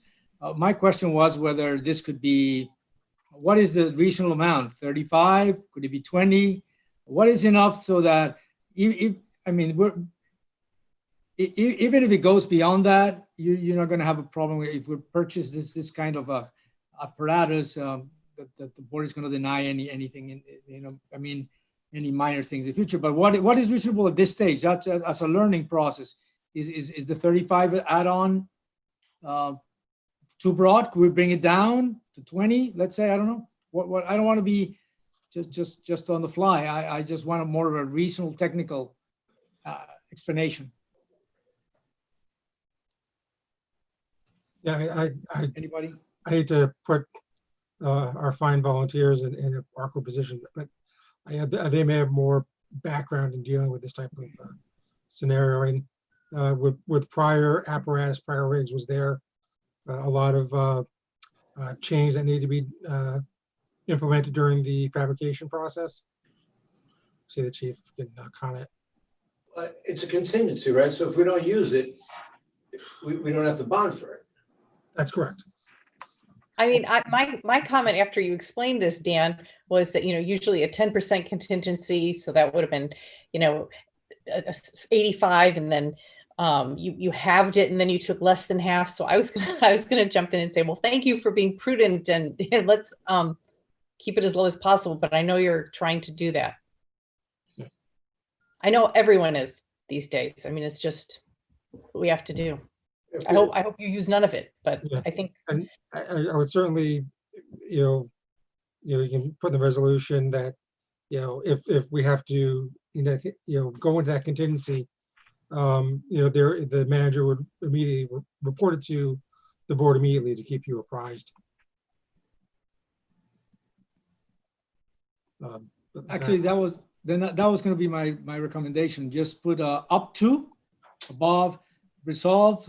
That the fourth resolve would be that in addition to the above, up to 35 is further authorized, and you'll inform the board if you use it. I think that'll keep us where we're focused. Okay.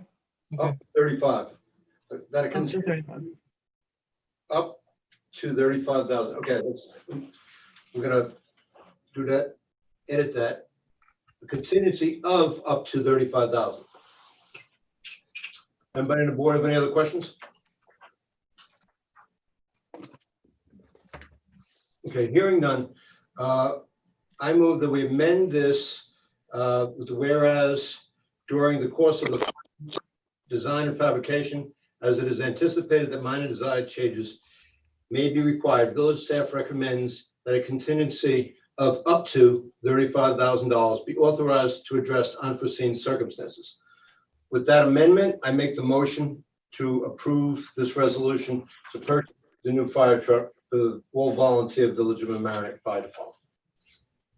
Second. Oh, you got that? Yep. Please call a roll. Trustees Winstrup, Yes. Natchez, Yes. Lucas, Yes. DeFour, Yes. Mayor Murphy. Yes, and thank you to the fire department. Thank you for keeping us safe. Thank you. And the next resolution scheduling a public hearing on PLLB 2020. You tell me there's something going on this year because we're only up to D.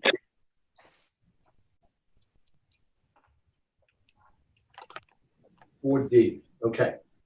This is for the tree law. Nora, do you want to speak to this? Yeah, I mean, so we've had, the tree committee has been working on this tree law since I joined the board and before that. And we've gone through many lawyers. Christy and Bob have toughed it out. And we finally have a draft that I think everybody's happy with, that it reflects a lot of comments that were made by the public before a public hearing was scheduled on the last draft. So the goal, we are going to get in touch with all of the people who made comments to let them know that let them know that the comments were incorporated into the code, into this proposed law. And the goal is to schedule a public hearing for September 28th, giving the boards and commissions enough time to review it and giving the public certainly enough time to review it. 29th. Oh, sorry, September 29th, Tuesday the 29th. And we have, I thought we had a revised,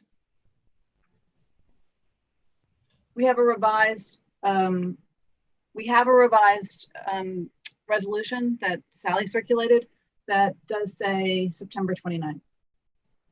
Okay. The current backup says September 14th, but we decided in work session to give it another couple of weeks. I Okay. think you said you wanted to circulate them to the boards? Yes. It'll be circulated to the boards tomorrow. Mhm. And there was something else, wasn't it? And I'm going to work with the tree committee to let the all the people who commented know where to find the draft, or maybe we'll just send it to them. Maybe that's what we'll do. Yeah, if you just send them the link, it'll be easier. Yeah. I appreciate it. Thank you. That's a really good idea. Okay. Yeah. Or even a PDF, but we'll make sure that they know what it is and Yeah. the comments were resolved. And Sally can help you with that. Yeah, and I have to say this copy is a redlined copy, so I know the public hearing will be on the final copy, but I think the redline copy is very beneficial because people can see what comments were incorporated and why. Okay. Thank you. Does somebody have any concerns? So I've proposed that we schedule the public hearing for September 29th, 2020. You making that motion, More? I am. Okay.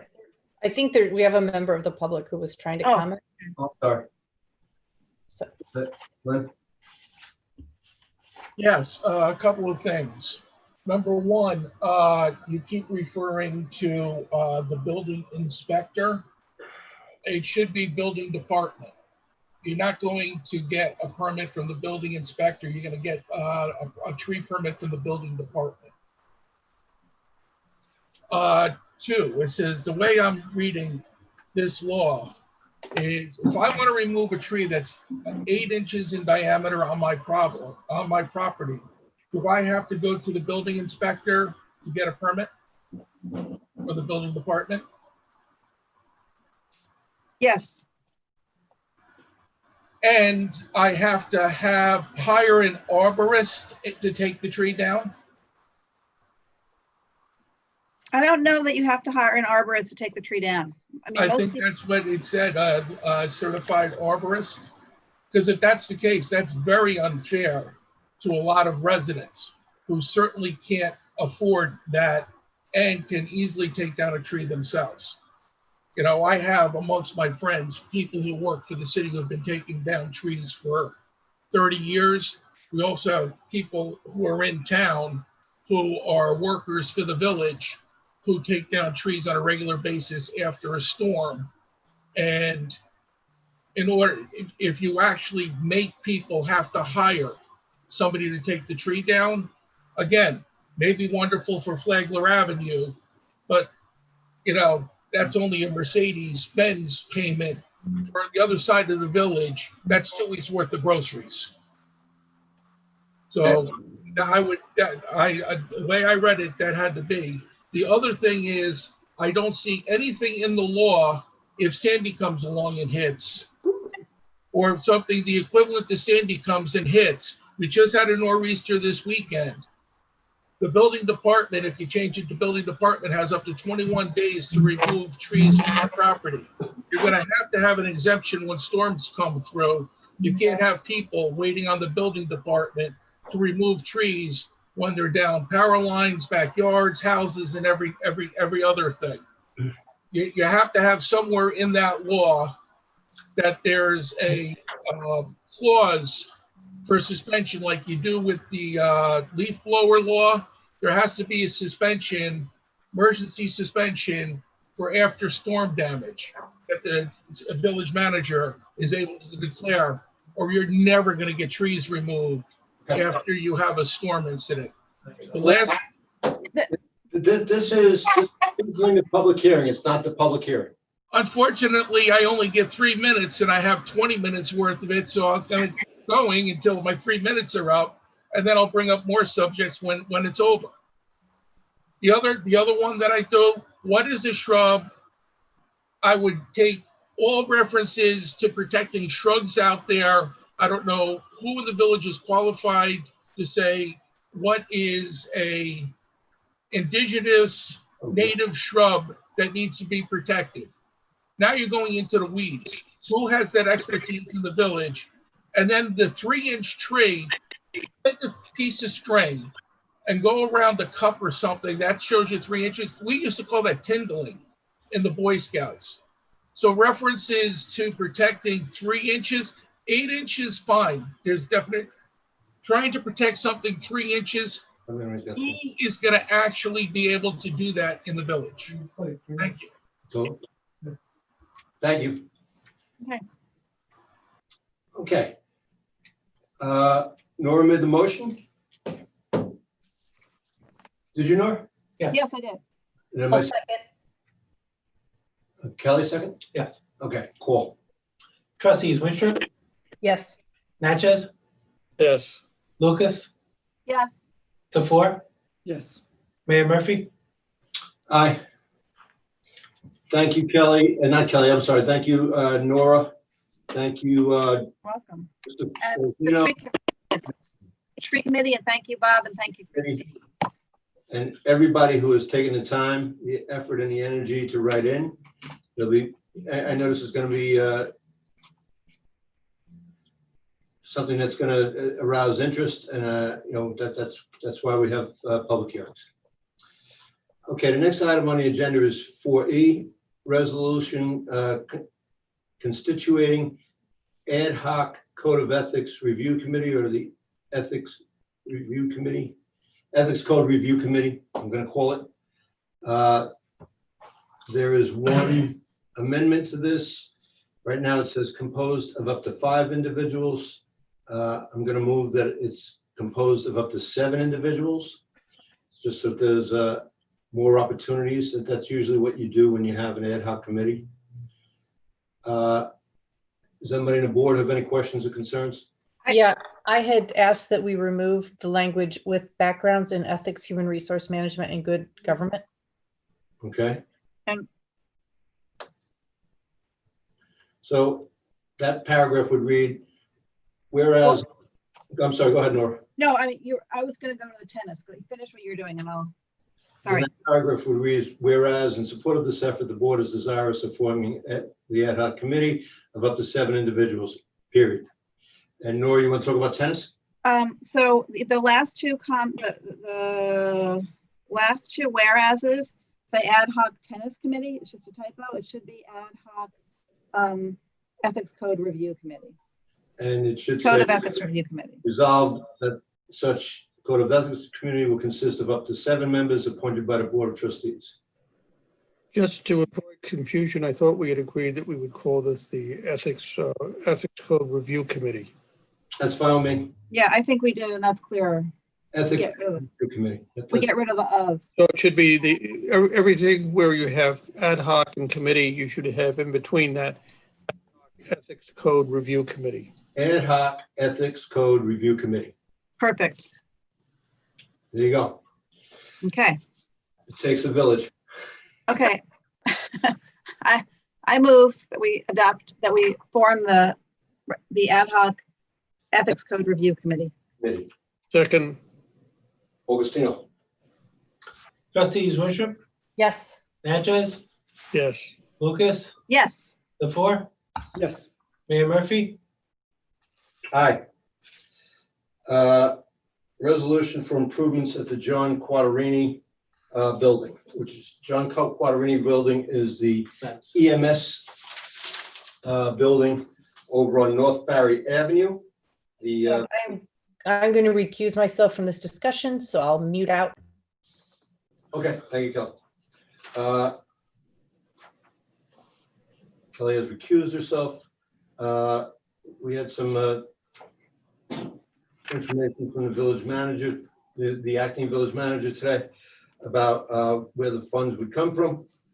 And the funds are, some are encumbered from last year, and some would also come from this year's budget, the building improvement account. One of the main things that they want to do is build a patio in the back. They had a patio, but it needed to be taken out because they needed to install a generator back there, back after the big storms in '07. And just let me point that this is another volunteer organization, and what they do is they come when you call an ambulance, and these men and women have been working under very hard and dangerous situations in this pandemic. They have responded to hundreds and hundreds of people in this community who have been sick with COVID. They have risked their lives and the health of their family to serve us. And they really don't get appreciated enough. They are very, very dedicated volunteers. And we appreciate all their efforts. That being said, does anybody have any questions or concerns about the replacement of the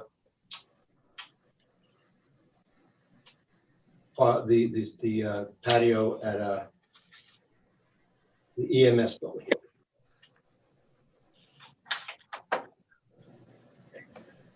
I'll make the motion. Could I have a second, please? Second. Augustino? Trustees Natchez, Yes. Lucas, Yes. the four, Yes. Mayor Murphy. Aye. Aye. Thank you. Kelly, you come back on. I'm back. Thanks. 4G, resolution addressing village policies against racial discrimination. Since trustees before worked very hard on coming up with the resolution that's in front of us tonight. Victor, would you like to explain it for us? Okay, thank you. Let me see. Thank you, Mayor. Yes, I think what this does essentially is to kickstart our own review of policies and actions on the work we all do, meaning all pieces of the Village of Mamaroneck government, that will start a process that will not end in 4 months, but this 4-month process that follows the review, engage, report, and reform anything that is identified is a method really that seems to be working and be catching up with hundreds of municipalities that are trying to really step on this issue of addressing any form of discrimination, starting of course with racial discrimination, and leading into approaches of more equal government, let's say, opportunities. And of course, it's the toughest thing that government can do, but the process is meant to be constructive in a very simple fashion. And the mayor asked the key question of providing an example. The example comes right out of a document that he submitted. I've been trying to, from the Department of Justice to all municipalities on how to do this, and they identify, for example, what could the Board of Trustees do? Because I think nothing like examples. So we can look at our own laws, policies. We could have our own like civil rights law or ordinance. We could have a human rights commission. We could look at hate related activities. We could look at more of our fair housing, which of course we're already working, but we know there's more in the pipeline. How businesses, representations on boards and commissions. So this will be a long list, but in the first 4 months, we can identify, or we can get in our work session, what we can start doing about this, then take it to the different boards and commissions so that they look into the work they do. And of course, it goes into our different sections of village staff and our all the branches of our very small government, but very burdened government. And then of course, engage the community through hearing their voices. Essentially, once we do a review, we will have some workshops and some webinars and learn from people who are facilitating this.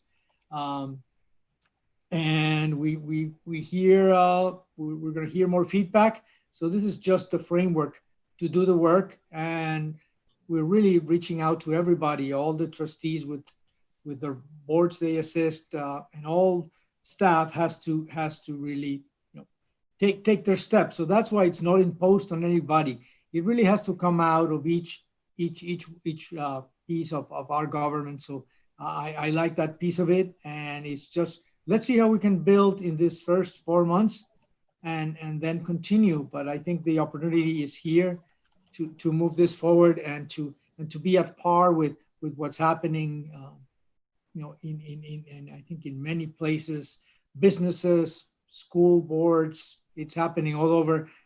So we will have more of an organized, systematic approach to addressing or breaking the systematic institutional issues that underlying this, and we will learn. It's a learning process. So I'll just stop here, Mayor. And I do have one comment, which was based on a first reach out to community groups. They suggested that we add one whereas to the to what we have. Let me see if I can pull it up, if I can share it. If I can share my screen, I think, and I can, let me see if I can, why I can't share my screen.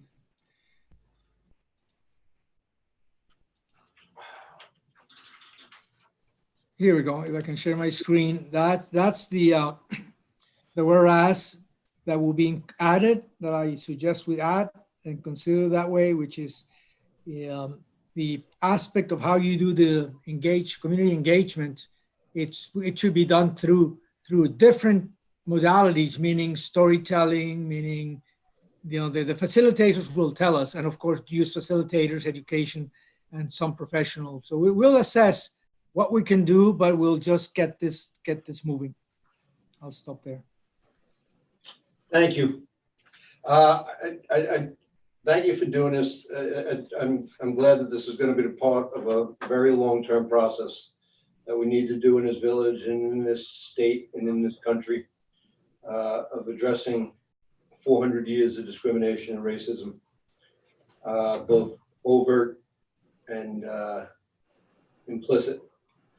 And I'm going to be putting forward something when our agenda dies down a little bit about forming a human rights committee, so that we can look at issues and have a place to go when there are issues here just in the village of Mamaroneck.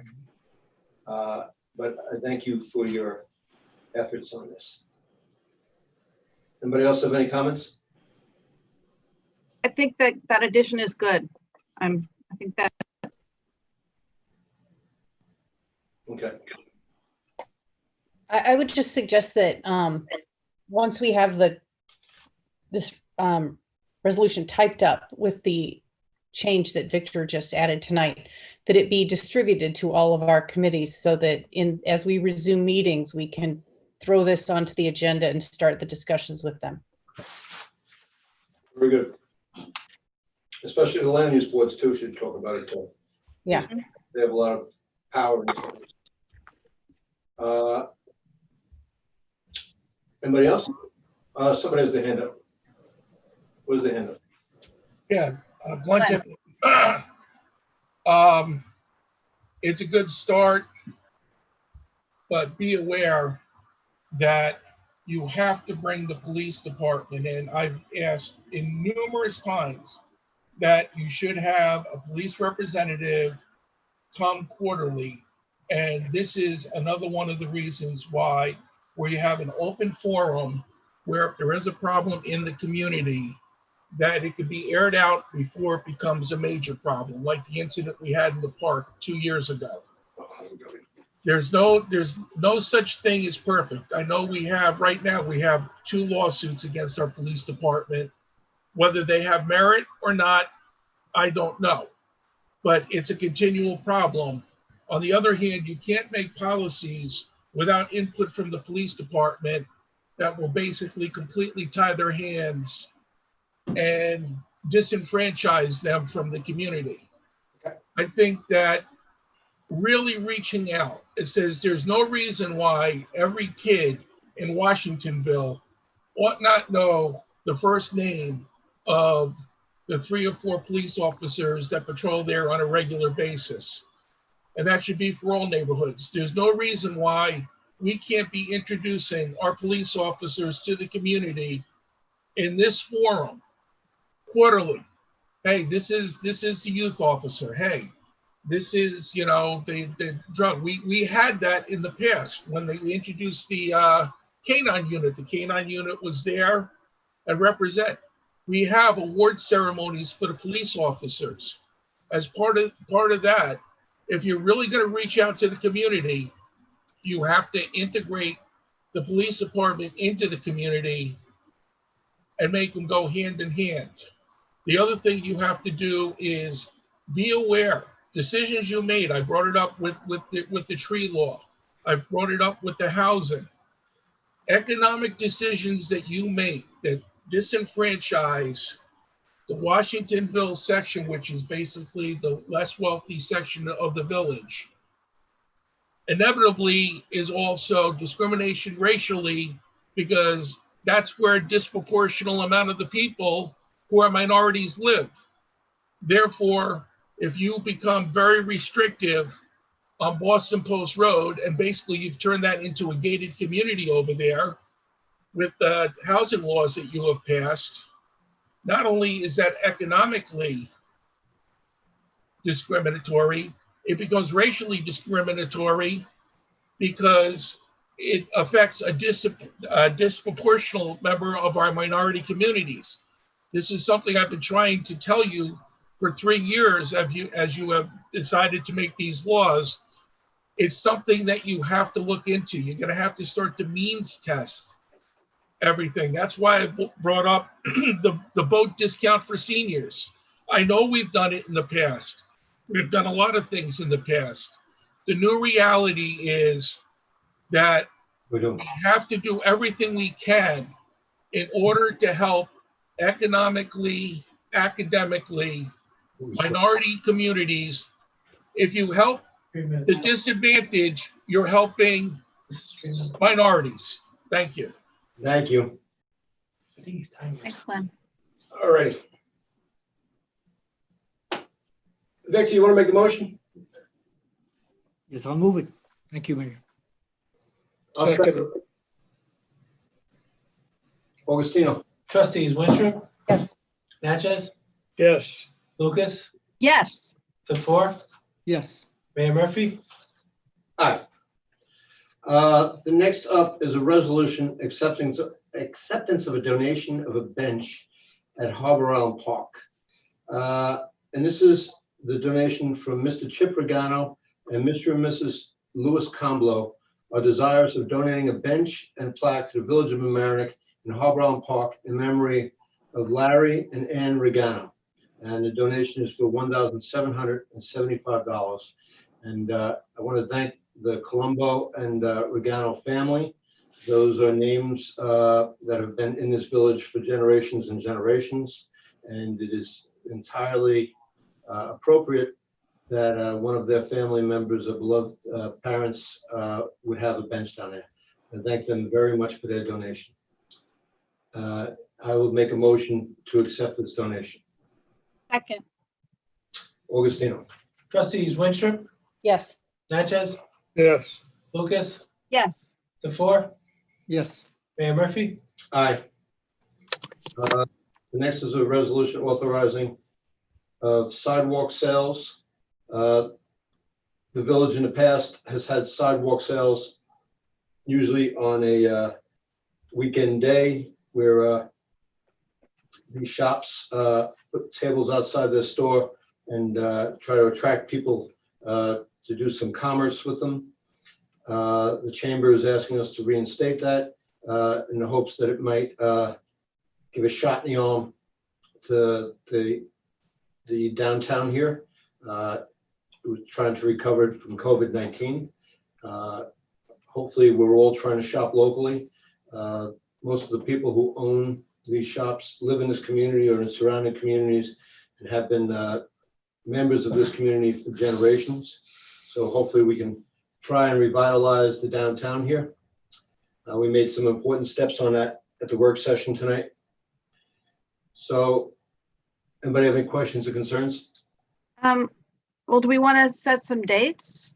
Yeah, there are no dates in the resolution. I'd Yeah. like to suggest that we leave it to the village manager to set the dates in conjunction with whoever, let him make those decisions. I actually agree with Dan on this. Yeah, so how do we resolve the language? Change the So- language? So instead of the dates, say at the discretion of the village manager. Why don't we say for July, August, and September? Yes, Okay. at the discretion, after, set by the village manager after consultation with the Chamber of Commerce. How does that sound? So this way they're involved in it too. They don't feel like. Sound good to everybody? Yeah, I okay. don't have a problem unless, Bob, that's a discriminatory problem. No, I don't think so. Okay, then let's do it that way. Okay. They wouldn't have to be a chamber member to do it. It's just, like in Rye, the Chamber of Commerce advertises it and, Yeah. makes it a bigger deal. Our Chamber of Commerce has been a bit dormant, and they're trying to revitalize themselves. And I think it's good to have an active Chamber of Commerce. Yes. And I think we should encourage them. And they did an excellent job tonight. We really did. Okay. I'll make a motion. Second. Okay, Augustino. Trustees Winstrup, Yes. Natchez, Yes. Lucas, Yes. the four, Yes. Mayor Murphy. Aye. The next is item 4, which is J.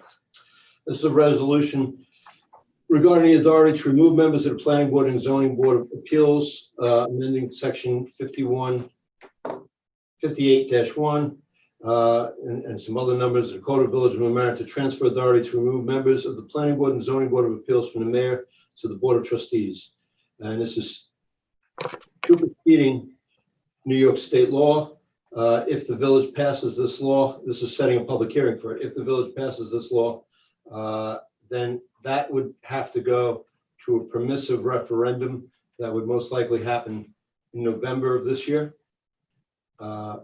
I talked about this, we all talked about this in work sessions back, and, I disagree with this. I think it should remain with the mayor. I think it would be cumbersome to have all 5 members.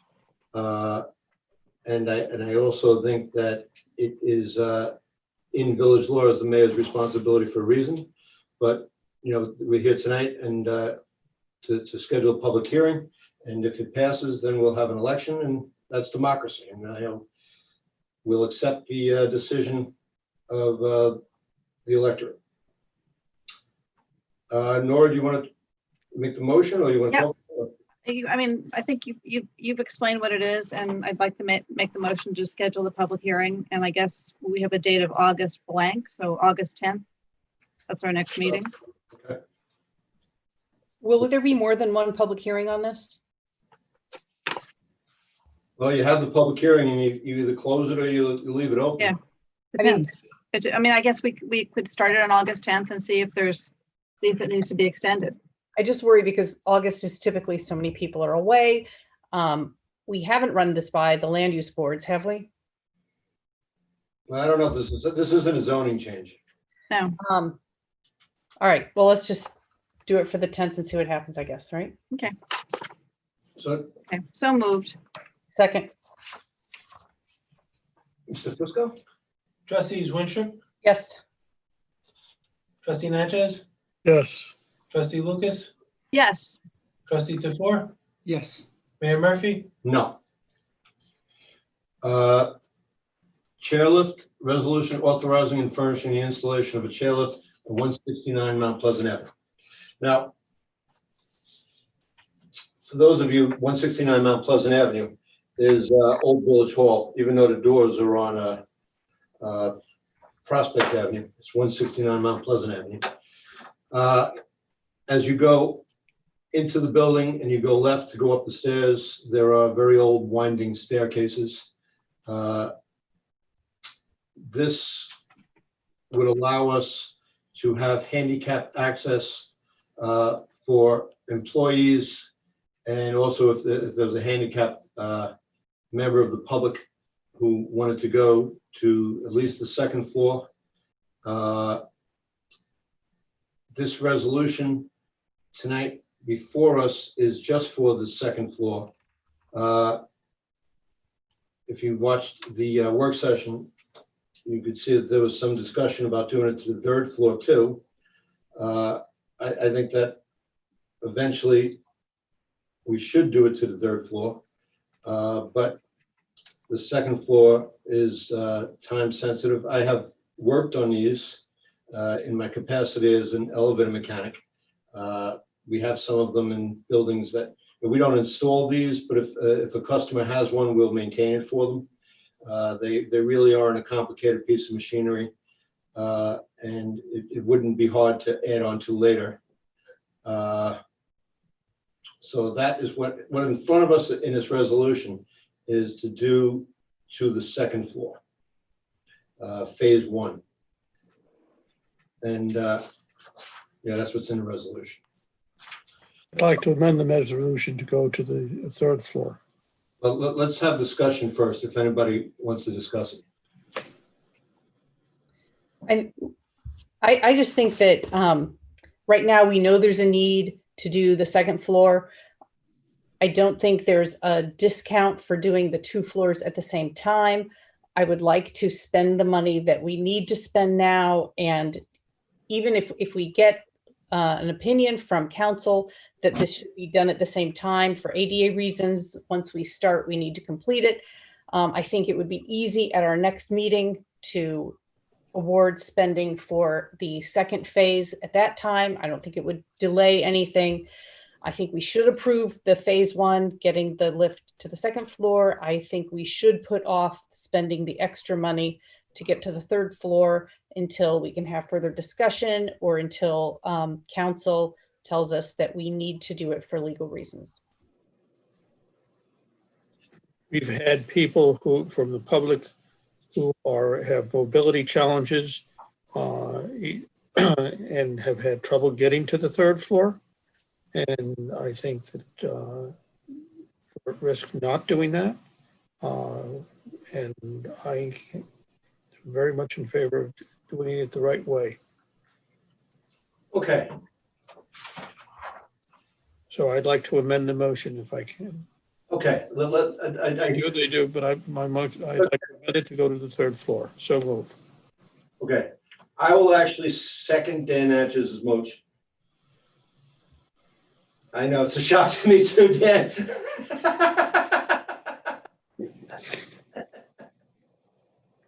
And if this doesn't pass, we can try it another way.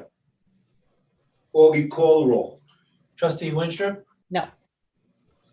trustee Natchez, Yes. trustee Lucas, Yes. trustee Tofor, Yes. Mayor Murphy. Aye.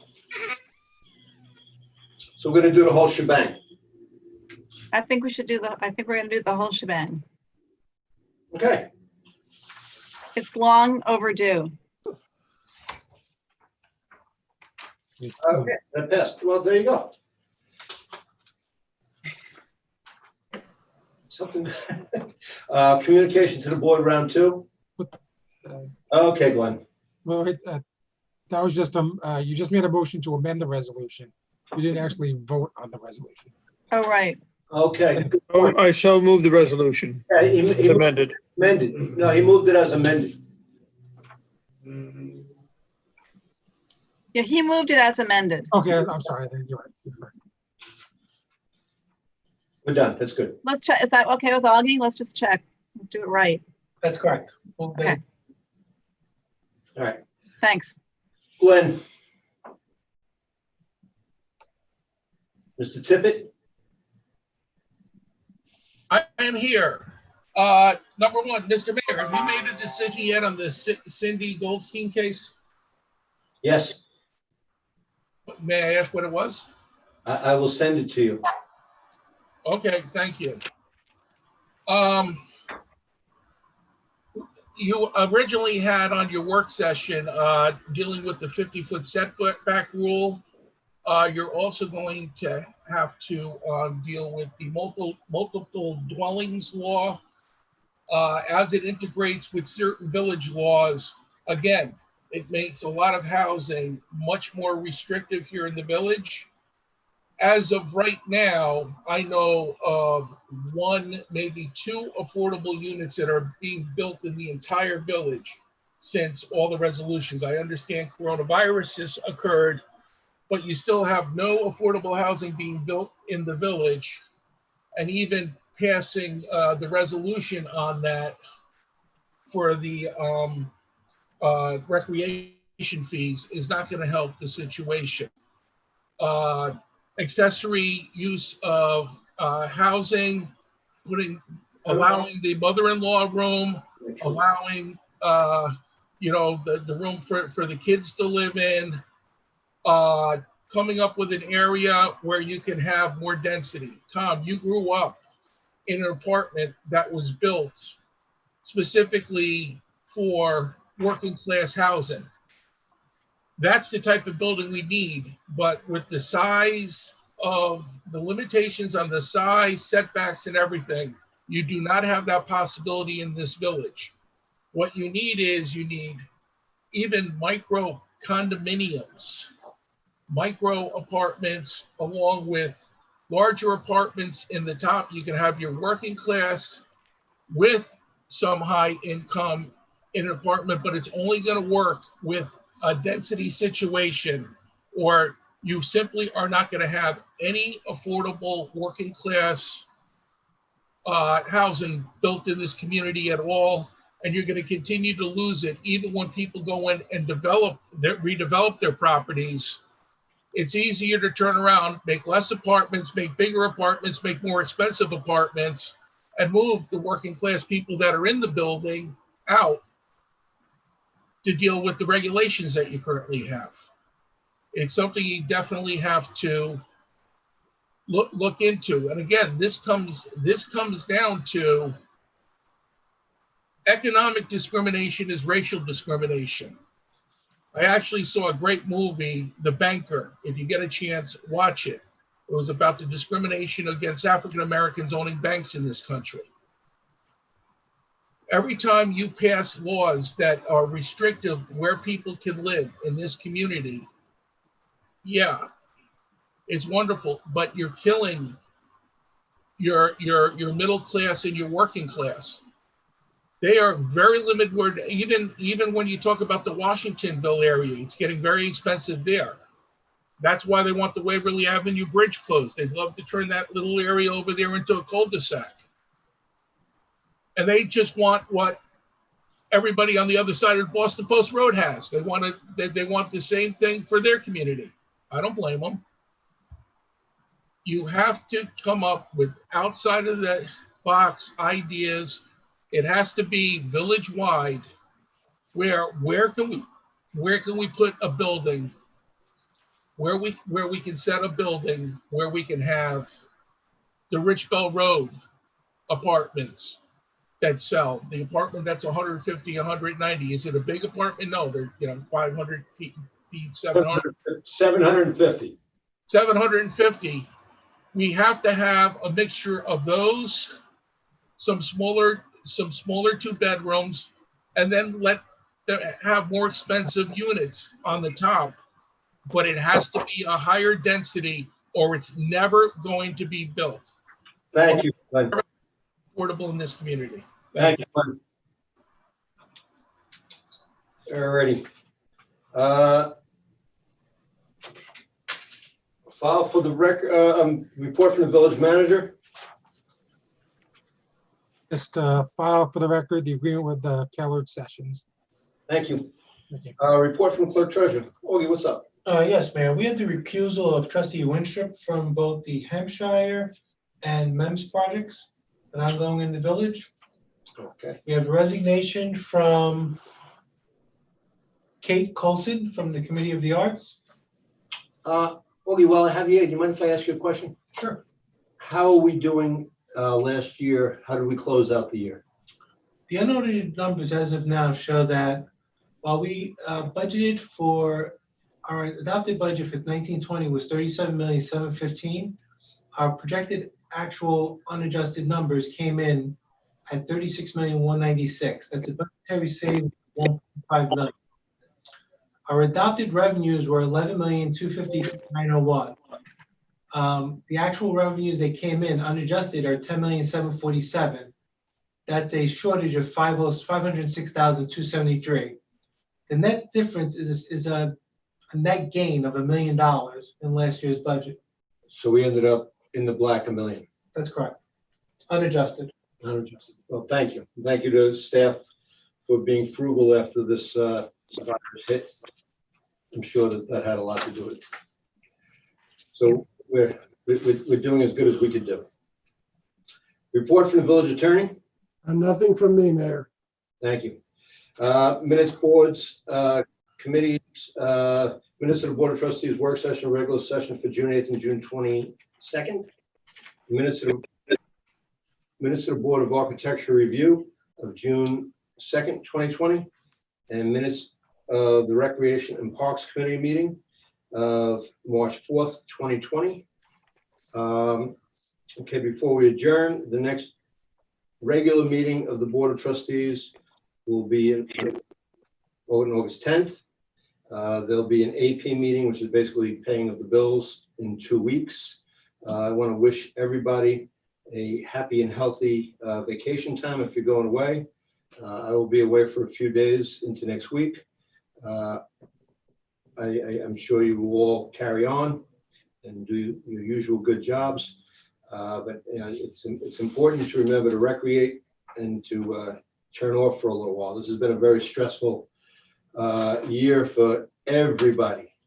And you can see people having short fuses with each other, especially people online having short fuses with each other. Just remember, we all got to live here with each other. I say this to people all the time. You can have a disagreement with somebody, but you don't have to have a grudge. Your kid might marry their kid. You might be sitting next to each other at the church or the temple. Your kids might be on the same little league team. You're going to see each other in the grocery stores. It's not worth the animosity. We could agree without being disagreeable.